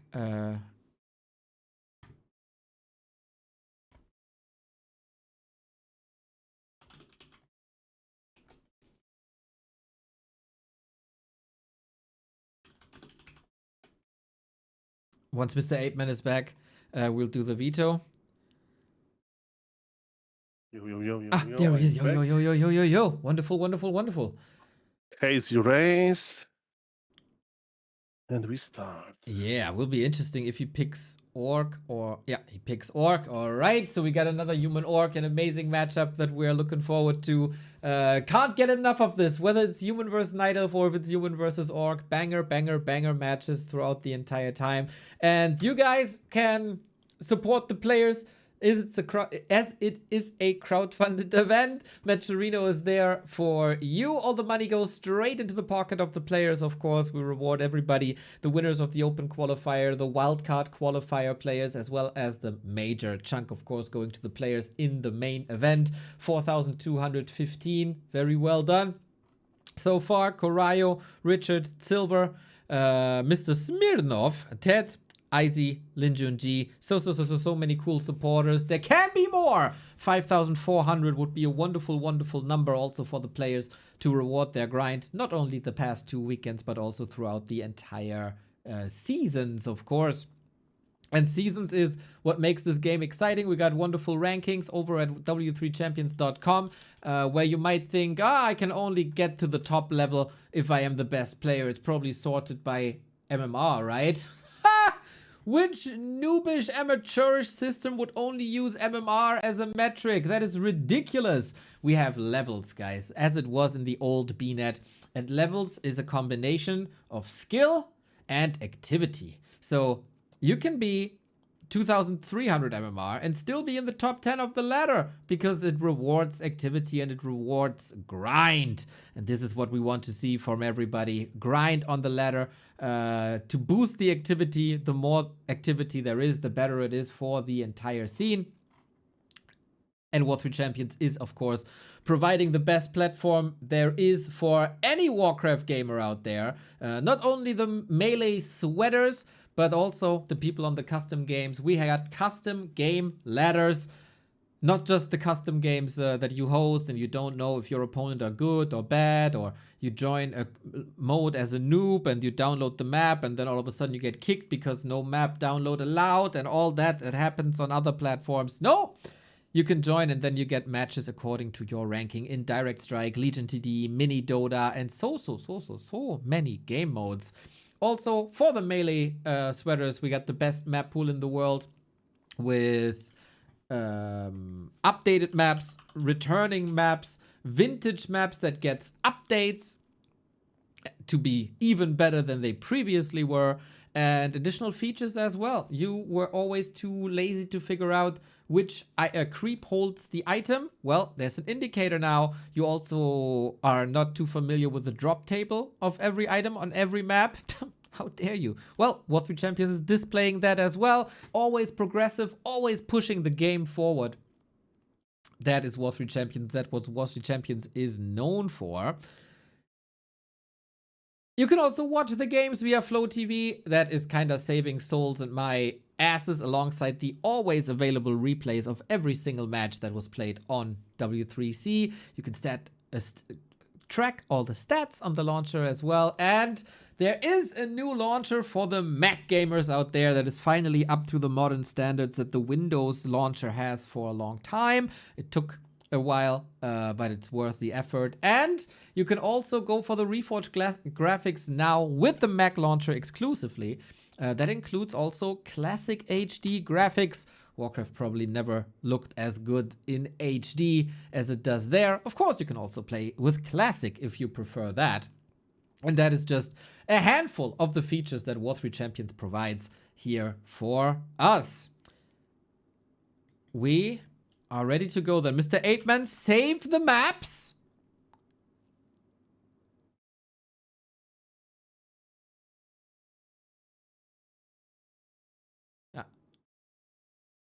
Is he, maybe 8-Man is very silent. Oh, I was muted. I'm sorry. Okay, so I'm saving the maps. Everything is under control. And if we have any downtime, I will have a funny story to share. But if there's no downtime, I will share not the story because it's not Warcraft related. Okay. Okay, maybe in the meantime, but for now we have a game. Korea versus China at 3 or 4 a.m. This is what the players signed up for because the competition is thrilling for everyone involved. It would be a nightmare for any of the players if they get eliminated here now late at night. We'll see, man. We'll see. High stakes. These two guys will show us the way into the Final Four. There can only be one. Hazy has been in the Final Four before. Still, he is playing from an internet cafe because his hometown is affected by a typhoon. He traveled to a different city to be able to play this tournament. And then he has to play this at 3 a.m. at night. Dedicated. I'm laughing because it's so crazy. This story, like. Yeah. Like, imagine his day today. He was like, okay, I will wake up, in the middle of the day, because around 1 a.m. I need to be in this internet cafe on standby. Yes. I mean, that's the level of dedication that I require from all of our players. Mamma mia, we will make a tournament. Players can only play from internet cafe. Oh, dude, I wouldn't And they even need to know have where camera not on their face, but on the internet cafe. Yeah, apparently that was not allowed there where Hazy is at. But okay. Game time. Mr. Apeman, do you want to tell your story or do you want to tell us No, about it's the when game? there is the downtime. Then I see. can tell you. Okay. Only technical difficulties. Only I will tell this story only when one player drop and you have to figure out if it's regame or not, Kappa. That's only.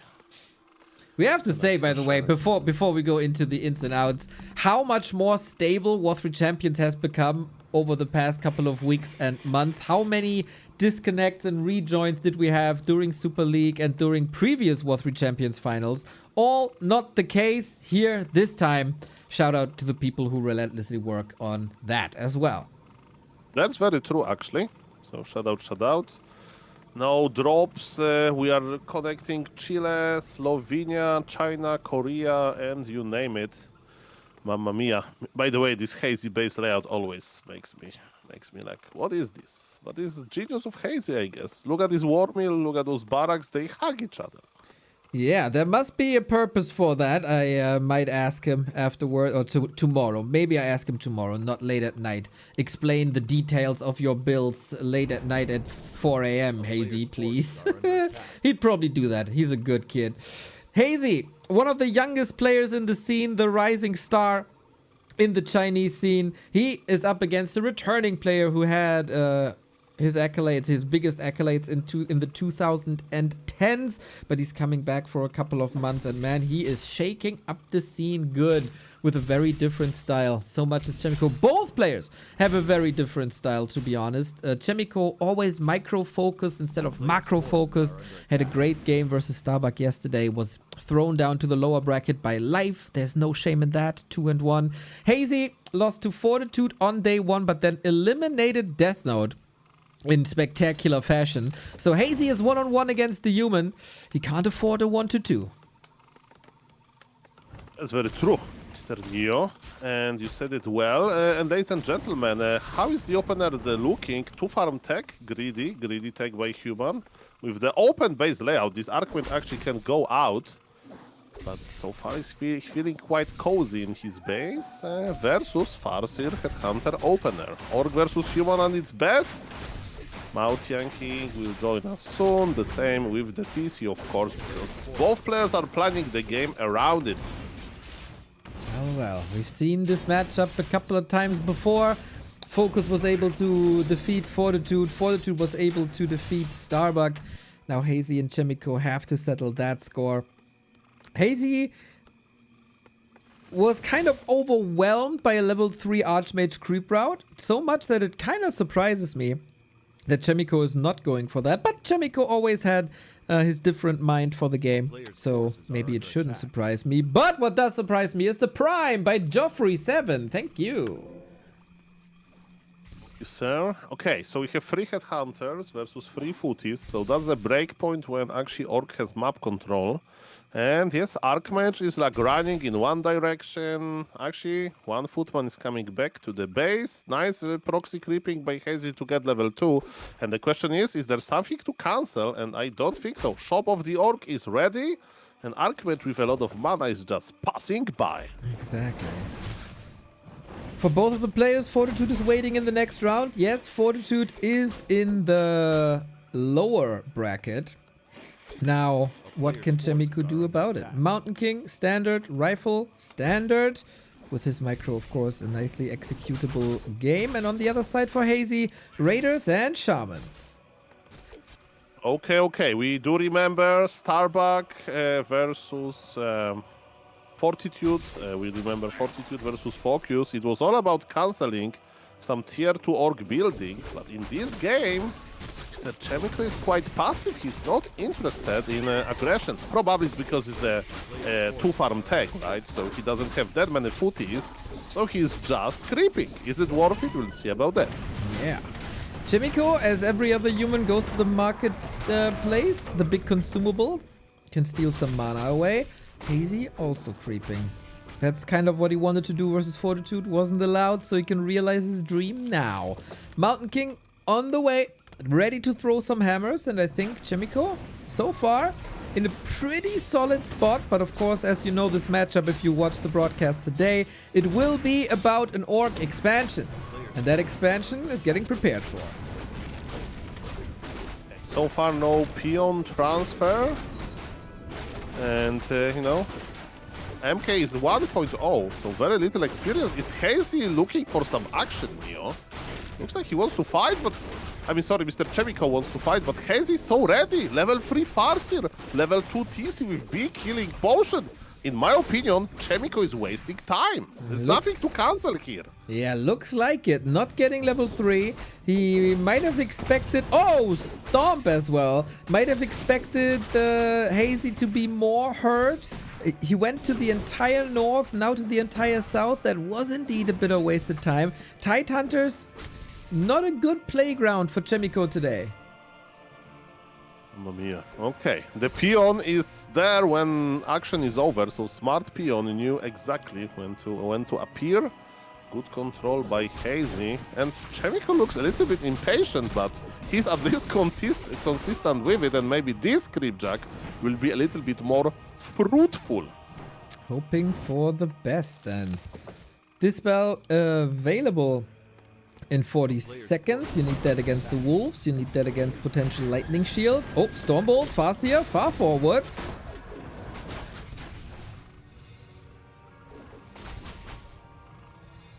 Okay. Expansion is going up. It means Hazy feels quite comfortable here. Look at the upgrades on Chaemiko. Not that well, right? He's going for Priest, Adept now. He's going for only +1 rifle damage. And when Militia is coming, smart Haze is running away. I really like it. Good tempo. Good tempo switches. Now defensive posture with Ensnare. Soon Lightning Shield. We also have good composure here. Good mana management. We're not just spamming our spells. Chaemiko knows he's under a bit of pressure. Calls the police. Very important fight coming up. Deny on the Kodo Beast, but still Kodo Beast goes down. Mountain King, man, he has nothing but... Chaemiko, was he right? I thought it's impossible. Now we have Dispel on Priest. Hazy to split his wolves. 1.5 Dispel connected, actually. Those big bad wolves are gone. And to my big surprise, Chaemiko eats through Hazy defense and expansion got cancelled. Despite of the hero level differences. Damn, razor sharp timing by Chaemiko. That was not easy. But hey, Chaemiko does it, man. We've seen some magic moments from him, and he is so in the game now. Maybe time to level a little bit, get some consumables yourself, snack the contested camps on the left-hand side. And Hazy has to run away to the north, has to level up as well. He got 3 heroes now. That should tip him over the scale for now. Maybe a second chance to get that expo up. Okay, 1-0 rifles. MK is full of mana. What about the item from the big red camp? Healing wards. I mean, for human, not that great because of Priest. Org would love to get this item. TC of Haze is on level 3, but Bolt stops him from spending his mana. Okay, Lightning Shield number 1. Stomp as well. Grunt is trying to connect like we played in 2020 more or less. TC has the big potion and also enough time to use it. Stomp, Chain Lightning, big fire onto this Mountain King. Might need the heal ward now. Might turn out to be a lifesaver, but immediately cancelled. TC coming all the way around. Oh, that was a timely TP. This could have been mass murder if he doesn't see this coming, but eventually a bit anticipated here. No expo on the back of this fight for Hazy, and he lost a couple of units. So I worry a bit about our Chinese protege. Chaemiko is playing very well. I got surprised, you know, in the way he's basically handling this aggression. It's just paying off. But Hazy is not afraid to go into the late game in one base situation. He definitely has much more experience on his second hero, and we know that it's very, very important in this matchup. Stressful moments. There is a burrow up now, but that's about it. Peon going back home for a little bit of long distance mining. If it's just one base, oh, Mountain King 3, precisely level 3 with double heal scroll now. Very powerful, Chaemiko. Full mana MK. He has big plans, but he can't spend mana that quickly, right? Not without clap. There is a fake TC. Not to like bolt this target, but just to tank some damage. The real TC got bolted, and this time Militia is busy coming back home, not going into the fight. And finally, I like this top Neo. Yeah, with a bit confusion here. Heal ward up, but it should be cancelled in a second again. Only has 5 HP. The TC takes care of it immediately. Block, maybe? He's surrounded. The surrounder. There's no town portal on Chaemiko. Exactly what he needed. He's trying to break through. He's trying to heal, but no chance. Shocking turn of events. Eliminates him with the lightning shield. This was a lot of damage. He might get him from the tavern, but there's no lumber for that. The Hazy is going for mass murder on the rifles. I say that Hazy is crazy. People ask me, Sol, in which way? I say yes, strategy sometimes, but mostly his micro. And man, he's proving double hero kill in one base situation. That's big. GG. It was the micro Neo, nothing else. Crazy Hazy, man. He has shown some phenomenal fights this weekend already.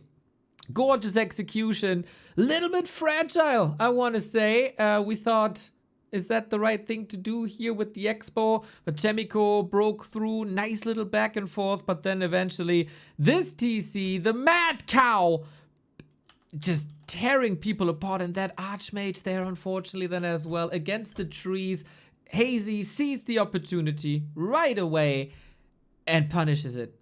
That was rough for Chaemiko.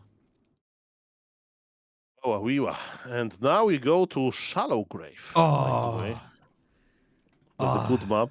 So it is one of my top 2 maps of all time. Nice. I'm just happy that I saved the map picks. And man, Hazy with a crazy micro. Love it. He's a beast, Man, those snipes on heroes, that was something different. Dude, when he feels it, when he has the setup stage done, and when he has his lightning shield and purge and TC, it's just a sight to behold. Just gorgeous execution. True that. Mamma mia. So far, no downtime to tell the story. By the way, this tournament is looking pretty good. Like the biggest waiting time we had when Defton was stuck in the ladder game, right? Yeah, so, that's right. So far, it's looking very, very good. Well, that is, of course, we got amazing support. One of the supporters here for this tournament is Umi, the language learning app. If you guys are willing to learn a new language, that is Spanish, German, Japanese, French, or Korean, Umi is there for you, as they are for the War 3 Champions Finals for the 2nd time in a row. Mad that you guys support us along the way. The creators are Warcraft fans, Warcraft players, have been casting Warcraft DreamHack before, and now they are supporting the Champs Finals, which is absolutely gorgeous. Just like the way Umi teaches you languages. You learn vocabularies first and foremost, then you watch some video clips to learn how to contextualize this, and then you freshen up that learning day by day in small little chunks, and hopefully you are then fluent in Spanish, German, Japanese, French, and Korean. !Umi for the link. And of course, if we increase the download numbers during the War 3 Champions Finals, that is quite a nice sign for Umi to maybe support us in future finals as well. Very well said. Players are ready. And let's find out. It's going to be the last or second last game. Shallow Grave is a rare map. It's not... I think this map is like banished from professional tournaments, right? Mr. Apeman. This map will always be in my tournaments for as long as I will host tournaments. No pause, regame. Yes. AG. Silver. Now that you mention it, Mr. Apeman, we talked about this yesterday with the AG and silver, right? Yes, sir. I got a YouTube short yesterday when I was laying in bed that the reason that Argentina is called Argentina is because the filthy Westerners went to that place and wanted to extract silver from it. AG, Mr. Neo. The algorithm knows everything about you. It's crazy. It's listening to us right now. So my name is Sol Apen. I live in New York City. And can you play me an advertisement of like very expensive card brand that I definitely can afford and maybe some luxurious watch? Thank you, algorithm. It was Sol New Yorker, man. I'm walking over here. I'm sorry, there was a taxi. And now checkmate. Checkmate algorithm, huh?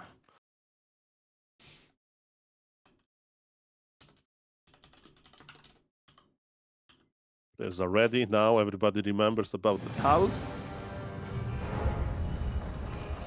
Yeah, very nice fair play between them. Chaemiko apologizes. Hazy saying, yo, no worries. Let's go, let's go, let's go. It's just a very friendly atmosphere here between our gamers, as it oftentimes is. Now we got the pause. Beautiful. By the way, to add to the story, there was no silver in Argentina. So, yeah, screw that. In entire Argentina, no silver. No silver. Okay.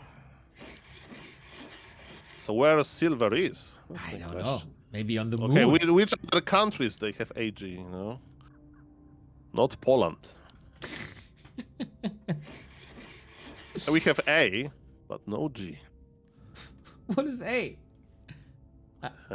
Half silver, so bronze maybe. Okay. I know you got pierogi. That's the best ever. And beavers. And beavers, of course. Everyone loves the Polish beavers. Yes, it's a culture thing, you know? I am from Poland, a country full of beavers. And I was like, oh, yes, we love beavers as well. Ladies and gentlemen, Mr. Chaemiko's on top left. The game is ongoing, and I see that altar is located on the top. Means, I think it's going to be Archmage Merkham creeping, because what else? That is probably correct. I just noticed that our overlay doesn't work, unfortunately. It stopped at the beginning of the game. What a shame. Move that here. Okay, we have to live with this one. Yeah, Shallow Grave. I love it. I love it. I love this map. Why? Because there's lots to do. It's rather big. Crossing that map takes some time. You start with Lightning Shield Creep, and that's pretty much level 2. You can expand, but it takes time, is punishable. Best of both worlds, basically. You can expand if you want to take a little risk. The enemy can punish that and delay that. And then there's just so much to creep and so many positions to fight over. The labs in the middle with the golems and the high ground, because you want to go to the tavern, the shops on the right. There's always action on Shallow Grave. That's very true. That's very true, Mr. Neo. And you described this map very well. You know, it's my first memory of Shallow Grave, that Happy used to try to play Proxy Necropolis close to his expo on this map, but then he vetoed this and he did like the strategy. And again, if the map is not in tournaments, pro players will veto it. It should be in every tournament. There are going to be Shallow Grave only tournaments, and then we'll overdo it. True. That is a risk in our community for sure. Not with newer maps though. We got a Fastier, her ass, onto Footman, onto kill. Okay, we count peasants. So far 0, but one Footman went down quite early, right? It's a powerful camp. Item is not that great. I mean, mana potion, if you can keep it long enough, it's like a good wine or something. If it's aged as well, you know, or whiskey, or you name it. Can we keep this mana potion for our MK? I mean, we are not even attacking, so this MK needs to wait until he is in the drinking age, which is 21 or 18 years old, depends where are you from. That's right. I think. That's the next short that you will get. The drinking age around the world. Have you know that in this small country you can drink when you're 14 years old? Mamma mia! Well, that's kind of when I started. But hey, let's not get into that. Where are we?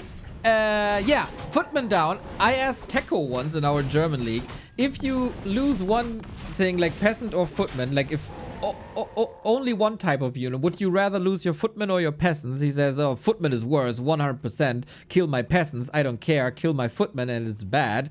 So Teko is oftentimes wrong, though, especially in our Twitch chat. So you can make with that information what you want.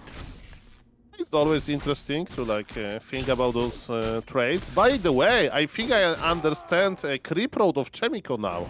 So he started with the powerful Mer camp, because now with the power of proxy militia, he's done with the big orange camp, and he's going to lose militia on creep. I saw that, Mr. Chaemiko.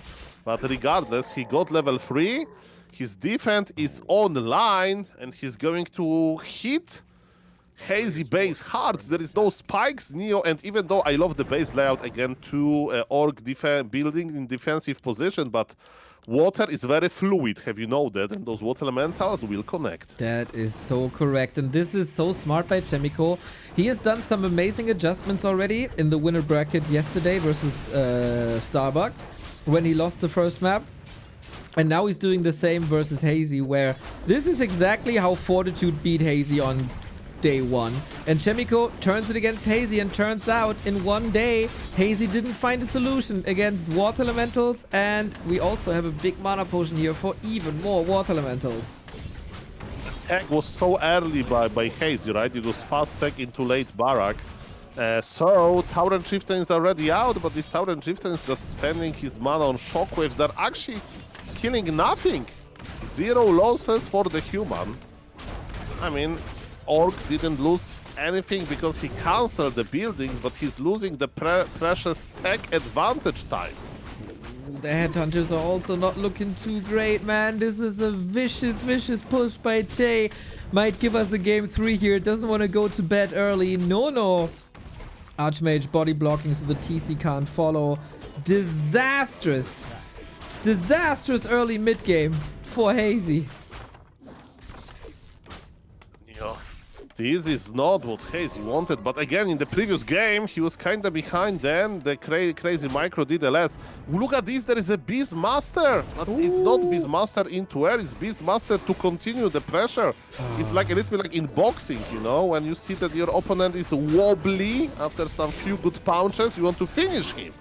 And you know, that is usually a play reserved for Sok. Chaemiko and Sok, of course, the top 2 Korean humans. And I guess friends in real life as well. So Chaemiko, with the strategy of his friend Sok, ready to finish Hazy and force him into game 3. Okay, the bear is hunting headhunters. It's a big game. Oh, man. Disastrous. Like, what does he even have? What does Chaemiko even have? Hazy, I mean. The crazy micro, the craziness to not GG out and stay in this game, but yes, his tech is not great. Look at the human base with 2 Sanctums already training priests. They're going to heal FoCuS. And Chaemiko saves everything at red HP. That's so impressive, that's so good. Mamma mia. It's really nice, man. Ooh, Hazy is trying to save as many units as possible, but I guess, to be honest, only 2 remaining. Healing was cancelled a lot. We're going for the Spirit Lodge again with the bear and the water elemental. Chaemiko is not even risking too much because, you know, it's always the summons. A shockwave, you just laugh at that shockwave, don't you? Level 1 tickles a little bit.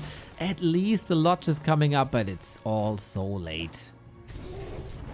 Please, I'm admiring priests healing without Brilliance Aura, so their mana is disappearing, but HP bars are going up. But still, Chaemiko will still have to pub a Regen Scroll, I think, because his heroes are missing a lot of HP.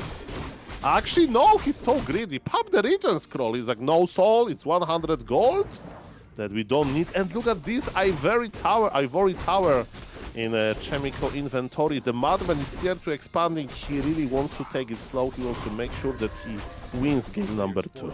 Okay, Hazy doesn't want to play any longer. Goes for the Mauler and the Berserker to still stand a chance. Couple of units that don't need production time as they come from the mercenary camp. That's the big upside. They would provide a lot of XP to Hazy, that's for sure. On the other side, Beastmaster for Chaemiko will not scale that well as like a Mountain King would, who's an amazing late game hero. So Chaemiko is under a bit of pressure. I mean, Hazy scouted it. That's important. Chaemiko, Chaemiko is expanding because he can, you know. He feels that he slowed down Orc enough. That's why this is a genius decision by Hazy to acquire Mercs. Expansion cancelled, but it's not enough. Hazy needs to have a good trade. And look at this. He feels like his units are slowed down. He's teleporting out immediately, but not fast enough to keep Forest Rollers. And there is one Grunt left, and he's going to be charmed by Sorg Lady. Look at this slow. That's a very slow and painful death indeed. Eaten by a bear and killed by a footman. Awa. Thank you, Zed Carter, for the tier 1 40 month. Much love. Okay, can Hazy muscle up an army? I mean, the supply isn't even that much of a difference. TC starts to level. I think we haven't seen the last great fight by Hazy yet, Sol. Is the fighter, that's for sure. But again, look at the mana of casters, right? Chaemiko, it's already accumulating a lot. Farseer has no TP. Okay, this game can end quite quickly. Can humans surround Neo? Well, it's Chaemiko. Oh. Okay, apparently not. He didn't want That to. would surround immediately. TC coming in with half health, full mana. This will be quite some shockwaves here. Not the usual stomp. It's all lining up. Here we go. I don't think we have a heal scroll here. This could be terrible damage. Beastmaster. TC. Little bit of right click. Oh, still slowed. TC. Shockwave. Not dead. He's just dead, Neo. The Sorg Lady magic. Oh, the Purge almost saved him. Any chance for a Tavern Revive, maybe? I think he's too low gold to get him back. Kodos are dying as well. Chaemiko, the expansion is kicking in. This was a bit, you know, maybe tiredness setting in. TC, oh, no, he is back, actually. But at what cost? Because of GG. The game is over. Ladies and gentlemen, we have a best of 3 reduced to best of 1. I speak like Grimo Demo now. It's going to be Turtle Rock, by the way. Quite exciting map. And again, thank you to the biggest sponsor of this tournament, Mr. Clean Shieldpad, who is connected to Turtles. That is correct. Okay, last map of the day. Chaemiko really, at like, I don't know how late it is, bringing it to the final map of this day. And it is... Oh, game is already up. Okay. Ah, Hazy created the game. Lol. Hazy, he wants to take matters to his own hands. I don't know if he camera knows. turn off. I forgot. Sorry. I'm Good, back. I'm good, guys. I'm alive. I'm not an AI generated voice. I actually do have a human body. That's beautiful. Oh, Hazy. He So left you're the and host. I promote you. I want to escape this responsibility. Okay. You got all the map responsibilities already. That's fine. Korea. What is KC2? Korea Central 2. Okay, K-pop. What was the map again? Oh, that is Turtle Rock. Yes, of course. That's why you mentioned Kleine Schildpath. That's right. Okay. Turtles. Do you know that in English there is a separate word for a turtle that lives in water and the turtle is on the ground? It's crazy, right? Species. What is it? I mean, with my accent, I will try to say it, but it's turtles and tortoises. Something like that. You learn something every day here at the Back to Warcraft stream, and of course... Why didn't this... I selected Turtle Rock. What the hell? Fake host.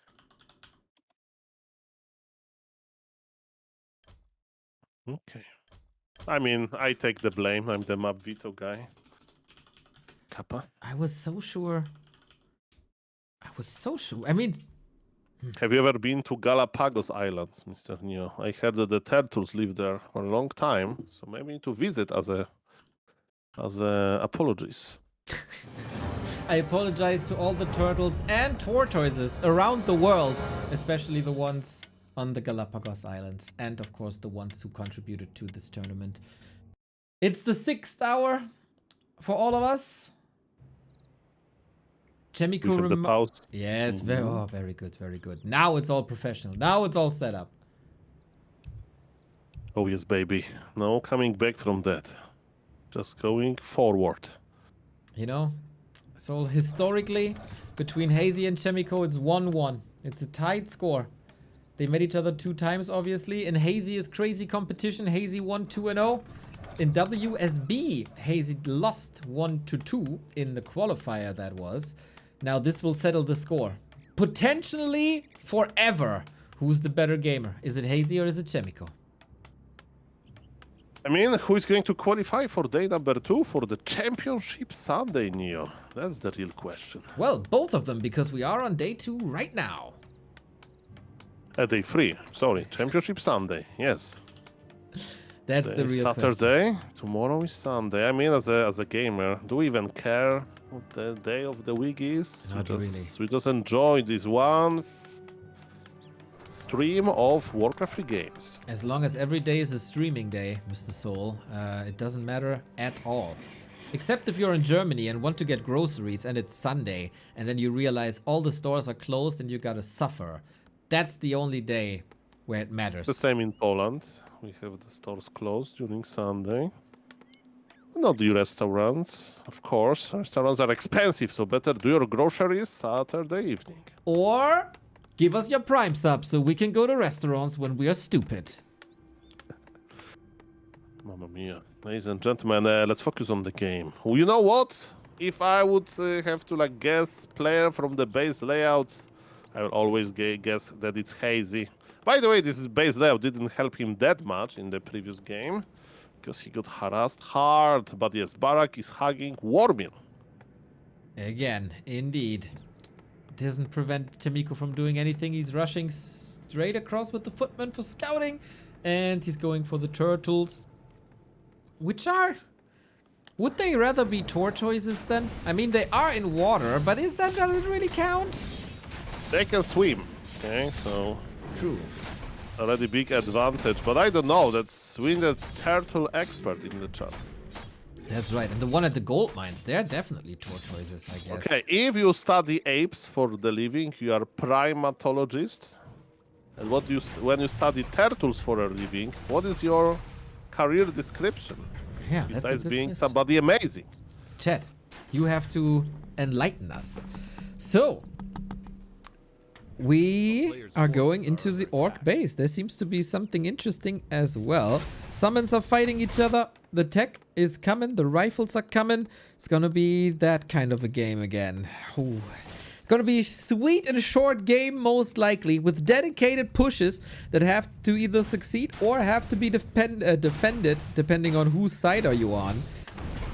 Man, that's a lot of pressure.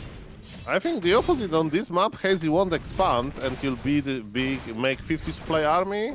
Chaemiko will make 50 supply army and they're just trade forever, Neo. That's my... It's going to be, mark my words, 18 minutes game. Okay. Soul prediction, man. Leaning far out the window. Here we go with Chaemiko, though in the base, unfortunately, he doesn't have mana for any more water elementals. I'm checking those permanent level 1 items. Chaemiko has +3 intelligence, +3 strength. Is it time for +3 agility? No! There's a smart archmage. Very good items there. Looking good so far indeed. Level 2 on the fast here as well. Chain lightning. Hitman was oftentimes hit with these level 3 timings as well, and he oftentimes tried to match the human creep speed and then defend with chain lightning. Maybe that's an idea here as well. Hazy is looking so far so good, but the items are a little underwhelming. Hazy is probably happy that his base is not on fire, but this is the effect of Turtle Rock. Try to creep level 3 here with Militia. Impossible! Really? Oh, It's just a little green and then orange and then the shop. Good point, but yes, on this map, playing mass footy is not that great. That's why we have early blacksmith and the rifles are already in production. Okay, that might help indeed. So rifles are coming. We're contesting the map. Map control in the hands of Chaemiko for now. But tech is done on the orc side. Mountain King coming. TC will be coming. And for Hazy, it was oftentimes a struggle to keep all the headhunters alive. And I think this game, he has all the headhunters alive. So might be a little W for Hazy. And remember, in this game we last 18 minutes. They're just trading. Yes, you know? It's yes, like yes. computer chess playing versus computer chess. You know, very strong moves, but very well balanced moves, and you don't know who is ahead, but it's beautiful. I've never seen computer insane in chess. I've only seen computer insane against computer insane on Soul 8man's YouTube channel. I had this AI obsession not that long ago, and now we need more. We need AI versus AI. By the way, this advanced melee AI, there's like a mode made by Hive Workshop, actually trash talks you in the game, so it's preparing you very well for the multiplayer. Like, haha, you thought that you got me, but now I'm going to counter your units with my units that are actually not countered, but the AI doesn't know. Last hits to Chaemiko. He got all 3 last hits, the madman. Oh, damn. That was lovely. So Archmage is level 3. Farseer is not. Stormbolt coming in onto the Headhunters. Chaemiko, I feel like with quite some momentum here. Look at this, by the way, it's tier 3 by Hazy, so that's his secret strategy for Turtle Rock. Ooh. But yes, not getting last hits is not helping. Farseer is stuck on level 2. And what about the TC? TC has a lot of survivability in his items, but when Bolt will reach him? Oh, Archmage making a stake out of that cow. Hazy, maybe it is a bit too late here. That's the second time he's giving his TC away. Mountain King is down to 50%, but 50% of a Mountain King is still quite a lot. 400 HP that. And the tier 3 has to work now. Least healing. That helps a lot. +6 intelligence on the Archmage, that's a lot of regen, but you know that tier 3 army is usually better than tier 2 army. So what Hazy is going to add? He has double barracks, Neo. Well, When Starbuck played tier 3, right, versus Fortitude, he added Taurens, right? correct. Sometimes I have seen Berserker's Kodobeast just to have aura, you know, 1 Kodobeast for aura. With tier 3 you have plus 20% bonus damage. But what if you just play only Berserkers? I mean, there was a game in the qualifier versus Leon where Hazy played triple racks and only Berserkers, and that worked. So why not? Why not try? Peon sees Chaemiko coming. That's good information gathering. There's also a little pit stop at the shop for potentially another item if he sells this. But it's also time for the TC to level. Shadow Hunter is in the altar, and we have Orb of Lightning. Remember that you don't need Shamans when you have Orb of Lightning for a little bit of Dispel, and you don't need Riders for Immobilization, for Ensnare, because Orb immobilizes as well. The usual reaction by human is to all-in, and that's what Chaemiko is doing. Look at this militia in the middle. So maybe my 18 minutes prediction is not going to be true. I mean, I almost see a 1 in front of this 8 instead of 0. Maybe it's gonna be a 9-minute siege. Who knows? Hazy wants to creep as much as possible, but he doesn't have a TP, so at one point you gotta go home because the humans are coming to take back that land.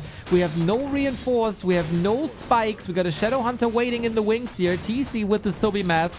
In theory, the setup is okay, but the numbers, are they maybe a little bit too low for Hazy? Okay, ladies and gentlemen, Chain Lightning connects, Bolt on top of the Farseer. Hazy has tech advantage, but he is not ahead in supply, that's for sure. Shadow Hunter joins us with full mana. It's going to be heal wave, very important, versus Thunderclap level 2. So much damage being dealt by 2 players. Even Peons are joining the party. Neo, it's Peasants versus Peons. That sounds like a custom game, but it's a real deal here. Fight for survival at War 3 Champions. Shadow Hunter almost dead. Can save himself with a little bit of a heal wave, but not anymore. What about the Priest? though. They enable the human to have the sustain that it takes. But Hazy, the numbers, they're way too low. Chaemiko with a worker surround on the headhunter whose own head got hunted, put on a pike there and used as a trophy. Hazy with the will to survive, but not really with the means to survive. Sounds like you are rewatching Game of Thrones Season 1 and Season 2, actually, with this graphic description. Mamma mia. Ladies and gentlemen, Tauren Chieftain has nice permanent inventory, like more HP regen, more mana regen. But regen is all what Hazy has because his army is dying. Shadowhunter was just level 1, so getting him back via altar was rather quick. But you know what's the problem? Human is not going anywhere. Oh man, these peasants are always in the way. Nice little save here by Hazy, but there was another surround, so much HP shaven off.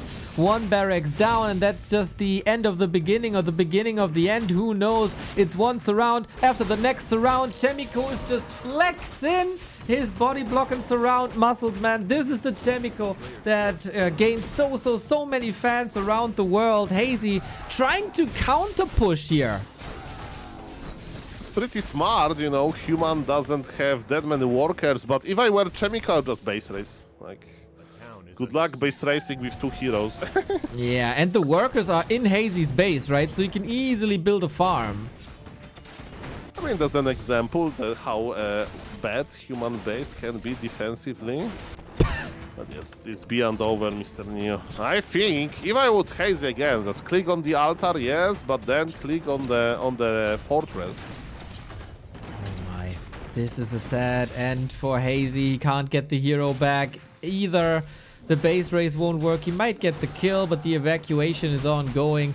Berserker, Farsi are able to do a little bit. But yeah, here's the TP now. And this will be hammers to heads and heroes into grounds. And Chaemiko into the lower bracket final, semi-final, into the top 4 for tomorrow. Mia, that was with style, that was interesting. The map choice of Hazy wasn't strong enough. And, I mean, Chaemiko had nice items, nice momentum. Tier 3 with Berserkers didn't pay off. Starbuck lost with his Tier 3 as well.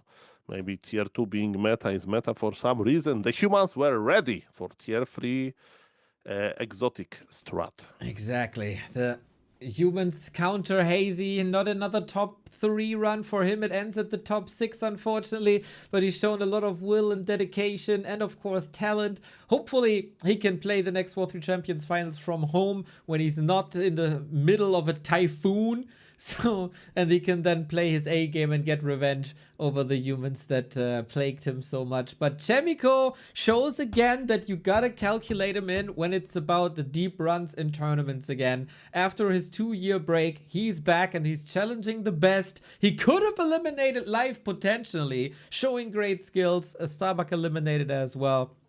Chaemiko is not just a tourist tomorrow. He's there for the big boys. He's willing to play.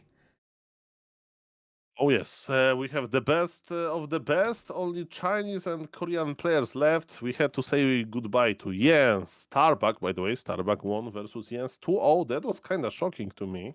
GG, of course, for Mighty Bucky. Who else we had to say bye-bye to? Mr. Hazy, right? Yes. And of course, yesterday, Death Note had to say goodbye as well. So a bit sad. A couple of fan favorites have been eliminated, but the top players are the top players because they bring the top place. 1 Orc, 1 Night Elf, and 2 humans in the mix as well, which will then be reduced to 1 human. So we have pretty much one of each race in the top 3. That's very true. And yes, GG, Mr. Neo. Is it too late for the interview? Yes, it's 4 AM, dude. Let him rest. Let him rest. Okay, so we interview Hazy then. Perfect. Can we, like, okay, if Hazy doesn't have a microphone there, can we just call the internet cafe owner on his phone? Of course, yes. Give me the number. Maybe they have the landline, you know? Like, excuse me, I'm calling from Europe. There is a guy there playing Warcraft. Warcraft 3. Orcs, humans, please call him to the phone. Thank you, good sir. That is Maybe tomorrow after the final. You know, maybe we can do that tomorrow. It's a very good idea for tomorrow. That's why people should be tuning in. But Mr. Aitman, you've seen now all of the players more than once. Who is your favorite tomorrow? What's your prediction for tomorrow? Mr. Neo? Yes. I'm empty. I don't have a favorite here. Really? I mean, Medusa dropped the map, right? Yes. Fortitude was shaky as well, lost to FoCuS. I mean, FoCuS is looking strong, but he'll play versus Medusa the Gamer tomorrow, so I don't know. Chaemiko has some comebacks that I didn't expect him to have, so I mean, everybody that is left is very, very competitive. Agree. And while you are staying as neutral as Switzerland, as you always say, I go Team FoCuS. I'm joining Team FoCuS, Team Super Saiyan FoCuS. The man is playing out of his goddamn mind, and he said he didn't even play well when he defeated Fortitude 2-1. That is unbelievable because I am in awe when I see him play right now. He is insane. He's lava hot right now, and tomorrow he's going to burn all the competition to a crisp. I mean, I don't know much about in real life, but I heard that, you know, in America, it's normal to give compliments and receive compliments. Maybe Mr. FoCuS is like a Polish person. He just can't take a compliment. So he was very, very humble indeed. But you are right. This guy is a beast. Okay, we'll see if the opposition is strong enough tomorrow.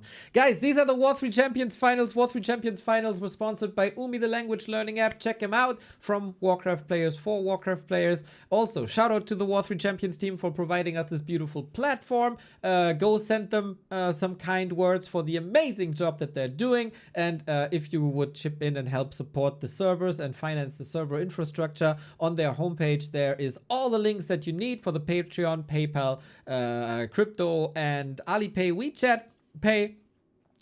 We are back tomorrow at 5 p.m. Central European time with the final four of the 24th War 3 Champions season. I hope you had a great time. I had a wonderful time with you, Mr. Apeman. This guy can be caught on YouTube, on Twitch. Soul Apeman is his name, and he's an ape, and he has the last words of the broadcast. Thank you very much. Tomorrow we'll have best of 5 and best of 7. Not all of the games, right? But if I remember correctly, that may happen. So I will vibe code a little bit some changes to my tool with a backup as well. So thank you, Mr. Neo, for the opportunity. Always a pleasure. GG's, guys. Warcraft is amazing. And yes, check out the Back to Warcraft tomorrow at similar time.